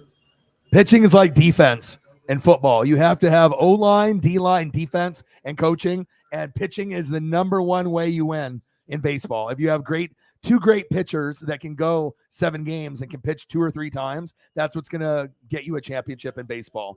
Hitting is always crucial too. You got to be able to get hits and singles and doubles and home runs and have that Uncle momentum. But essentially every year it comes down to pitching, and I would say defense in NFL, 100%. O-line, D-line, defense, coaching, period. Dad said no Ken Griffey Jr., you're not eating the jersey.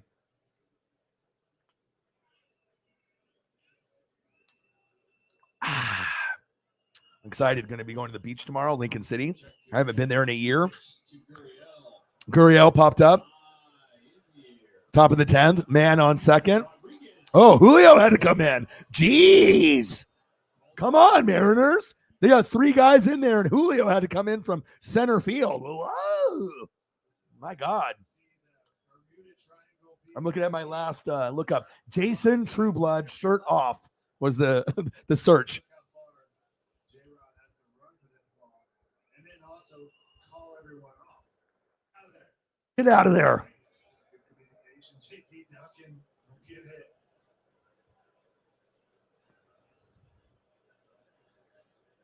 Hernandez stays at second base.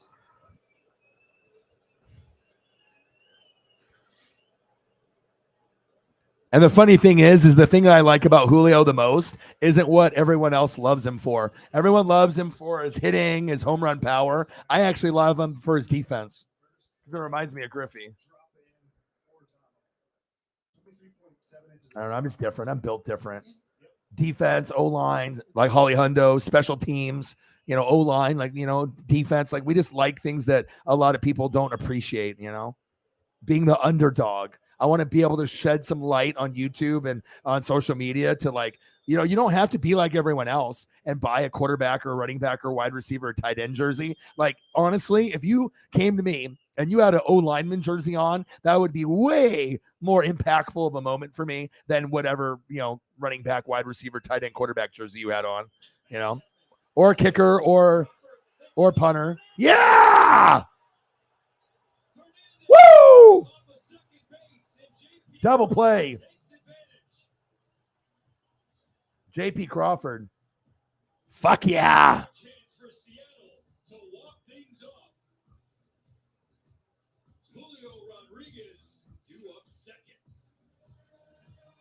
That's what I'm talking about. Guess who's arrived? Julio Rodriguez. All right, I'm going to click on this FS1, this racing. This is actually really cool. The camera angles for this are sweet, and they just look like a bunch of fucking those Porsche like vehicles that look like half car, half SUV. That's what they look like. Guess who's arrived? Julio Rodriguez. The phenom has arrived.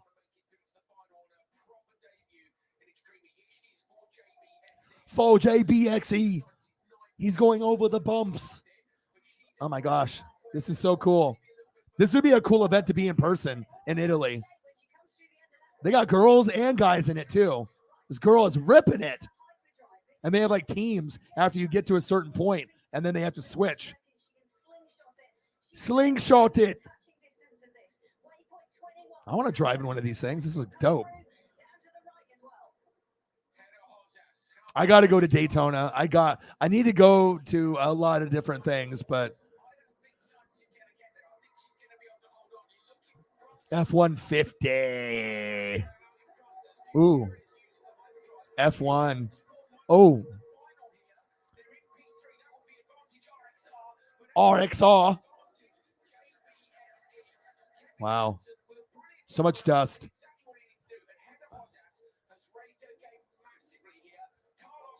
So what you're telling me is the Brewers have a shot.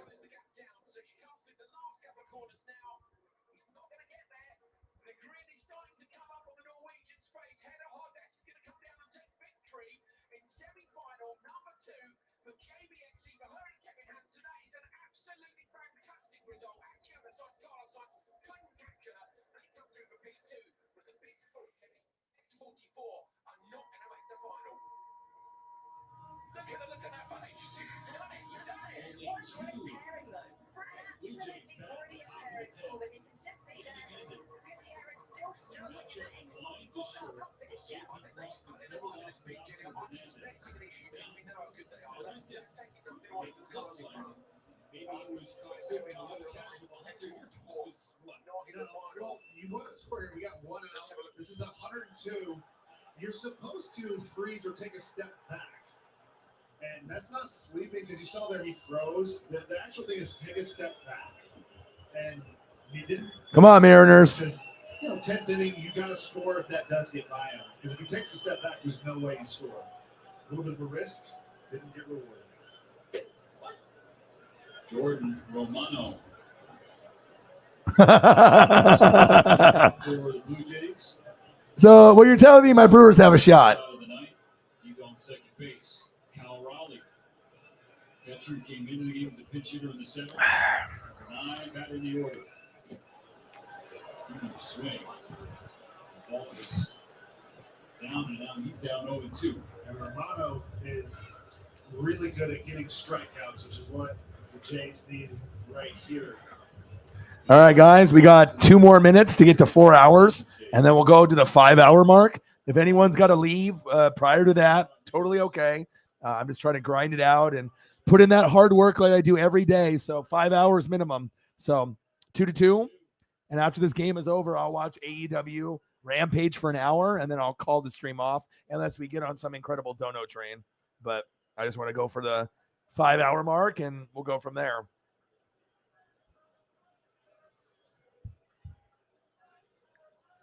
Come on, Mariners.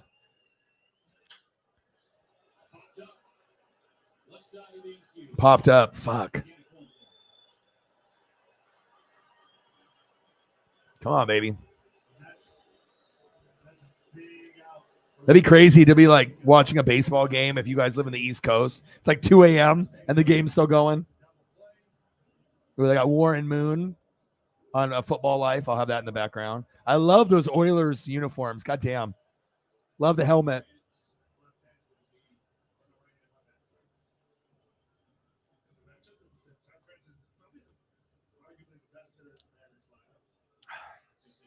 Might be time for another gummy. Step it up. 1 gummy or maybe 2 gummies now. Julio's up. 15 homers, 278, 43 ribbies. Julio can win the game for us. Come on. Damn it, he popped up. Damn! He dropped it. He dropped it. Yes!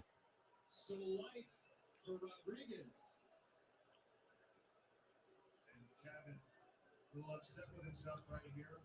You don't see him play first base a whole lot, but he's able to play pretty much anywhere. A really good athlete for first base. Come on, Julio.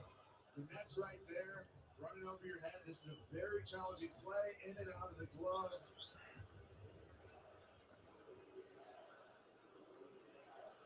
That's tough.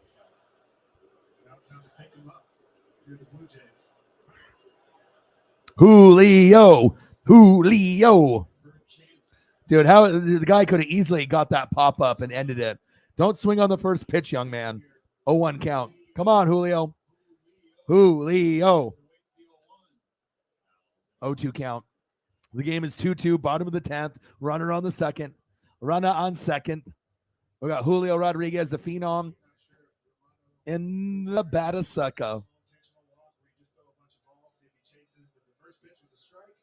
Second one, that nasty slider.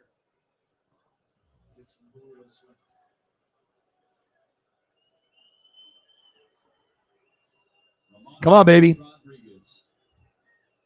Come on, baby. 2-1 count. 1-2 count. 1 ball, 2 strikes. 2-2 game. Bottom of the 10th. Runner on second. All he's got to do is knock this guy in. Doesn't have to be a homer. Just a nice RBI to win the game. Come on, baby. Come on, baby. Come on, baby. So that way I can end up watching some AEW Rampage. I struck out. Fuck. Damn it. And that was a gutsy challenge fastball. His four-seamer is just electric. Wow. Incredible. That took some balls to throw it right down the middle on Julio. And he was swinging for a homer, too.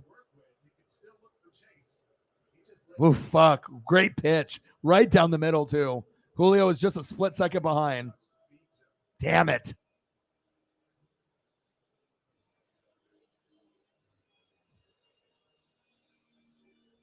Sending the gummy for the dub. Gummy. Done. And there's 100 milligram gummies because we have, we're Oregon, so we're very laid back here. So I got dispensaries, breweries, wineries. You want to go camping, you want to go to the mountain, you want to go to the beach. Like everything is 2 hours away from where I live, which is awesome. Or it's closer. But like I said, even if you're not a Mariner fan, like Julio is Rookie of the Year. He's the next budding superstar. It's like when Mike Trout and Bryce Harper and certain guys like first came in the league and they started to make a name for themselves. Like Julio is going to be one of the biggest names in baseball with Trout moving forward. It's like, Aaron Judge, Mike Trout, Ohtani, Julio. I mean, it's going to be one of those things where you're going to see people like in Texas and Florida rocking Julio jerseys and memorabilia. Like, facts.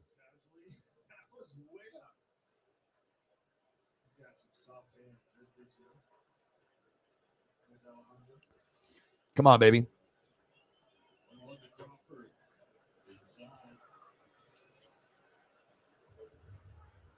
Inside. 2-2. Let's go.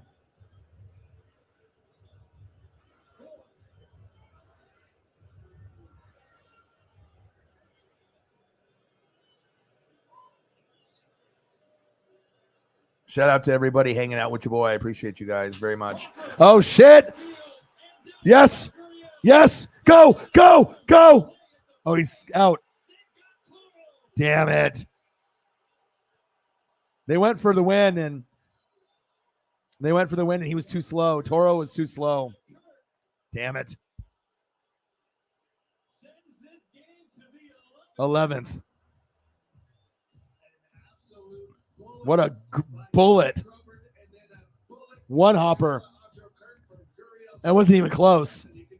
The ball was already there, and he already had the ball before the runner even slid by 2 seconds. Wow. Well, fuck my life, huh? I guess we're going to the 11th inning then. That's what happens. We're going to the 11th inning, ladies and gents.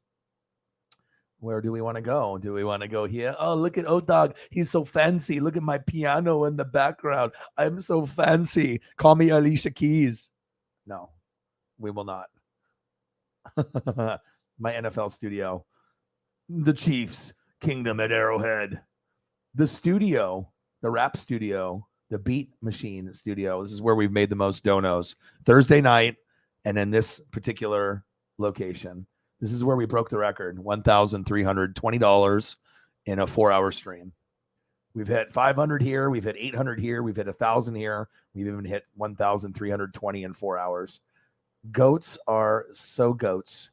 And then we can go here, party like a rock star. And then this one's giving you kind of like the evening vibe. And then this one is more like during the afternoon. And this one is like you're having a Corona with Snoop Dogg. And then this one is like you're about to link up with Drake in some kind of paradise place and go to the club. This one is like, kind of sleepy vibes. This one gives you the sleepy vibe, like sunset vibe. Okay. It's kind of a nice calming feel. And this is more during the day. And you can see why I like water so much. It's good. It's good to be able to showcase, things that are going to make people feel good. Water makes me feel good. So that's why we do water. And then sometimes we'll be at the ballpark, or maybe we go to Oregon. That's what we do here. Gang. Gang, gang, gang.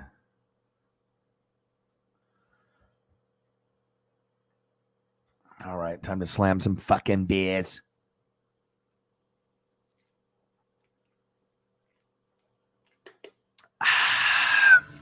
All right, this game is still going. Seattle, top of the 11th. 2-2. I still haven't even got to watch AEW Rampage yet. So right here, obviously, if you're the Blue Jays, you can't let this run score. You can't score on a single, so you're playing a little more shallow. J.P. Crawford delivers a bullet right at Uriel Jr., and he throws a missile, and the Blue Jays execute. Kind of by a long ways. So right here, the rule of thumb is typically you need to be at third by the time the outfielder has the ball in their hand. Now, it's not wrong to send him because right here you got to force them to make a play, but he was a step away. They had to really miss to not throw Toro out, and they just played clean baseball, and here we are for some more free baseball. Unless you're a fan of one of these two teams, then you are paying a lot. Let's go, Mariners. I mean, what do I got to do? There's a term of torture baseball, which is the drama and the torture is what we live for, baseball fans. Chapman, the runner on second base. Espinal, Biggio, Vassar up the middle, Crawford. Take the out at first base. What Chapman does. Come on, baby.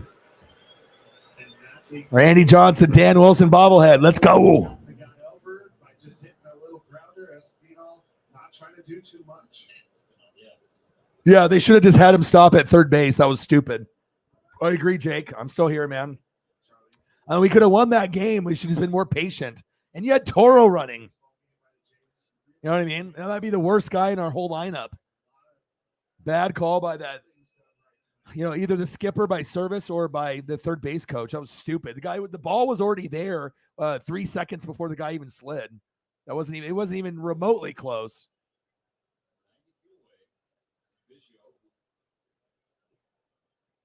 Couldn't finish on making a catch in foul territory in the bottom of the 10th inning. Luckily, his teammates picked him up as you. But yeah, I'll be going to the beach, going to Lincoln City. They got a cool arcade there. Paisley's never been to the beach before, so we're gonna make up for that camping trip where that was like fucking Waterworld or Castaway. I mean, there's no reason where I should be fucking rained on for 3 days and have rain get into the tent and we're like floating while we're sleeping. Stupid. But shit happens, you know?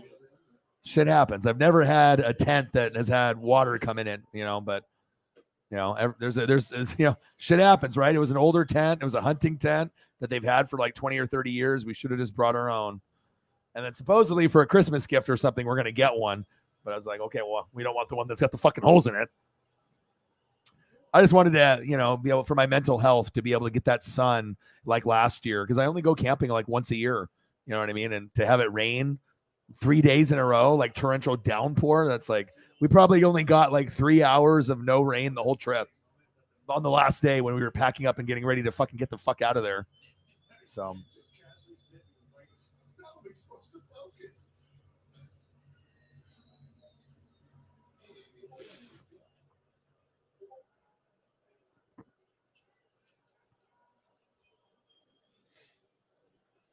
Two from Baraki, strikes out Biggio swinging.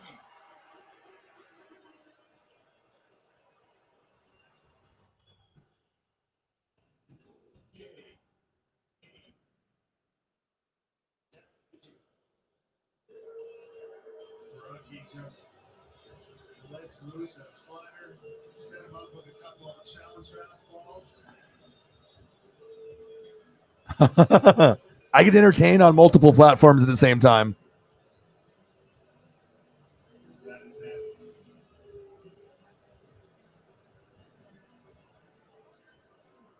Nah, I'm getting hungry. Springer here in the 11th. Oh, fuck Springer.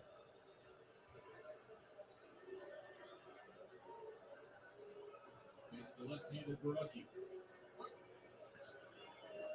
Fuck you, Springer.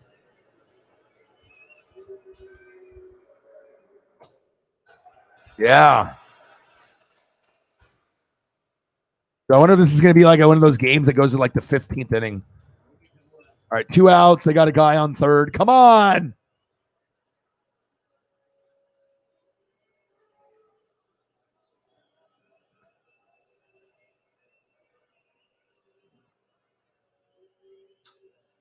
Foul 0-2. Very good player for the Astros when they cheated.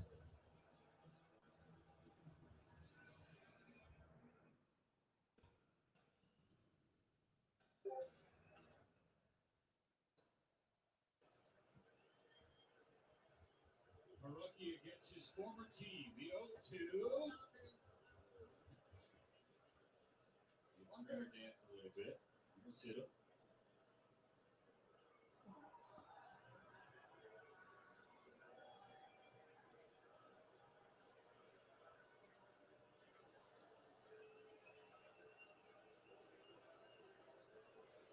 Get this motherfucker out. Same neighborhood.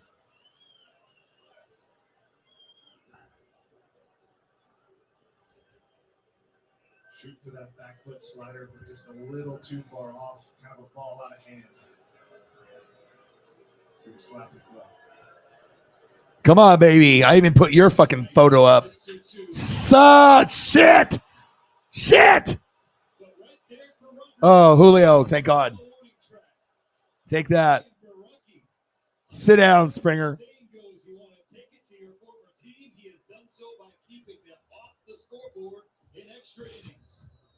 Still going. Get it done, Barack. Okay.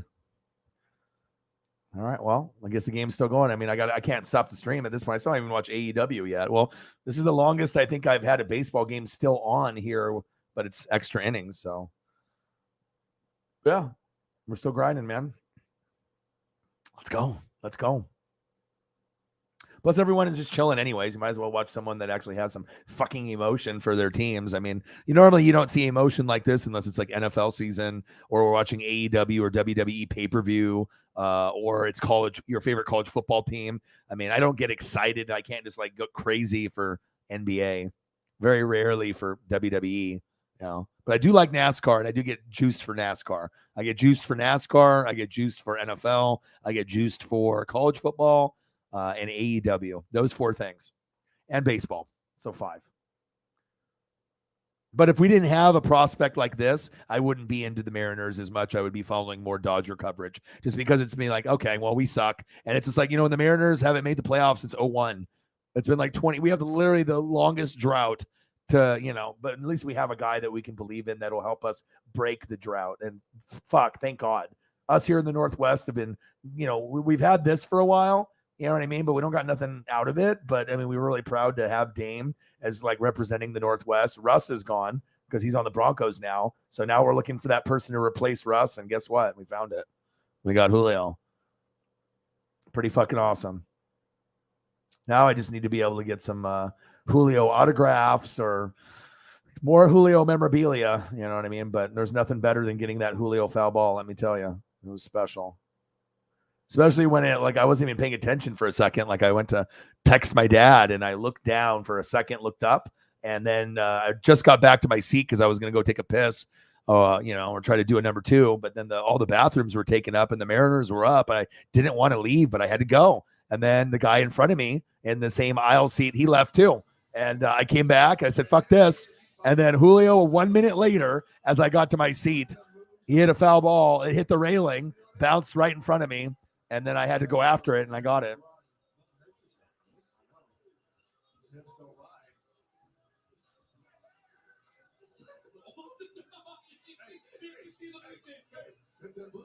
Just want some popcorn. That was a bird for a moose. That was a bird for a moose before the bottom of the 11th inning. So we talked about Brian Barucki and his revenge game. On the other side, Sergio Romo. Let's go. Designated for assignment by Seattle the 20th of June. For the Blue Jays. Sergio Romo was on our team. Look at the Julio rookie card. No top left and no top right. Like it's a scroll. It's on fire. I've never seen a card that looked like that before. I was like, yeah, I'm buying that. I'm buying it.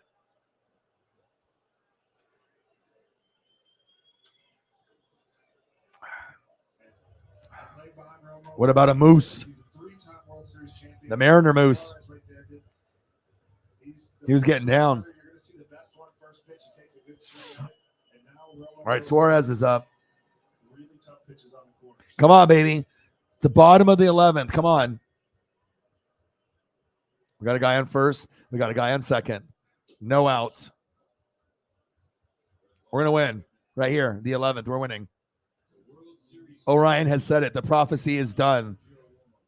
It was written.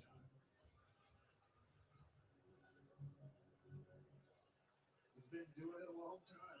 Firing frisbees.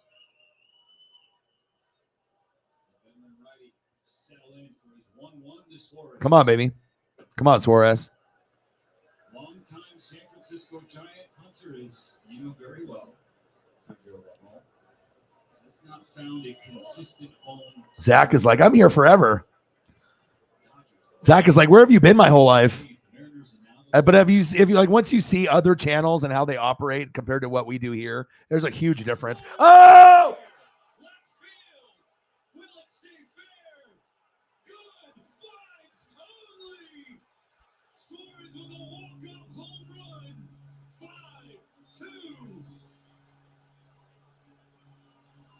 Let's go. We just won.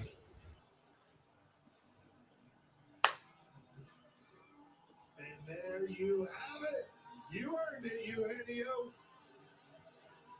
Line drive to BP, homers at night, and he put them to bed. A victor. Woo! Walk-off home run for Eugenio Suarez.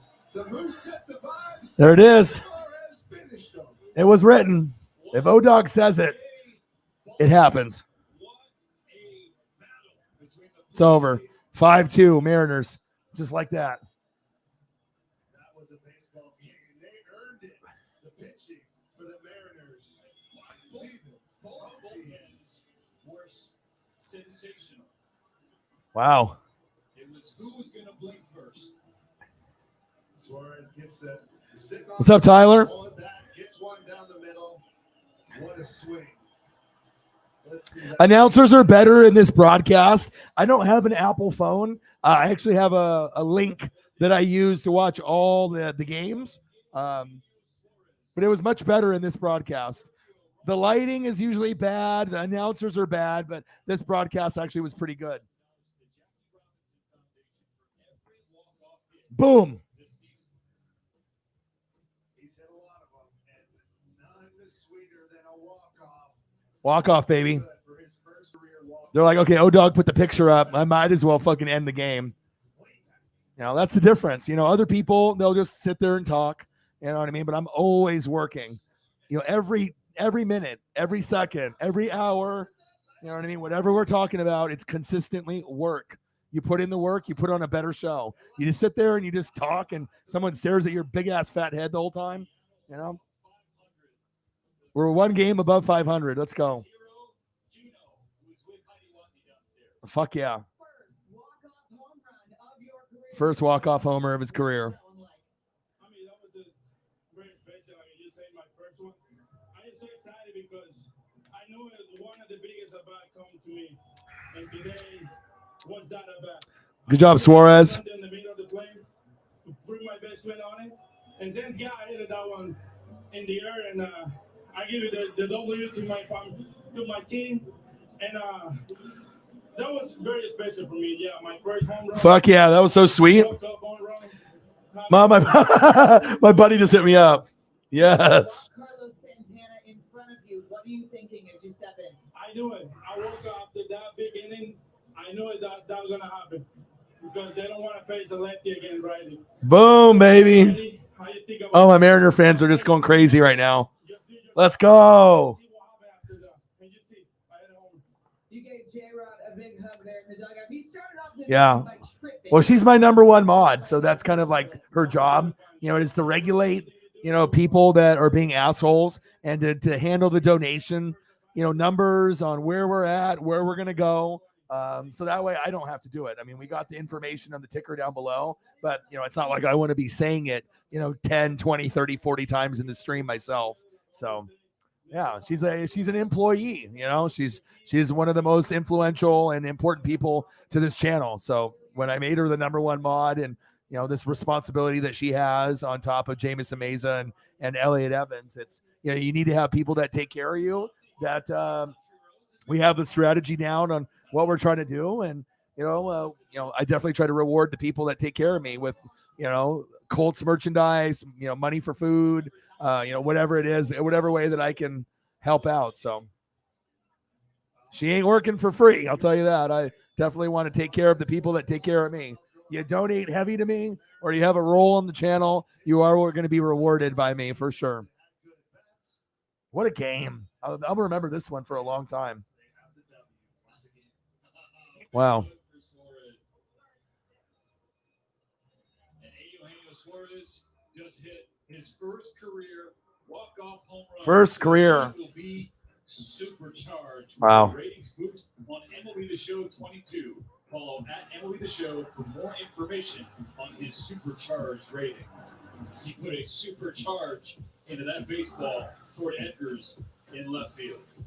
Well, sick. 2 trips to Seattle. Suarez. Yeah, this Apple broadcast has been better. Tonight, it did. And the Mariners, they jumped to 5-2 now in extra inning ball games, and that We're above 500 now too. That's the big part of it. just clutched up. Wow, I wish I was there for this game. Impressive victory for the Mariners. And more important than that 5-2 mark in extra innings. Now 43 and 42. 43 and 42, baby. The Blue Jays in the wild card race. Friday Night Baseball is back next week on Apple TV Plus at 8:30 Eastern. The Pirates are fun now. Take on the Colorado Rockies. Then at 9:30 Eastern, the Padres host. Wow, that was awesome. Well, fucking hey, man. Well, I'm not done because I haven't even watched AEW fucking Rampage yet. So guess what? We're gonna keep hanging out and shit. Let's, if more people hop in the room, fuck it. Maybe we'll stay up until midnight, maybe 1, maybe 2, maybe 3 a.m. I mean, right now it's already 1:24 or 2:24. Well, fucking buckle up, huh? What the fuck do you got to do tomorrow morning? Nothing, right? You might as well just hang out with the NWSF and have a good time, baby. Have a good time, baby. Wow. What a game, huh? We need to go to like some comforting vibes. Hey, baby. Nothing like comforting vibes with the water. Seriously, that was so awesome. Yeah, Mariners are the hottest team in the last 2 to 3 weeks. For being a garbage, baseball team, it's, we're not really garbage anymore. I mean, we're, like I said, we're starting. We had a hard road trip where we were started off really strong, 11-6, and we're like, okay, fuck, we're doing good. And then all of a sudden we went on a huge losing streak. We went on the road. We're really young still, and we have a lot of talent, but yeah, well, I would hope so. I mean, I've been doing this for 10 years, 6 years on YouTube, over 3.5 million views, over 100,000 hours of time I've put in. Just under 20,000 subs, and I've hit it, twice. And, it's like a lot of those Grossi Posse members that donated and, subbed to me, unsubbed. It's okay. You know what I mean? Because I was sitting at 19.7. I hit 20,100 during the raid, and now we're back at 19.7. So, like I said, if you want to be able to, do it to impress Grossi, fine. You know what I mean? But I'm looking for people that want to stick with me too, long term. So, and we'll get some of those people.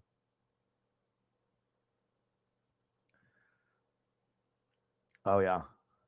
Well, it's nice too, because like I said, I only get usually this juiced up for football. Only my, Buccaneers or great football games, all 32 teams, college football. You're going to see me act and react that kind of way. But I mean, now I'm watching every fucking Mariner game, every Dodger game. I'm fully invested now. Same thing with NASCAR. So it's like, okay, if I'm watching every game, I'm going to put my heart into it, and I mean, like I said, it's nice that a lot of the games happen while I'm working. So it's like I get to, honestly, it's like one of those things, I get to watch TV, and I get to talk to you guys, watch TV, talk about literally anything I want, and make a living, God bless America, but also too, it's like, you have to have talent, you have to have drive, you have to be innovative.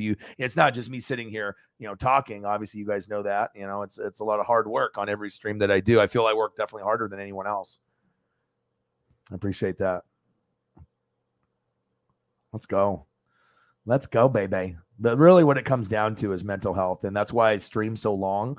I'll be honest with you. You know what I mean? When I was in a bad place, if I didn't get Paisley pup, you know what I mean? Who knows where I would be today? I've never been, suicidal or anything like that. But sometimes you need pets, in your life. Sometimes you need someone to tell you, that, it's okay to not be all right. And if you're not doing too good, you can reach out to me on Instagram or Twitter and talk on here or talk privately. And, if I can, be that ear for 2 minutes and that makes your day better, rather than you hurting yourself or contemplating something that you shouldn't be doing. Hey, that's what it's about. We got to support each other, and we have a lot of stresses in life and a lot of, asshole people that try to bring us down, that either are jealousy, envy, or, just someone not happy with their own life or whatever. But I mean, you can create your own path. You just have to believe in yourself. You know what I mean? I'll tell you what, when I started this vision and dream, how many people believed in me? Not many, not many, you know what I mean? So the main thing is, as long as you believe in yourself, you know what I mean? And that, you're genuine and you're real, and, you have the work ethic, people will notice, you know what I mean? And like I said, I try to be able to give you something that you're not going to get anywhere else. You're not going to get what we do here anywhere else. And if you do, you already know where they really got it from. Hi, Paisley. You want to come and say hi to Dad, or do you want to run away? This is what O-Dog does at the competition. Right there. Stone Cold Stunner. Right to Peter Schrager. He's like, I'm the most, smart, intelligent NFL analyst. That's what people think for Peter Schrager. He's like the analytics, dorky, nerdy guy that knows all the stats. But in reality, he's lazy and he just goes to Twitch and YouTube and tries to find people that are, connected to the people in America and just steal their stuff. Yeah, no respect for you, my dude. No respect for you, my dude. But we got a good thing here. A very, very good thing. And that's what we're going for. We're going for championships, baby. We got 32 minutes to go. And like I said, anything you guys want to talk about in this last 30 minutes? You guys want me to throw up food pictures? I got some tacos and other things that I can eat. Yeah, I mean, like I said, and especially for someone that's sitting at like 20,000 subs, 19.7, 19.8, 19.9, 20, and they're not, YouTube isn't giving notifications to anyone or very, very small, amount of people. It's like you should be sitting at least 100 people, in the room at all times or more if you have that many subs. But it shows you it's, sometimes it's a hard game to play. YouTube. It's not easy. But you just can't let the numbers get to you, the views, how many people are in the room, the donos. You just have to keep working hard and just know that your day is coming, which I do. Hi, Paisley. How are you? How are you?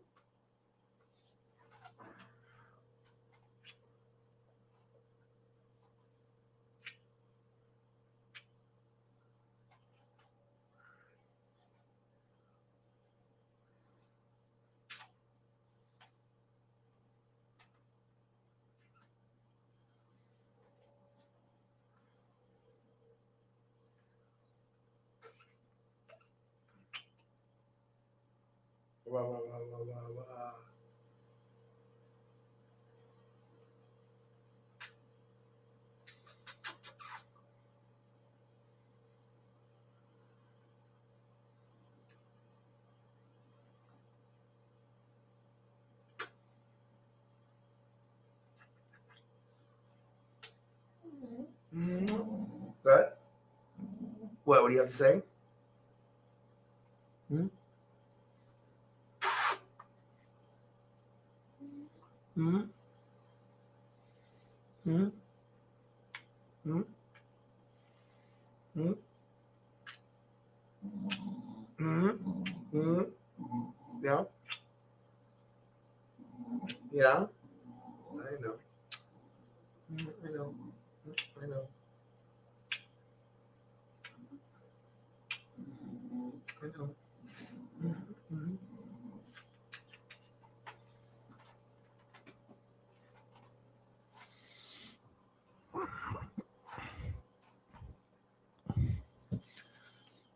All right, we got 30 minutes. 30 minutes to go, baby. Jameson Mesa, $3.99, baby. All right, I got Warren Moon on the TV, but I need to do AEW Rampage. I do love Warren Moon, though.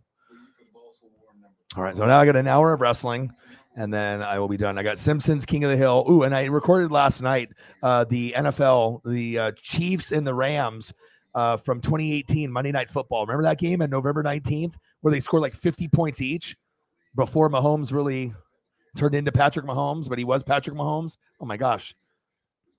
All right, here we go. I got AEW Rampage now for an hour.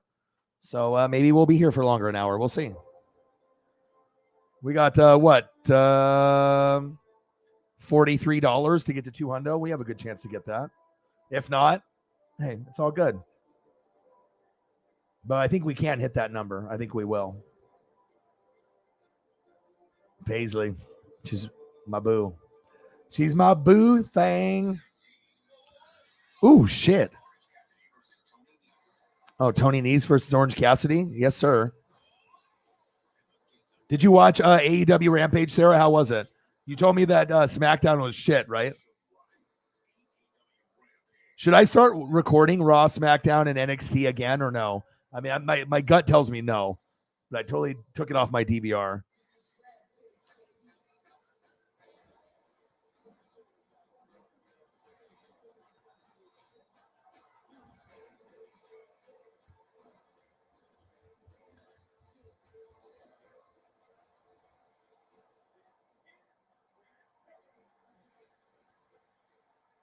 Let's go.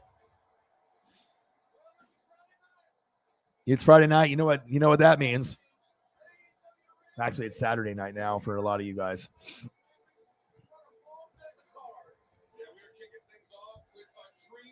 Rampage, baby. Ooh. Oh, we got a Japanese match with Eddie Kingston. Fuck yeah, on Rampage. Let's go.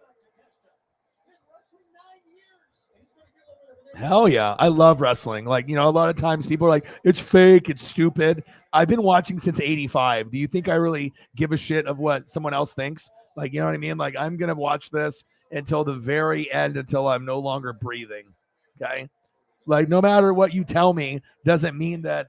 I mean, a big part of why I like wrestling is the microphone skills. If you're good on the mic in wrestling, it's one of the hardest things to do, just like it is calling games or being on YouTube or, and having a presence on the mic. I mean, I feel having a presence on the mic and being great at it. There's a lot of people that are below average, good, but how many are really elite?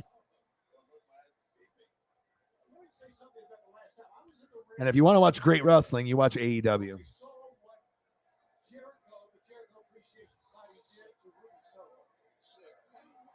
Green screen, doggo, Mariners, dub. Okay, good. It looks like it's good. The crowd is always in it, and that's a big part of why I like AEW, NASCAR. I like NFL, college football. Everything that they have in common is passion, excitement. I feel like NBA and WWE, there's no excitement. Everyone's sitting with their thumb up their ass, or they're sitting on their hands and they're not cheering. It's just so boring to see the crowd interaction. Like, you know what I mean? Like, there isn't any. You know what I mean? Like, why the fuck am I watching something where people are not having fun? Like, that's facts.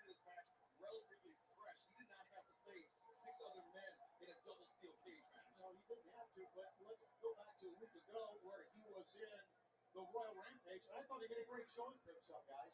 Takeshita was very close to winning that match. But right now, they're going to turn the corner on Eddie Kingston. We said too much about the potential. What is potential?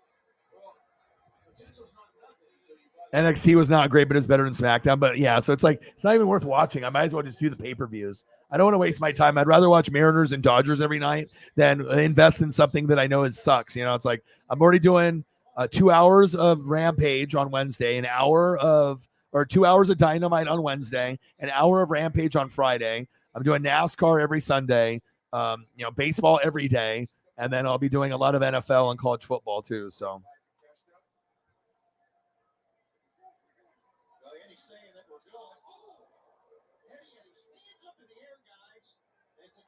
took advantage of that moment. They can't blame you for that. And he reverses. Ooh, Eddie follows up with a knee. Little receipt on that. Over the top, Eddie drops the straps. Eddie Kingston, nice gut wrench suplex there on Takeshita. Still comes tonight, our main event. Tony Nese, the premier athlete, takes on freshly squeezed Orange Cassidy. If Tony Nese wins, Cassidy must sign the petition. The people against Swerve Strickland for Swerve's removal from that AEW roster. Two of the men with the best win-loss records in AEW going one-on-one. The main event right now. Takeshita and Kingston teeing up. Eddie Kingston, he's real. He's gone through like suicidal stuff, and he hasn't been like mentally all there. And I really respect people that can, admit that they're not in a good place and they try to get help. And I just really appreciate people that are real. And if you're real, I'm probably going to love you.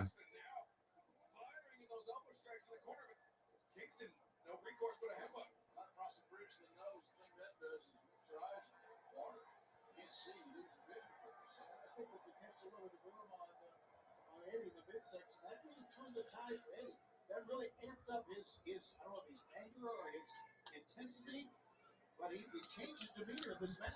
Meetings, Adam Pally and John Gabris, as they show you the best places to eat, drink, and party. Check out the brand. Yeah, like out of anybody that I could meet, if I could meet one famous celebrity or, obviously The Rock and Stone Cold, Hogan, Kevin Nash. I mean, there's a lot of people, Jordan, Griffey. There's so many people that you could think of that would be amazing.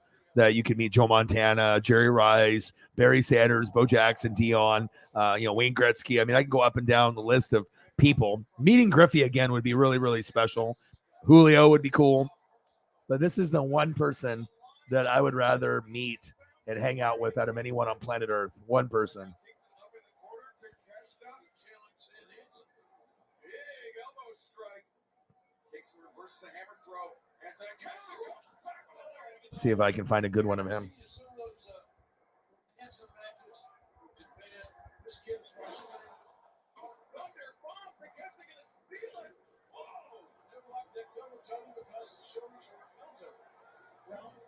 What's up? Yeah, you can take it. Well,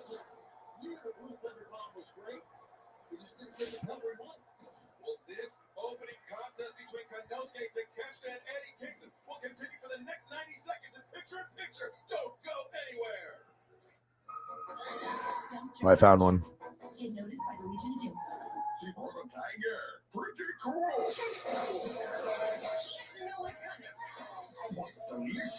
At least I thought I did. There it is. Strong, independent woman who doesn't care what other people think. Now I got to format it. Now I got to shape it. Got to size it. So you got to work quick. Time is money, motherfucker.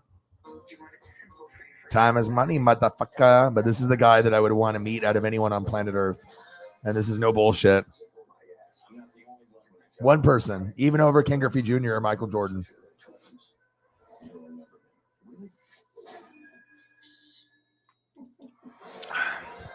It looks like Odin's son. Odin's son looks like my boy, Action Bronson. Vice Channel. Fuck, that's delicious. You know, he's an entrepreneur, rapper / foodie, you know, business owner. He's got such loyal friends. And yeah, if you end up watching any program with Action Bronson, he might be one of the realest people on planet Earth. And that's who I would want to hang out with. Yeah, I know. Action Bronson was awesome. Also, Wong's World as well. I miss that. He's a real one, too.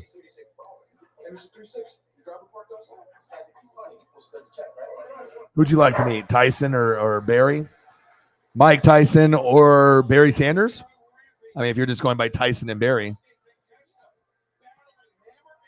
Barry Manilow? He's like, no, Barry Sanders, yo. Ooh, big chops.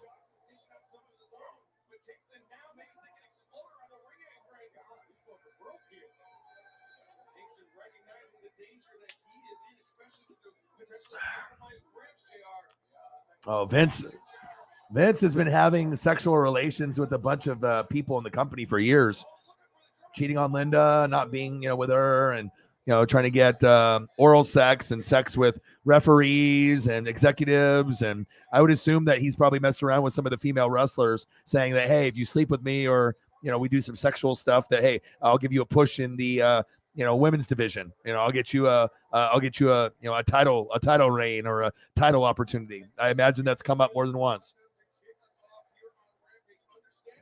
I mean, the Deshaun Watson stuff is, they're both on that, horrible level, except Vince has more money and paid the women more money. And then now they're coming out, maybe because they are broke now. Maybe they spent all their money, but gave like $12 million to like 3 or 4 women on top of who knows how many others.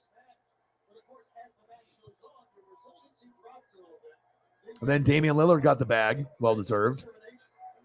It's like 60 million, 61 million per season for 2 seasons and an extension. He doesn't need that much money. That's just loyalty money because you stayed for 10 years and could have dipped. And then Vince is a dirtbag. The Oregon Ducks got Dante Moore, 5-star recruit, the number 8 quarterback in high school, the 3rd best pocket passer. Dan Lanning, Georgia, DC. That's Oregon's head coach. This is the best that we've ever gotten as far as quality. Nice sit-down power bomb. 1, 2, 2. And then we saw Julio Rodriguez and Suarez with the knockoff. Now I'm watching Rampage. I love AEW. And this is one of my dream meets. Like if I can meet up and have a beer, smoke a joint, eat some food with Action Bronson and his friends, I think that would be amazing content. And he actually looks like Odin's son. Odin's son, my true OG, he actually looks like Action Bronson. And Action Bronson's from New York also. Dame time.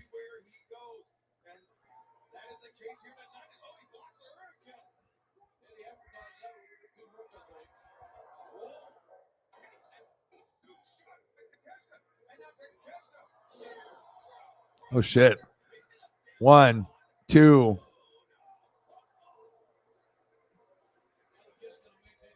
That's the difference between other channels and here. You say something, and then we can make it a reality. And then donations don't even have to be given to be recognized. How lovely is that? It's appreciated, but not necessarily required. And then you hear all these people, they'd be like wasting time on horrible YouTube channels. Like, I could have been here. Yes, you could have been. They'll catch on.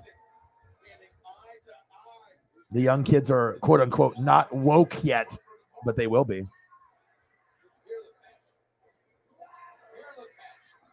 What time is it?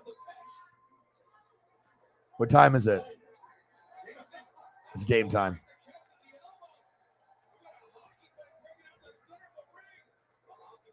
Dame time.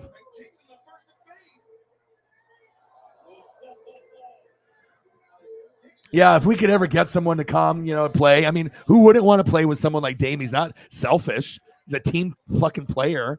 He's an OG. He's one of the most influential, players in sports overall. I just love him, his charity work and what he does off the court. I got a really nice Lillard autograph from his rookie year too. I got Lillard Rose City Red shoes, Series 1. They're limited edition, and I actually had to order it from someone that stood in line in New York for like 4 hours to get them. They're insane. And I've never worn them, never put them on. They're just still in the closet. And I got a limited edition Lillard shirt too, where it's got the D for the symbol. It's a white shirt. It's got some writing on the back of it. The single T-shirt it's worth like $50-$60 now already. Because those shirts normally would go for like 20, 25, 30, but it was limited edition. And it was like when he first signed on with Adidas. And I mean, I don't even know what Lillard shoes they're on now. What year are they on the Lillard, Sarah? Do you know? I know you can look it up, but they had like Lillard 1s, Lillard 2s, 3s, 4s, 5s. Like what year are they on the Lillards now? I don't even know. I mean, I should know, but I mean, they had the PDX carpet ones that kind of mirrored the carpet at the PDX airport. I mean, Dame has had some really incredible different options, but those Rose City Reds are all red, and they're incredible. The problem is that you're a coward. Yeah, you are so scared that you're going to lose that TBS championship that you have denied yourself real competition. We are literally right here, Jade. I've been here since the beginning. I've given so much. Hi, Paisley. How are you? And you missed Dad?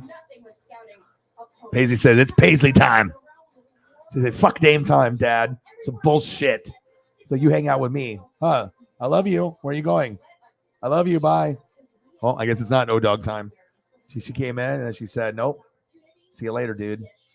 She said, see you later, dude. All right, well, I'll just look at you in the corner of my live stream then. So if you're not in the room, it's all good. I can still look at you then. Boom. Same State Farm agent texted the next day.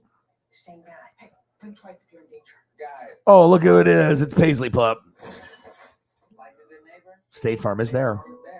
We can go NASCAR. We go NWSF. We go NASCAR.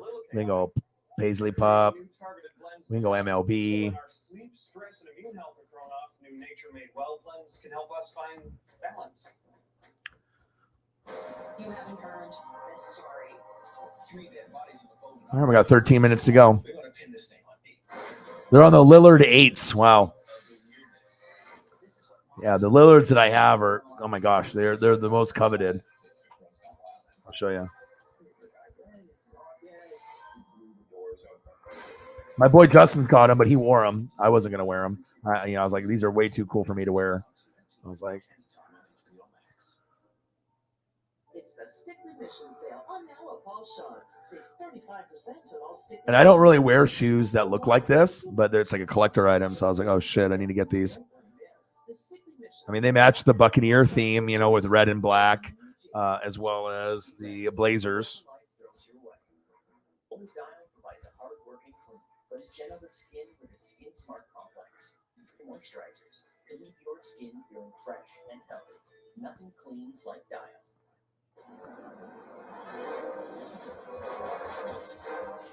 I'm not leaving without these diamonds. Diamonds. I'm just here for the stains. With Persil Pro Clean. Boom. It's more than clean. It's Persil Pro Clean. I'll show you some fresh. Not everyone can handle the taste See? bud. So you got the red and they got the roses on the tongue. So it's very subtle, but the whole shoe is red and it's got a little bit of the green. Inside, you'll see what it has. It'll have the D on the one side, Adidas on the other. That's just one angle of it. Oh, Paisley took a shit. I can smell it. Oh, Paisley, you pooed. Paisley pooed. It's a poo-poo party. Ain't no party like a Paisley poo-poo party because a poo-poo party don't stop. Damn it. Paisley, your poo-poo stinks. I can smell it from all the way out here. She's like, all right, if you're not going to pay attention to me, I'm just going to shit in the whole house everywhere. Good luck. Pick that up. She said, pick that up. Pick up my poop. That's what she said. A 3-cheese blend with melty nacho cheese sauce and double the seasoned beef. And it comes in spicy. It's like we read your mind. Try the new $2 cheese. God damn it. I got to go clean up some poo. It never fails when you stream for 5 hours.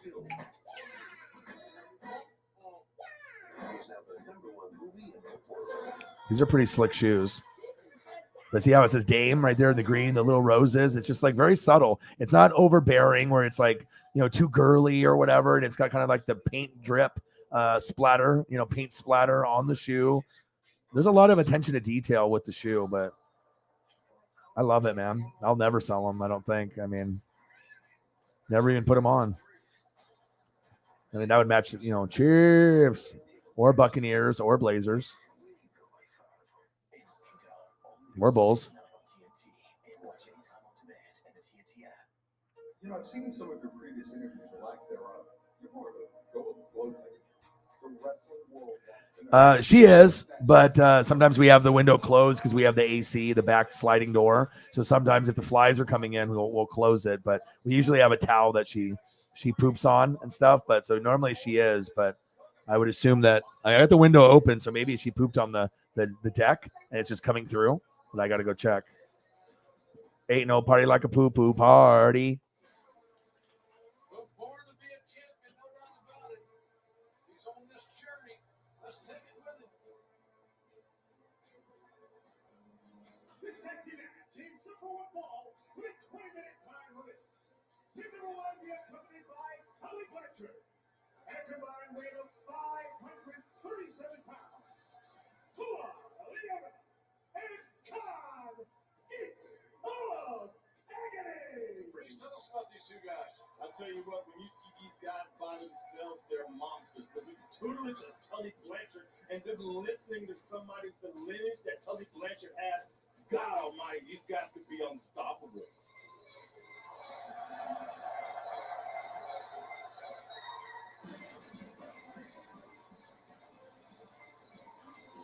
Their opponents, first, representing Pittsburgh, Pennsylvania, weighing 195 pounds, Lee Moriarty. It was a few weeks back here on Rampage when we heard Lee Moriarty call out the Ring of Honor World Champion Jonathan Gresham, but then Tully Blanchard interjected and formed this tag team match here tonight.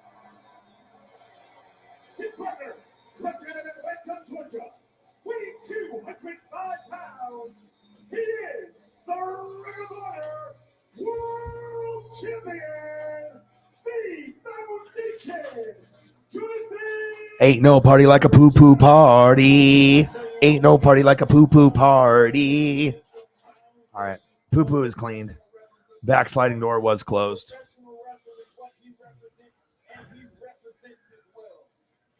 cannot have a conversation about the most technically gifted professional wrestlers in the world without including the All right, 157. We got 8 minutes to go.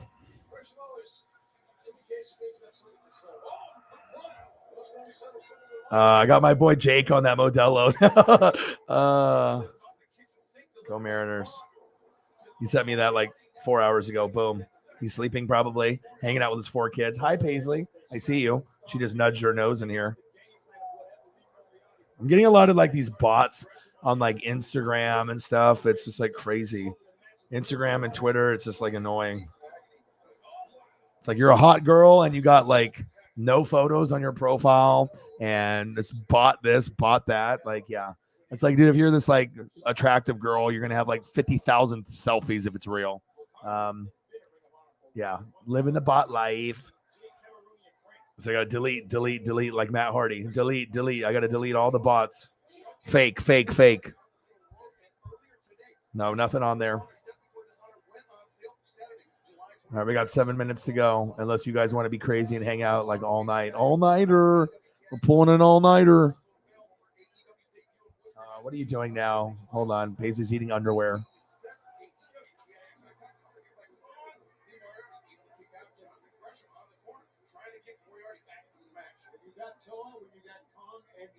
Now Brian Cage under your tutelage. Tully Blanchard has really, he's putting stuff together, quite a team, man. He's putting stuff together, a team of monsters, man. And monsters that listen. You can look at the way that these guys are working together. They listen to Tully Blanchard. Nice up kick there by Lee Moriarty.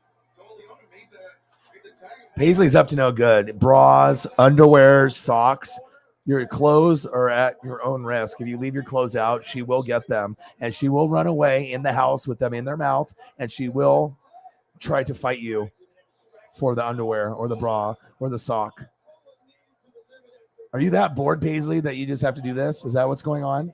Daddy spent all his time with you today. I took 45-minute walks with you twice. You ate your dog bed because Mom was not paying attention to you, and then now you're just causing havoc. Yeah, the robots.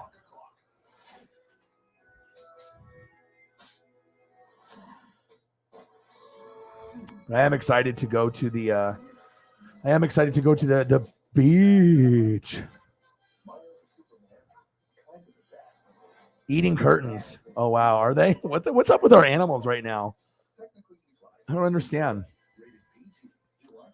I can show a couple pictures of Paisley. Let's throw up a couple. It's like I would rather get snuggies and kisses from her than anybody. Paisley.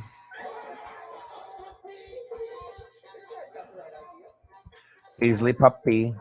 I mean, she was getting hot today too, because I know when I give her that long workout where we walk. Normally we would walk for 20, but then she has this part where she doesn't want to, she wants to cross the street and she wants to go further. And if I don't go across the street, she'll just plump her butt down and she will not move. I literally have to pick her up and carry her up the hill if we want to go the way that I want to go. She's so fucking stubborn, but it is better for us to go longer. So that way I can get more time in. Instead of a 25-minute walk, it's a 45-minute walk. And we did 2 of those today. So she just needs attention 24/7. She will, she gets pissed. It's like my girlfriend works from 7 to 4, 5 o'clock, sometimes 6, 7, 8. I mean, it's normally from 7 to about 4 is the normal hours, but sometimes more. And then I'm on here from sometime between 5, 6, 7 p.m. start time to, whenever I decide to stop. So Paisley.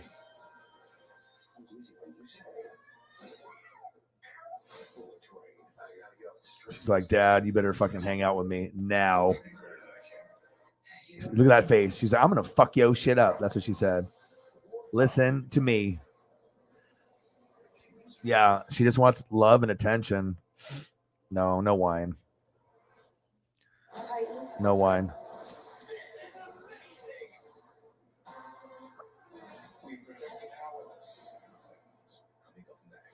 This is a cute one. This is one of my favorite ones. Every national call starts with a strong local connection. With kids off at college, a strong connection is more important than ever. Ooh, I put the fish in the microwave. Never microwave fish. There's fancy guys. Hated noodles, get his birthday gift. Oh, he did. Noodles! Put the hat on it too. He was so happy. Stay connected to the people who matter, no matter where they are. This is a nice, cute one. Nationwide network built from your town. Luckily, sometimes I just get lucky because she spent so much time with me. The appeal to Vala for me But it's hard to get pictures sometimes. She gets pissed when you're on their phone. Like when if I'm on the phone or if the girlfriend, she gets mad. Like she knows what like phone is. So get the fuck off your phone, oh dog. Spend time with me. Stop looking at fucking news for NFL. All right, me. She says me. You little cutie. Zavala, your secret weapon for impossibly convenient home cooking. Get it risk-free. Yeah, I mean, yeah. If they were in the wine or the whiskey, they'd be agitated, not acting like a psycho. That sucks that your cat ended up throwing up though on the on your like cat bed. Do you have like a cat playhouse where it's like carpet and it's got all the shapes and designs and it's like they can like do an obstacle course and they can hang and they can like rest on different things? Like dogs need to have something like that, but they're just too big. So I get it why cats have them. You know what I mean? Cats are smaller. You have a little kitty, and then they can kind of go in their little kitty playhouse area. Those are cool. Like if I ever get a big enough house, I want to make one of those for like my dog, like so they can have like a little dog area. That would be cool. Catnip. Catnip is like the crack.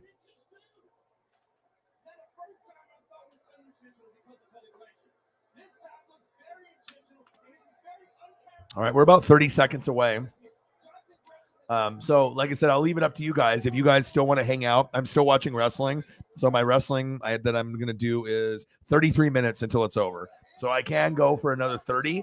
If you guys want to go for another 30, I will. If you guys want to call it, we can call it. So I'll let it up to you. You know, you leave it up to you guys on what you want to do. So.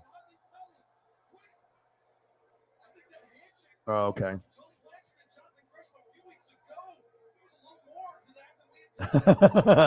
Education with JT with the nip. What did the family make for dinner tonight? Did they make you anything tonight? It's like that is a great question to look inside. What isn't? And they like find out it's like crack, cocaine, heroin, like all kinds of like crazy addictive substances. Yeah. All right, let's do it. I got 30 minutes left of the show. So let's do 5 hours and 30 minutes and we'll go over there. So look at Holly. Bang, bang, bang, bang, bang. Yeah, let's do it. Well, 30 might turn into an hour depending on what we're doing. So thank you so much. I appreciate you. Yeah, let's do another 30 and then we'll see what everyone is feeling. And then if we really go for another hour, I am willing to go another hour. So I'm not tired. I spent time with Paisley. We napped. We went on 2 walks. Life is good. Space Kitty times 2. Bang, bang, bang, bang, bang, bang, bang. Appreciate you so much. Can't wait to see this picture because we've already seen this one. And then this. That's worth $100. Then I seen Annie Reid. And then that's worth $100. Oh, we got to uncover the cheeseburger. Look at the cheeseburger. $100. Cheeseburger. $100. Cheeseburger. Let's look at the cheeseburger. That's what it's about. And then Travis Kelce. And then Holly had a dream that she was boyfriend and girlfriend with Dusty Bun. Not in the upside down, though, because then it would have been like a horror thing. This was like a good dream. Eddie. I almost want to rewatch the whole thing again. I really do. It's a sin that you have committed, Chris. And that last drop before you pass out, that's for my room. Jericho may have finally pushed Eddie kicks and passed the. Appreciate you. Thank you so much. Your generosity is unmatched. That was really creepy, though, earlier, the $33 and the $33. Because usually people, when they see the number, they try to make it an even number. So if we were sitting at like, you know, 117, and then they wanted to make it 150, you know, and then they did like, you know, the 33, but then they thought the exact same number at the exact same time and put in the donation at the exact same moment. Goats.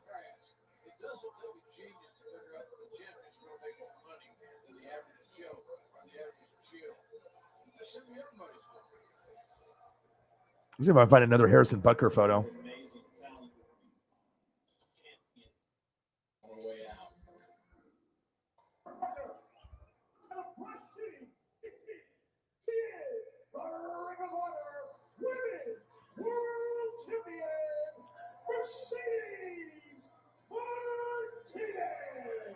Mercedes Martinez. Mercedes Martinez and Serena Deeb may never be the best of friends. They are undefeated as a tag team here in AEW. Yeah, they have both unique, similar skill sets, experience.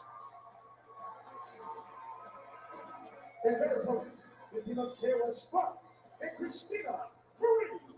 Where this match is underway, still to come tonight, our main event, Orange Cassidy and Tony Nese go one-on-one, where Tony Nese wins. I got another Butker. The petition of people against Swerve Strickland. Tell him, Paisley. Say, Dad, spend time with me. I know you love me. You always give me blueberries and strawberries and blueberry cookies and give me kisses and huggies all day. Snuggies. It's all about the snuggies and the kisses and the love. Friends are like, let's hang out, Orion. Yeah. Can't do it. Some people.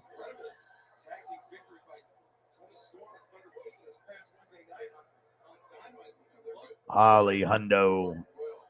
Yeah, let's do it. Well, like I said, if we're hanging out, and regardless if we don't get anything for the rest of the night, I didn't even expect this to happen. So thank you so much for your generosity. And JT's like, wow.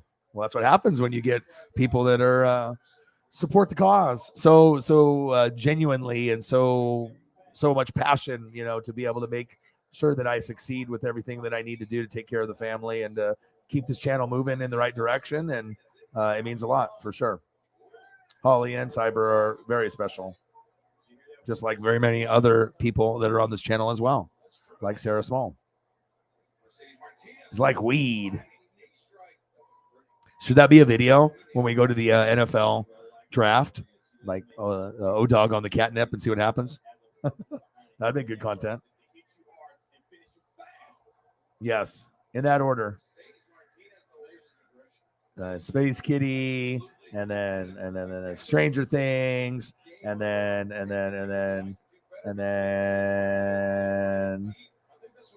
Tommy Winch, and then sports, and the NWSF, and the happiness. It is happiness. I mean, you got to have certain things to make you happy. Serena does with this. Serena steps through. This is the setup for her Serenity Lock. That's going to do it. Oh, I got one. I promise you that much. Christina Marie forced to tap out. Let's see here.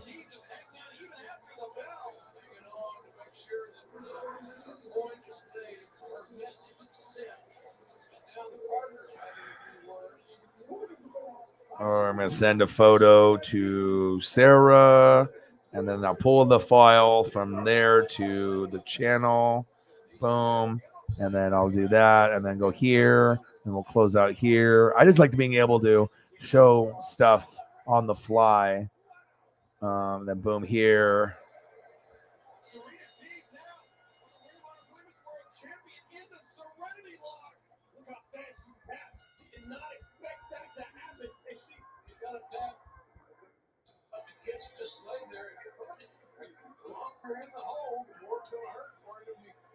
Hi, Paisley. Oh, she heard me. Hi, baby. Hi, baby. Want to see Daddy on TV? This is when Daddy was on TV. Daddy, Daddy, Daddy, Daddy, Daddy, Daddy. First of all, Lee Moriarty is not my partner. Second of all, I am the foundation of Ring of Honor. The Ring of Honor. Oh, yeah. Look at that. I signed my contract back in March. Sharp dog. Oregon Duck chain dog. Gloves dog. Front row dog. TV dog. Duck vision board dog. Photos dog. Beers dog. Food dog. Everyone nice to me dog. Take care of your friends dog. Never been to a game dog. Good stuff dog. Well, I don't know if you watched the same match I watched, but I don't know if there's enough left of Moriarty. Yes. NWSF. That's a good one. I just got that one sent to me. It's like a different version of, it's like a closer version from my boy that does the, that made the duck chain for me, for the NWSF. And, he actually is officially licensed, through the NCAA to make those Duck memorabilia. Yeah, he's a really cool dude, Brian. You know what I mean? I'll probably go to a Duck game with him, and yeah, he's been awesome.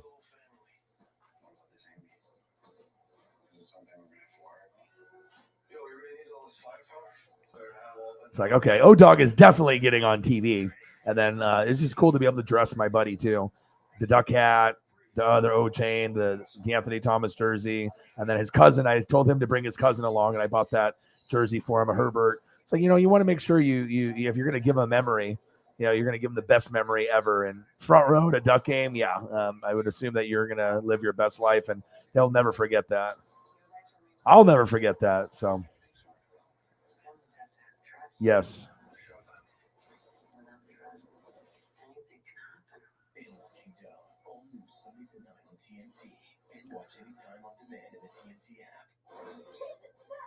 I appreciate you. Thank you so much. Bang, bang, bang.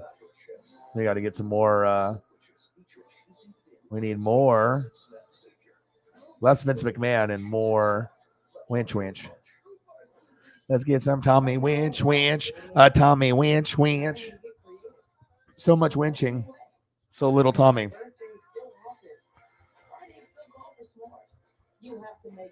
Yeah, it's just to be able to,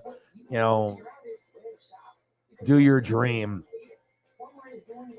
There's a lot of dark days. There's a lot of adversity, a lot of, I never ever gave up on myself ever. I think that's why I'm still where I'm at today. Like, I already sacrificed a Jordan rookie card worth $25,000 to $30,000. If that's not enough motivation to keep going, I don't know really what is. But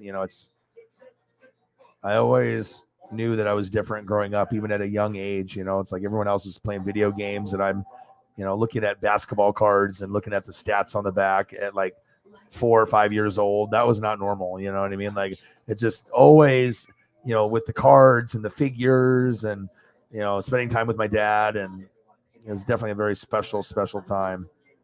Just like this. Tommy Townsend, he's buff. Oh, I just saw Paisley run right past me in the hallway with a blanket in her mouth. I think that's what's happening. She's got a blanket in her mouth. Oh my gosh, this woman is going crazy. She's like, pay attention to me, Dad, or I'll just ruin all your stuff. Oh God, she's gonna be 1 pretty soon too. Next month, I think she's 1 next month. Oh brother. But, at least we can get a lot of Tommy in our life. You've already met him, so, it's time for you to meet him again and, have him on the show. I actually think that if he knew who you are and who I am, that he would do the show. He would be like, oh, my gosh. You know what I mean? Like, you get people that are really good community people that care, people that are hardcore fans, and people that are just genuine and good people that would give the shirt off their back. He definitely would. If he was going to be on any show on YouTube, it would be ours. It would be right here. So that's why I think it's going to happen. You know what I mean? It's not like we're just, really good at editing or really good at, green screen stuff. It's like really who we are as the Fanatic family. And I think that's why I think it's going to happen. So Chief will chief. He's like, I'm going to come in here at 5 hours and 11 minutes in. Now, if I would have stopped at 11 minutes ago, we wouldn't have seen him. But I'll be online for another 19 minutes, brother. See, that's why I end up doing these long, long streams. So that way, someone might creep in at the last minute. We miss you, man. You watch any Ancient Aliens? I'm always here to, stick around for the Chiefs Kingdom, or someone from the Eagles. But it's usually Chiefs Kingdom people that will come in late. So, yeah, Holly Hundo's doing Holly Hundo things. Look at this.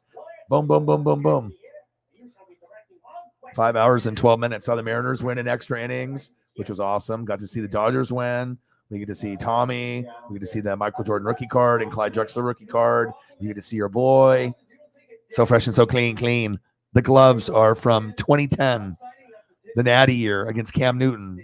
Or 2011. It was against, those are 2011 gloves, the year that we played Russell Wilson in the Rose Bowl. And then the chain, the shades, the Justin Herbert's own jersey, the matching sweats that the players wore on the sideline. Life is good. Hi, Paisley. I love you. Bye. Come here, baby. Come here. Come here, my boo. Come here.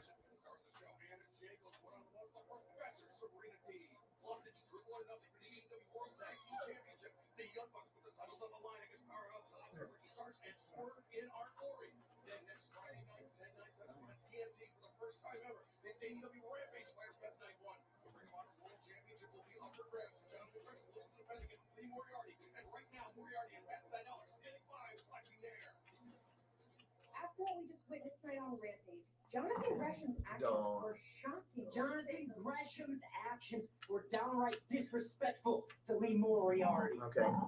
They were dishonorable. From a man who comes from a lineage of honor, it's quite shocking. You shook my hand earlier today, Jonathan Gresham, with this grand plan in place to screw over Lee Moriarty. Well, guess what? There are repercussions here. Tony Khan has made a match for the Ring of Honor World title Friday at Rampage. And it's going to be a fight. I'm taking your Ring of Honor World Championship. Plus, you'll hear from the Gun Club after their shocking betrayal of the Acclaim. And Private Party with Johnny Ellie alone in their corner will take out Ray Fanatics and Oscuro, the Lucha Brothers. And then on July 20th, AEW Dynamite Fighter Fest Night 2, presented by Discovery Shark Week.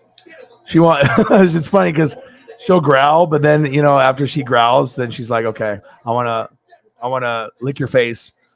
Sometimes she'll lick the top of my bald head, and it won't be like high, like one lick. Like she'll do like 50 or like 100. She wants me to know that I love you, Dad. Like, you know what I mean? I've never seen a dog lick someone on the face or the top of the head 100 times, but I guess there's special cases of love in this life and on this planet Earth that we live in. All right, Rampage main event. Yes, Butker would be very cool. You should do Butker and Tommy together. You know what I mean?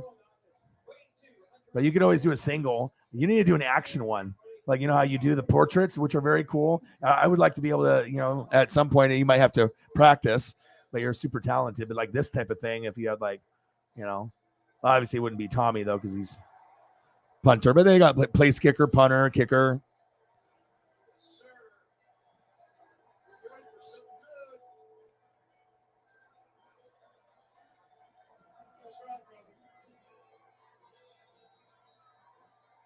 Yeah.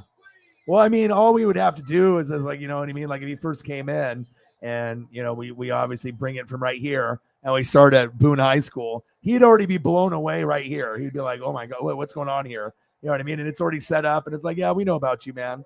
I was like, you met her at the liquor store, but we talk about you almost every day. And we really appreciate your craft and everything that you do. I think he'd be blown away. And then the one that would be over the top where he'd be on the show like all the time would be this one. He'd be like, dude, because I know how much he loves everything in his family. You know what I mean? You just have to connect. You have to understand what people like. And sometimes it's very easy to see depending on what they wear or talk about. You just have to be observant. But I already know that we already have more Tommy photos in my library than I have any other player or athlete or anything else. I mean, let alone having all the, Chief love and everything in the Chiefs Kingdom here. We'll probably end up getting more Chiefs Kingdom members to join the channel just because they're all associated to you guys too. So yeah, I mean, just based off who you are, who I am, and what we are about here, I think that he would be on there, and I think it's going to happen. Yep, she is. I know. Well, sometimes she'll be happy. Sometimes she'll be happy, but I want to make sure I get some snuggies in, and then you guys can see what she looks like as the years go on. And, you guys saw her at 5 pounds at 6 weeks. So, of course, I got it for you guys. See, look.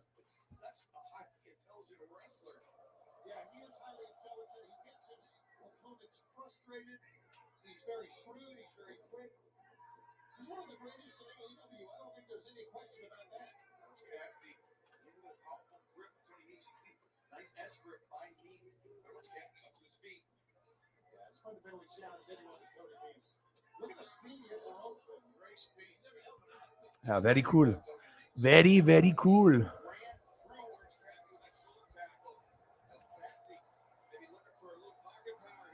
Change your life, man. It'll change your life.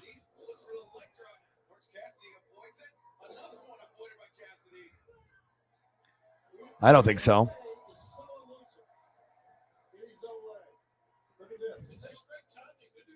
Yeah, I think action shot would be cool for you to do. And if you do an action shot, I would do Butker or Tommy first because that's your love is the special teams. And just play with it. You know what I mean? Just try it. You're great at the portraits, and obviously the action shot would probably be more difficult because it'd be farther away. But I think you could do it. You know what I mean? I really do. I think you could do an amazing, amazing job. And you don't have to worry as much about the background with the fans, you know, in the crowd or the field. You know what I mean? You know, you'll have to draw a little bit of a field, and you know, you can have them kind of close up with the grass and a little bit of green, you know, with the colored pencil, and a little bit of red and a little bit of white, and yeah, it'd be sweet. I mean, I've been following the team for a long, long time, so I just never knew that I was going to meet such awesome people. But one of my really, really good friends, Oliver, his dad is from Kansas City, and that's where I got the Neil Smith stickers from his dad. You know, a long time ago. And, you know, I gave him my Christian Okoye starting lineup, and I've never met a Chief fan that was like an asshole or like rude. And a lot of the Chiefs fans that I've met haven't been since Patrick Mahomes. They've been much, you know, older. You know, they've been a fan of, you know, when it was Steve DeBerg or, you know, Len Dawson or, you know, Hank Stram or Christian Okoye or, you know, Joe Montana. Like, you know, it's not really, I mean, I'll still meet people that have started hopping on the wagon as long, you know, but if you already live in Kansas, Missouri, you know, if you're in that general area, of course you're going to be a Chief fan. But then there's also people that hopped on from across the country that didn't give a shit, but then they saw Mahomes and they were like, okay, Kelsey, Mahomes, Tyreek, yeah, sign me up. Andy Reid's there now. Yeah, Tommy is probably I would say probably top 5, 6, 7, 8 punter, and then Butker is top 3. I mean, right now you got McPherson, right? Justin Tucker 1, McPherson 2, Butker 3, and then Young Ho Koo on the Falcons is pretty fucking good, but he's not as consistent. But I think Butker, based off how many touchdowns, extra points, opportunities, he's top 3. But I would go probably Tucker 1, and then McPherson if he keeps it up. But based on how he played last year, otherwise Butker will be number 2. But those are the 4 guys that stand out to me. You know, it used to be Adam Vinatieri, Gostkowski, because I play fantasy football, so I'm always looking at kickers. But usually I always pick Justin Tucker every year just because I know that, you know, even if I have to pick him up early, you know, a lot of times people pick kicker last. Sometimes I'll pick a kicker in like the 7th or 8th round, or a defense, because I want that one defense, Bucs defense, Rams. Maybe I want, you know, Justin Tucker, or, you know, and if you wait too long, they'll be gone. And then you're stuck with, you know, going for a guy each week, which you can win that way too, where you can just beef up your team. And each week you just pick up someone off the wire, and, you know, you have a guy late, but then you can just like go for the matchup. And sometimes you can be successful that way too. Whether in my salon or at home in front of their own mirror, everyone deserves a style that empowers them. I'm Nikki, and I create real wonder. And it's not just because he's Asian. Yeah, but he did soccer actually, and a lot of these guys, like Pat McAfee, you know, they were good at soccer first, and they're like, "Fuck it." I mean, if I'm not going to play MLS, or I'm not going to be Messi or Ronaldo, football needs guys that can kick, punt, and kick field goals. You know, I mean, the most stressful position in football is a kicker, because, like I said, you can fuck up once and lose your job. I mean, name one other position in football where, I mean, you make one bad interception, you're off the team. We're not talking Jameis Winston. You know what I mean? So I have a lot of love and respect for punters and kickers, because you could have 1 or 2 bad games and you might not even be on the team anymore, let alone in the league anymore. It's very fickle. They need to start having more appreciation for how hard it is to be good at it, and be a little bit more lenient, instead of just being like, okay, you missed a couple by. But when a guy continuously misses, you know, sometimes they need therapy, they need counseling, they need support. They don't need people fucking talking shit to you. So, and the most mentally strong kickers, they have the best technique, that have the most dedicated time, you know, besides genetics and, like, you know, obviously great, you know, form and leg strength and everything else that goes involved to being a great punter and kicker, athleticism and whatnot. But I really do think the people that are the best at it are the ones that work at it the most, because you got to think some kickers probably don't really kick a whole lot in the off season. They're like, I'm good, I'm naturally good, fuck it.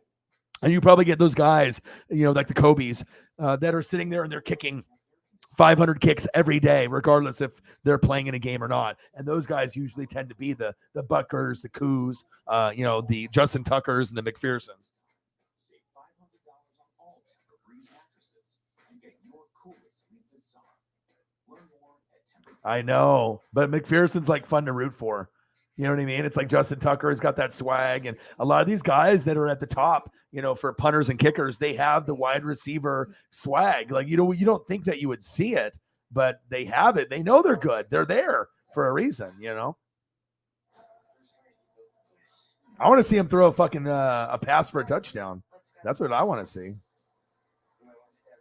Yeah, but McPherson could be the next Justin Tucker, because if it ends up not being Butker, I mean, we already know Butker and Koo and some of these other guys are very good, but McPherson kind of gives you a vibe that he's the next great kicker with Tucker. Like, after Tucker retires, maybe McPherson's the best one. Like, he seems like but it's only 1 year, so we don't know yet. We got to see if he's injured. We got to see if he, actually has it, the it factor.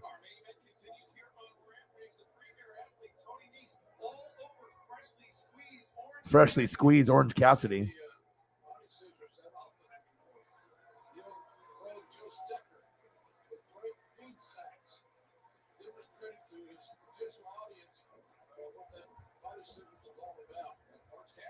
I don't know. Kicker photos are just cool to me. Same thing with punters. Like, some of the punter and kicker photos that I bring up are some of the coolest that we actually have on my whole library. That shows you something.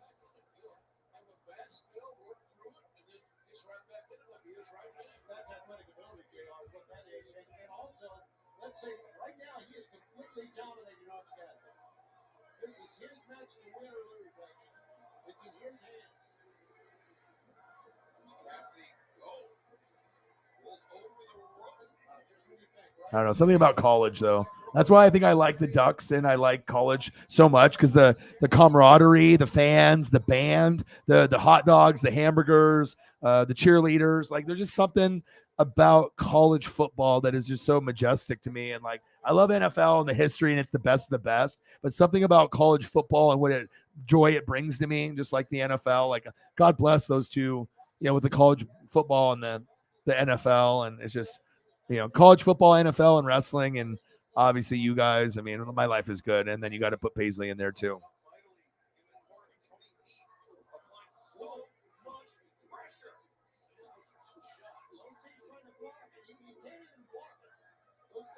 What does your quarterback room look like, and who do you guys have behind Tommy Townsend and Butker? I mean, I would assume that they're not going to be as good, but what is your what is everybody shaping out as for your second string, third string for quarterback, and then also for kickers and punters, like on the roster right now?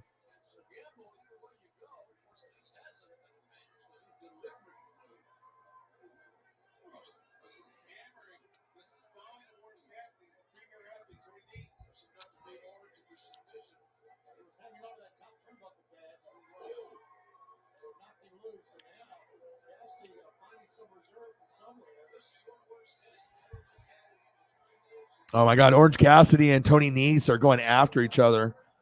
It's funny too, because like I showed you, Sarah, like you can have no-name guys like Tony Nese that was just like a floating guy, like an NXT, just like, one of the guys that you could just like could disappear forever and no one would care.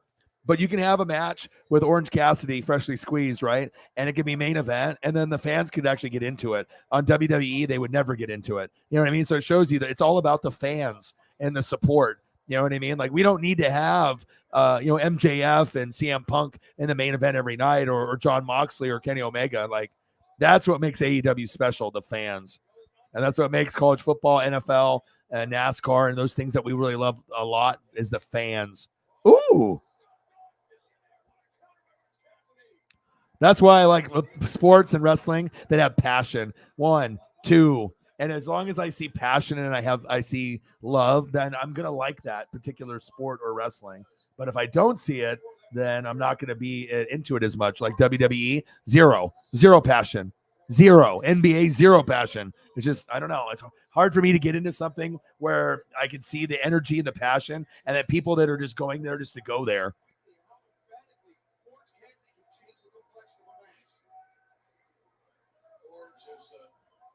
I was just about to ask you. I figured it was Chad, but I didn't want to, because last time I checked, a couple months back, it was Chad. I just wanted to make sure that you guys didn't make any moves.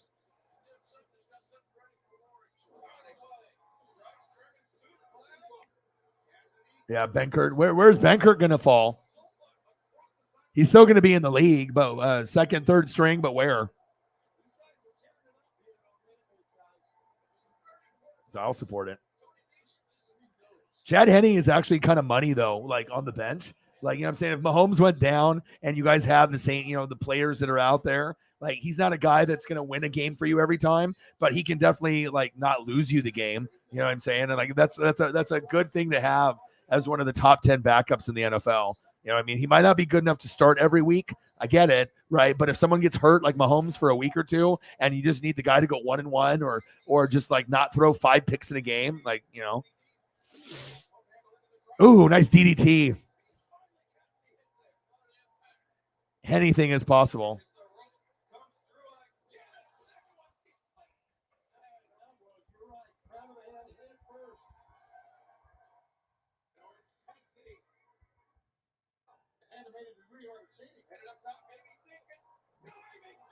Oh my God, diving DDT.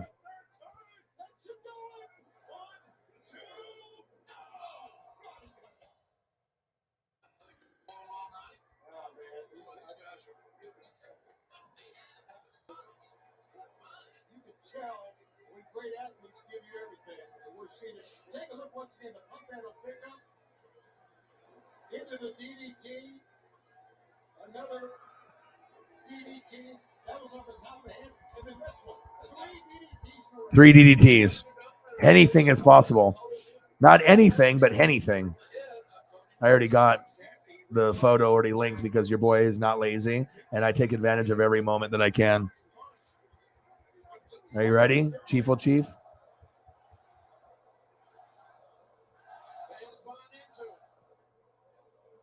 This is Chief's boy right here. Anything is possible. During a live show with Skip. Fuck it. Get the Henny.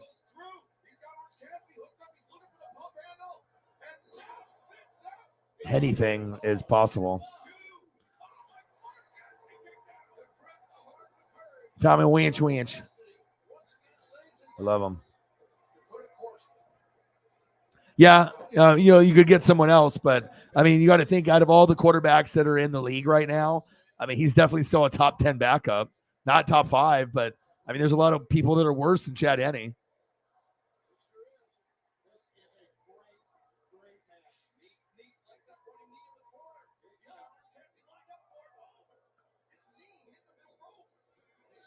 Anything is possible.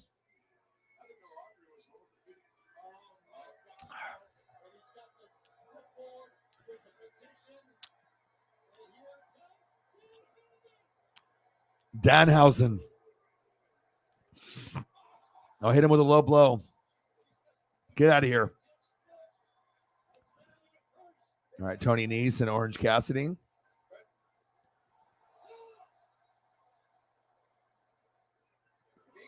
Boom. 1, 2, 3. Let's go. What a show. Freshly squeezed Orange Cassidy. You know you love that Uncle Shay Shay. Dude, because he's real. You know what I mean? He's really intelligent. He's smart. And he's actually one of the best tight ends to ever put cleats on. Like, if you go back and watch his Bronco highlights and Raven highlights, they were incredible. Like, this guy was so good. 3 Super Bowl rings. Oh, thank you so much. You didn't have to do that. I don't even know what we're at anymore. I stopped keeping track. Sarah's still in the room? Maybe she is. When Sarah doesn't have a job and she's getting like unemployment or she's in between jobs, the streams, the flow of the streams are so good. I wish I could just be like rich and I could just pay Sarah so she wouldn't even have to work anymore. So I'd be like, all right, all you're doing is just you're the lead mod and here's enough money for you to pay your rent. But we'll be there at some point. I want to take care of my people. So thank you so much. Well, what are we doing? What are we doing now? Now it's 5 hours and 32 minutes. 28 more minutes to make it 6 hours, or do we want to end the stream? I'll let you guys decide. Appreciate you. I do need to eat though, so I'm thinking probably end the stream because, like I said, we have been going for so long. But I really do appreciate all the support, and Holly is, she's on a whole nother level with herself, with obviously Cyberpunk 53 and some of the other goats. Appreciate you guys so much. Paisley loves you. I love you. We love Tommy. He will be on the show. You will meet him again. I almost want to go to a game with you so that way I can holler at him. I'm like, hey, bro, come here, dude. And then just give him some Florida Gator stuff and then just see his reaction. It would be an amazing reaction video. You know what I mean? Imagine giving him a Boone High School t-shirt. You know what I mean? And then giving him a Florida mini helmet and a photo or something. The guy would fucking lose his lid. He'd be like, "What? Who are you? Are you stalking me?" He would just be so blown away. But it would be the Florida Gator stuff that he would be most blown away by. But I mean, Boone High School, he'd probably wear it. You know what I mean? He'd probably be like, give me that. You know what I mean? I know if someone gave me something like that and I made the NFL and, someone had some kind of rare Boone High School t-shirt, I'd be like, oh, hell yeah. I would definitely be wearing that shit at home, or in public if I go get a burger or something. So, holy. That's what we do. But I talk shit into existence, right? So I already know what we are as a quality group. So Jameson's, I'm tapping out. He said, gangstas. He said, gangsta. He's like, I'm tapping out. Oh, dog is nuts. This guy just keeps going and going. Gangstas. What up, guys? He said, Jameson, you don't want to stream and hang out for another 12 hours straight?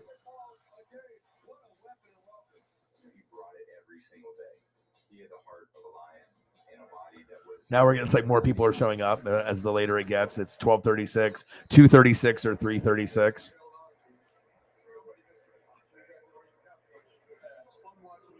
I just like to be able to hear about your guys' life and your opinions. And, like I said, I can always just talk the whole time, but I like to be able to do what you guys like and what you guys are talking about instead of me just coming up with my own topics and my own pictures. And it's just nice to be able to vibe with you guys.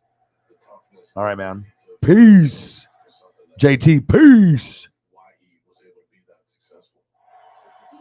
JTP. All right. Your boy needs to eat some food. I'll be back. Like I said, I'm going to be going to I'll watch more football, do some reading, watch some Simpsons, and then I'll wake up early. We're going to go to the beach for a couple hours. I'll come back. I'll be refreshed, feel great. And yeah. And then, like I said, I'll be back tomorrow night or later today at 7 or 8 p.m.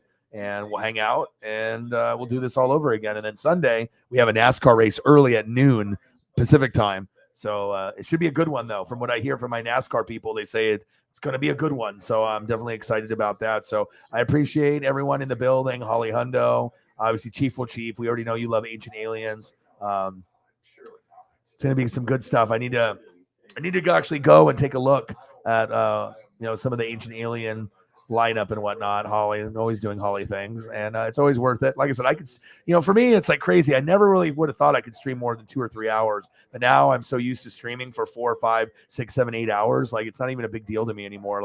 I feel like the work ethic has gone to a whole nother level, but it also is because of you guys are in the room and I have interesting people to talk to. Now, if I had a lot of kids in the room or people that had nothing to say, this would be a lot harder to do if everyone's boring. But thank God you guys aren't boring. Because if you guys were boring, I would tell you. I'm like, damn, you guys boring. No, I wouldn't. But yeah, I would. I'm too honest. I have to be like, all right, someone's got to come up with something interesting to talk about. And you guys always do. So that's facts. Holy.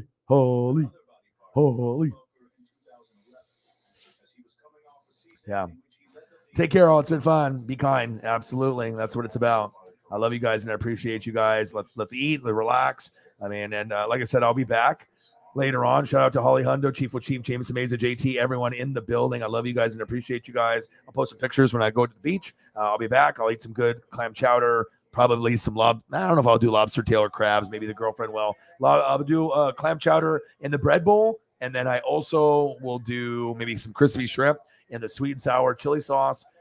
Maybe play some video games at the arcade, go on the beach, have a great time. You guys are the best fans that I could ever dream of. You guys are awesome. I love you, and I appreciate you. You guys keep being fucking goats. And like I said, I'll be back in a few hours later on today, and we'll do this all over again. And I got one question for you. Who you know talk sports like us? Your boy Ryan, Northwest Sports Fanatics. I love you. Meow. I'll be back very soon. Meow, meow. Love you. Gang.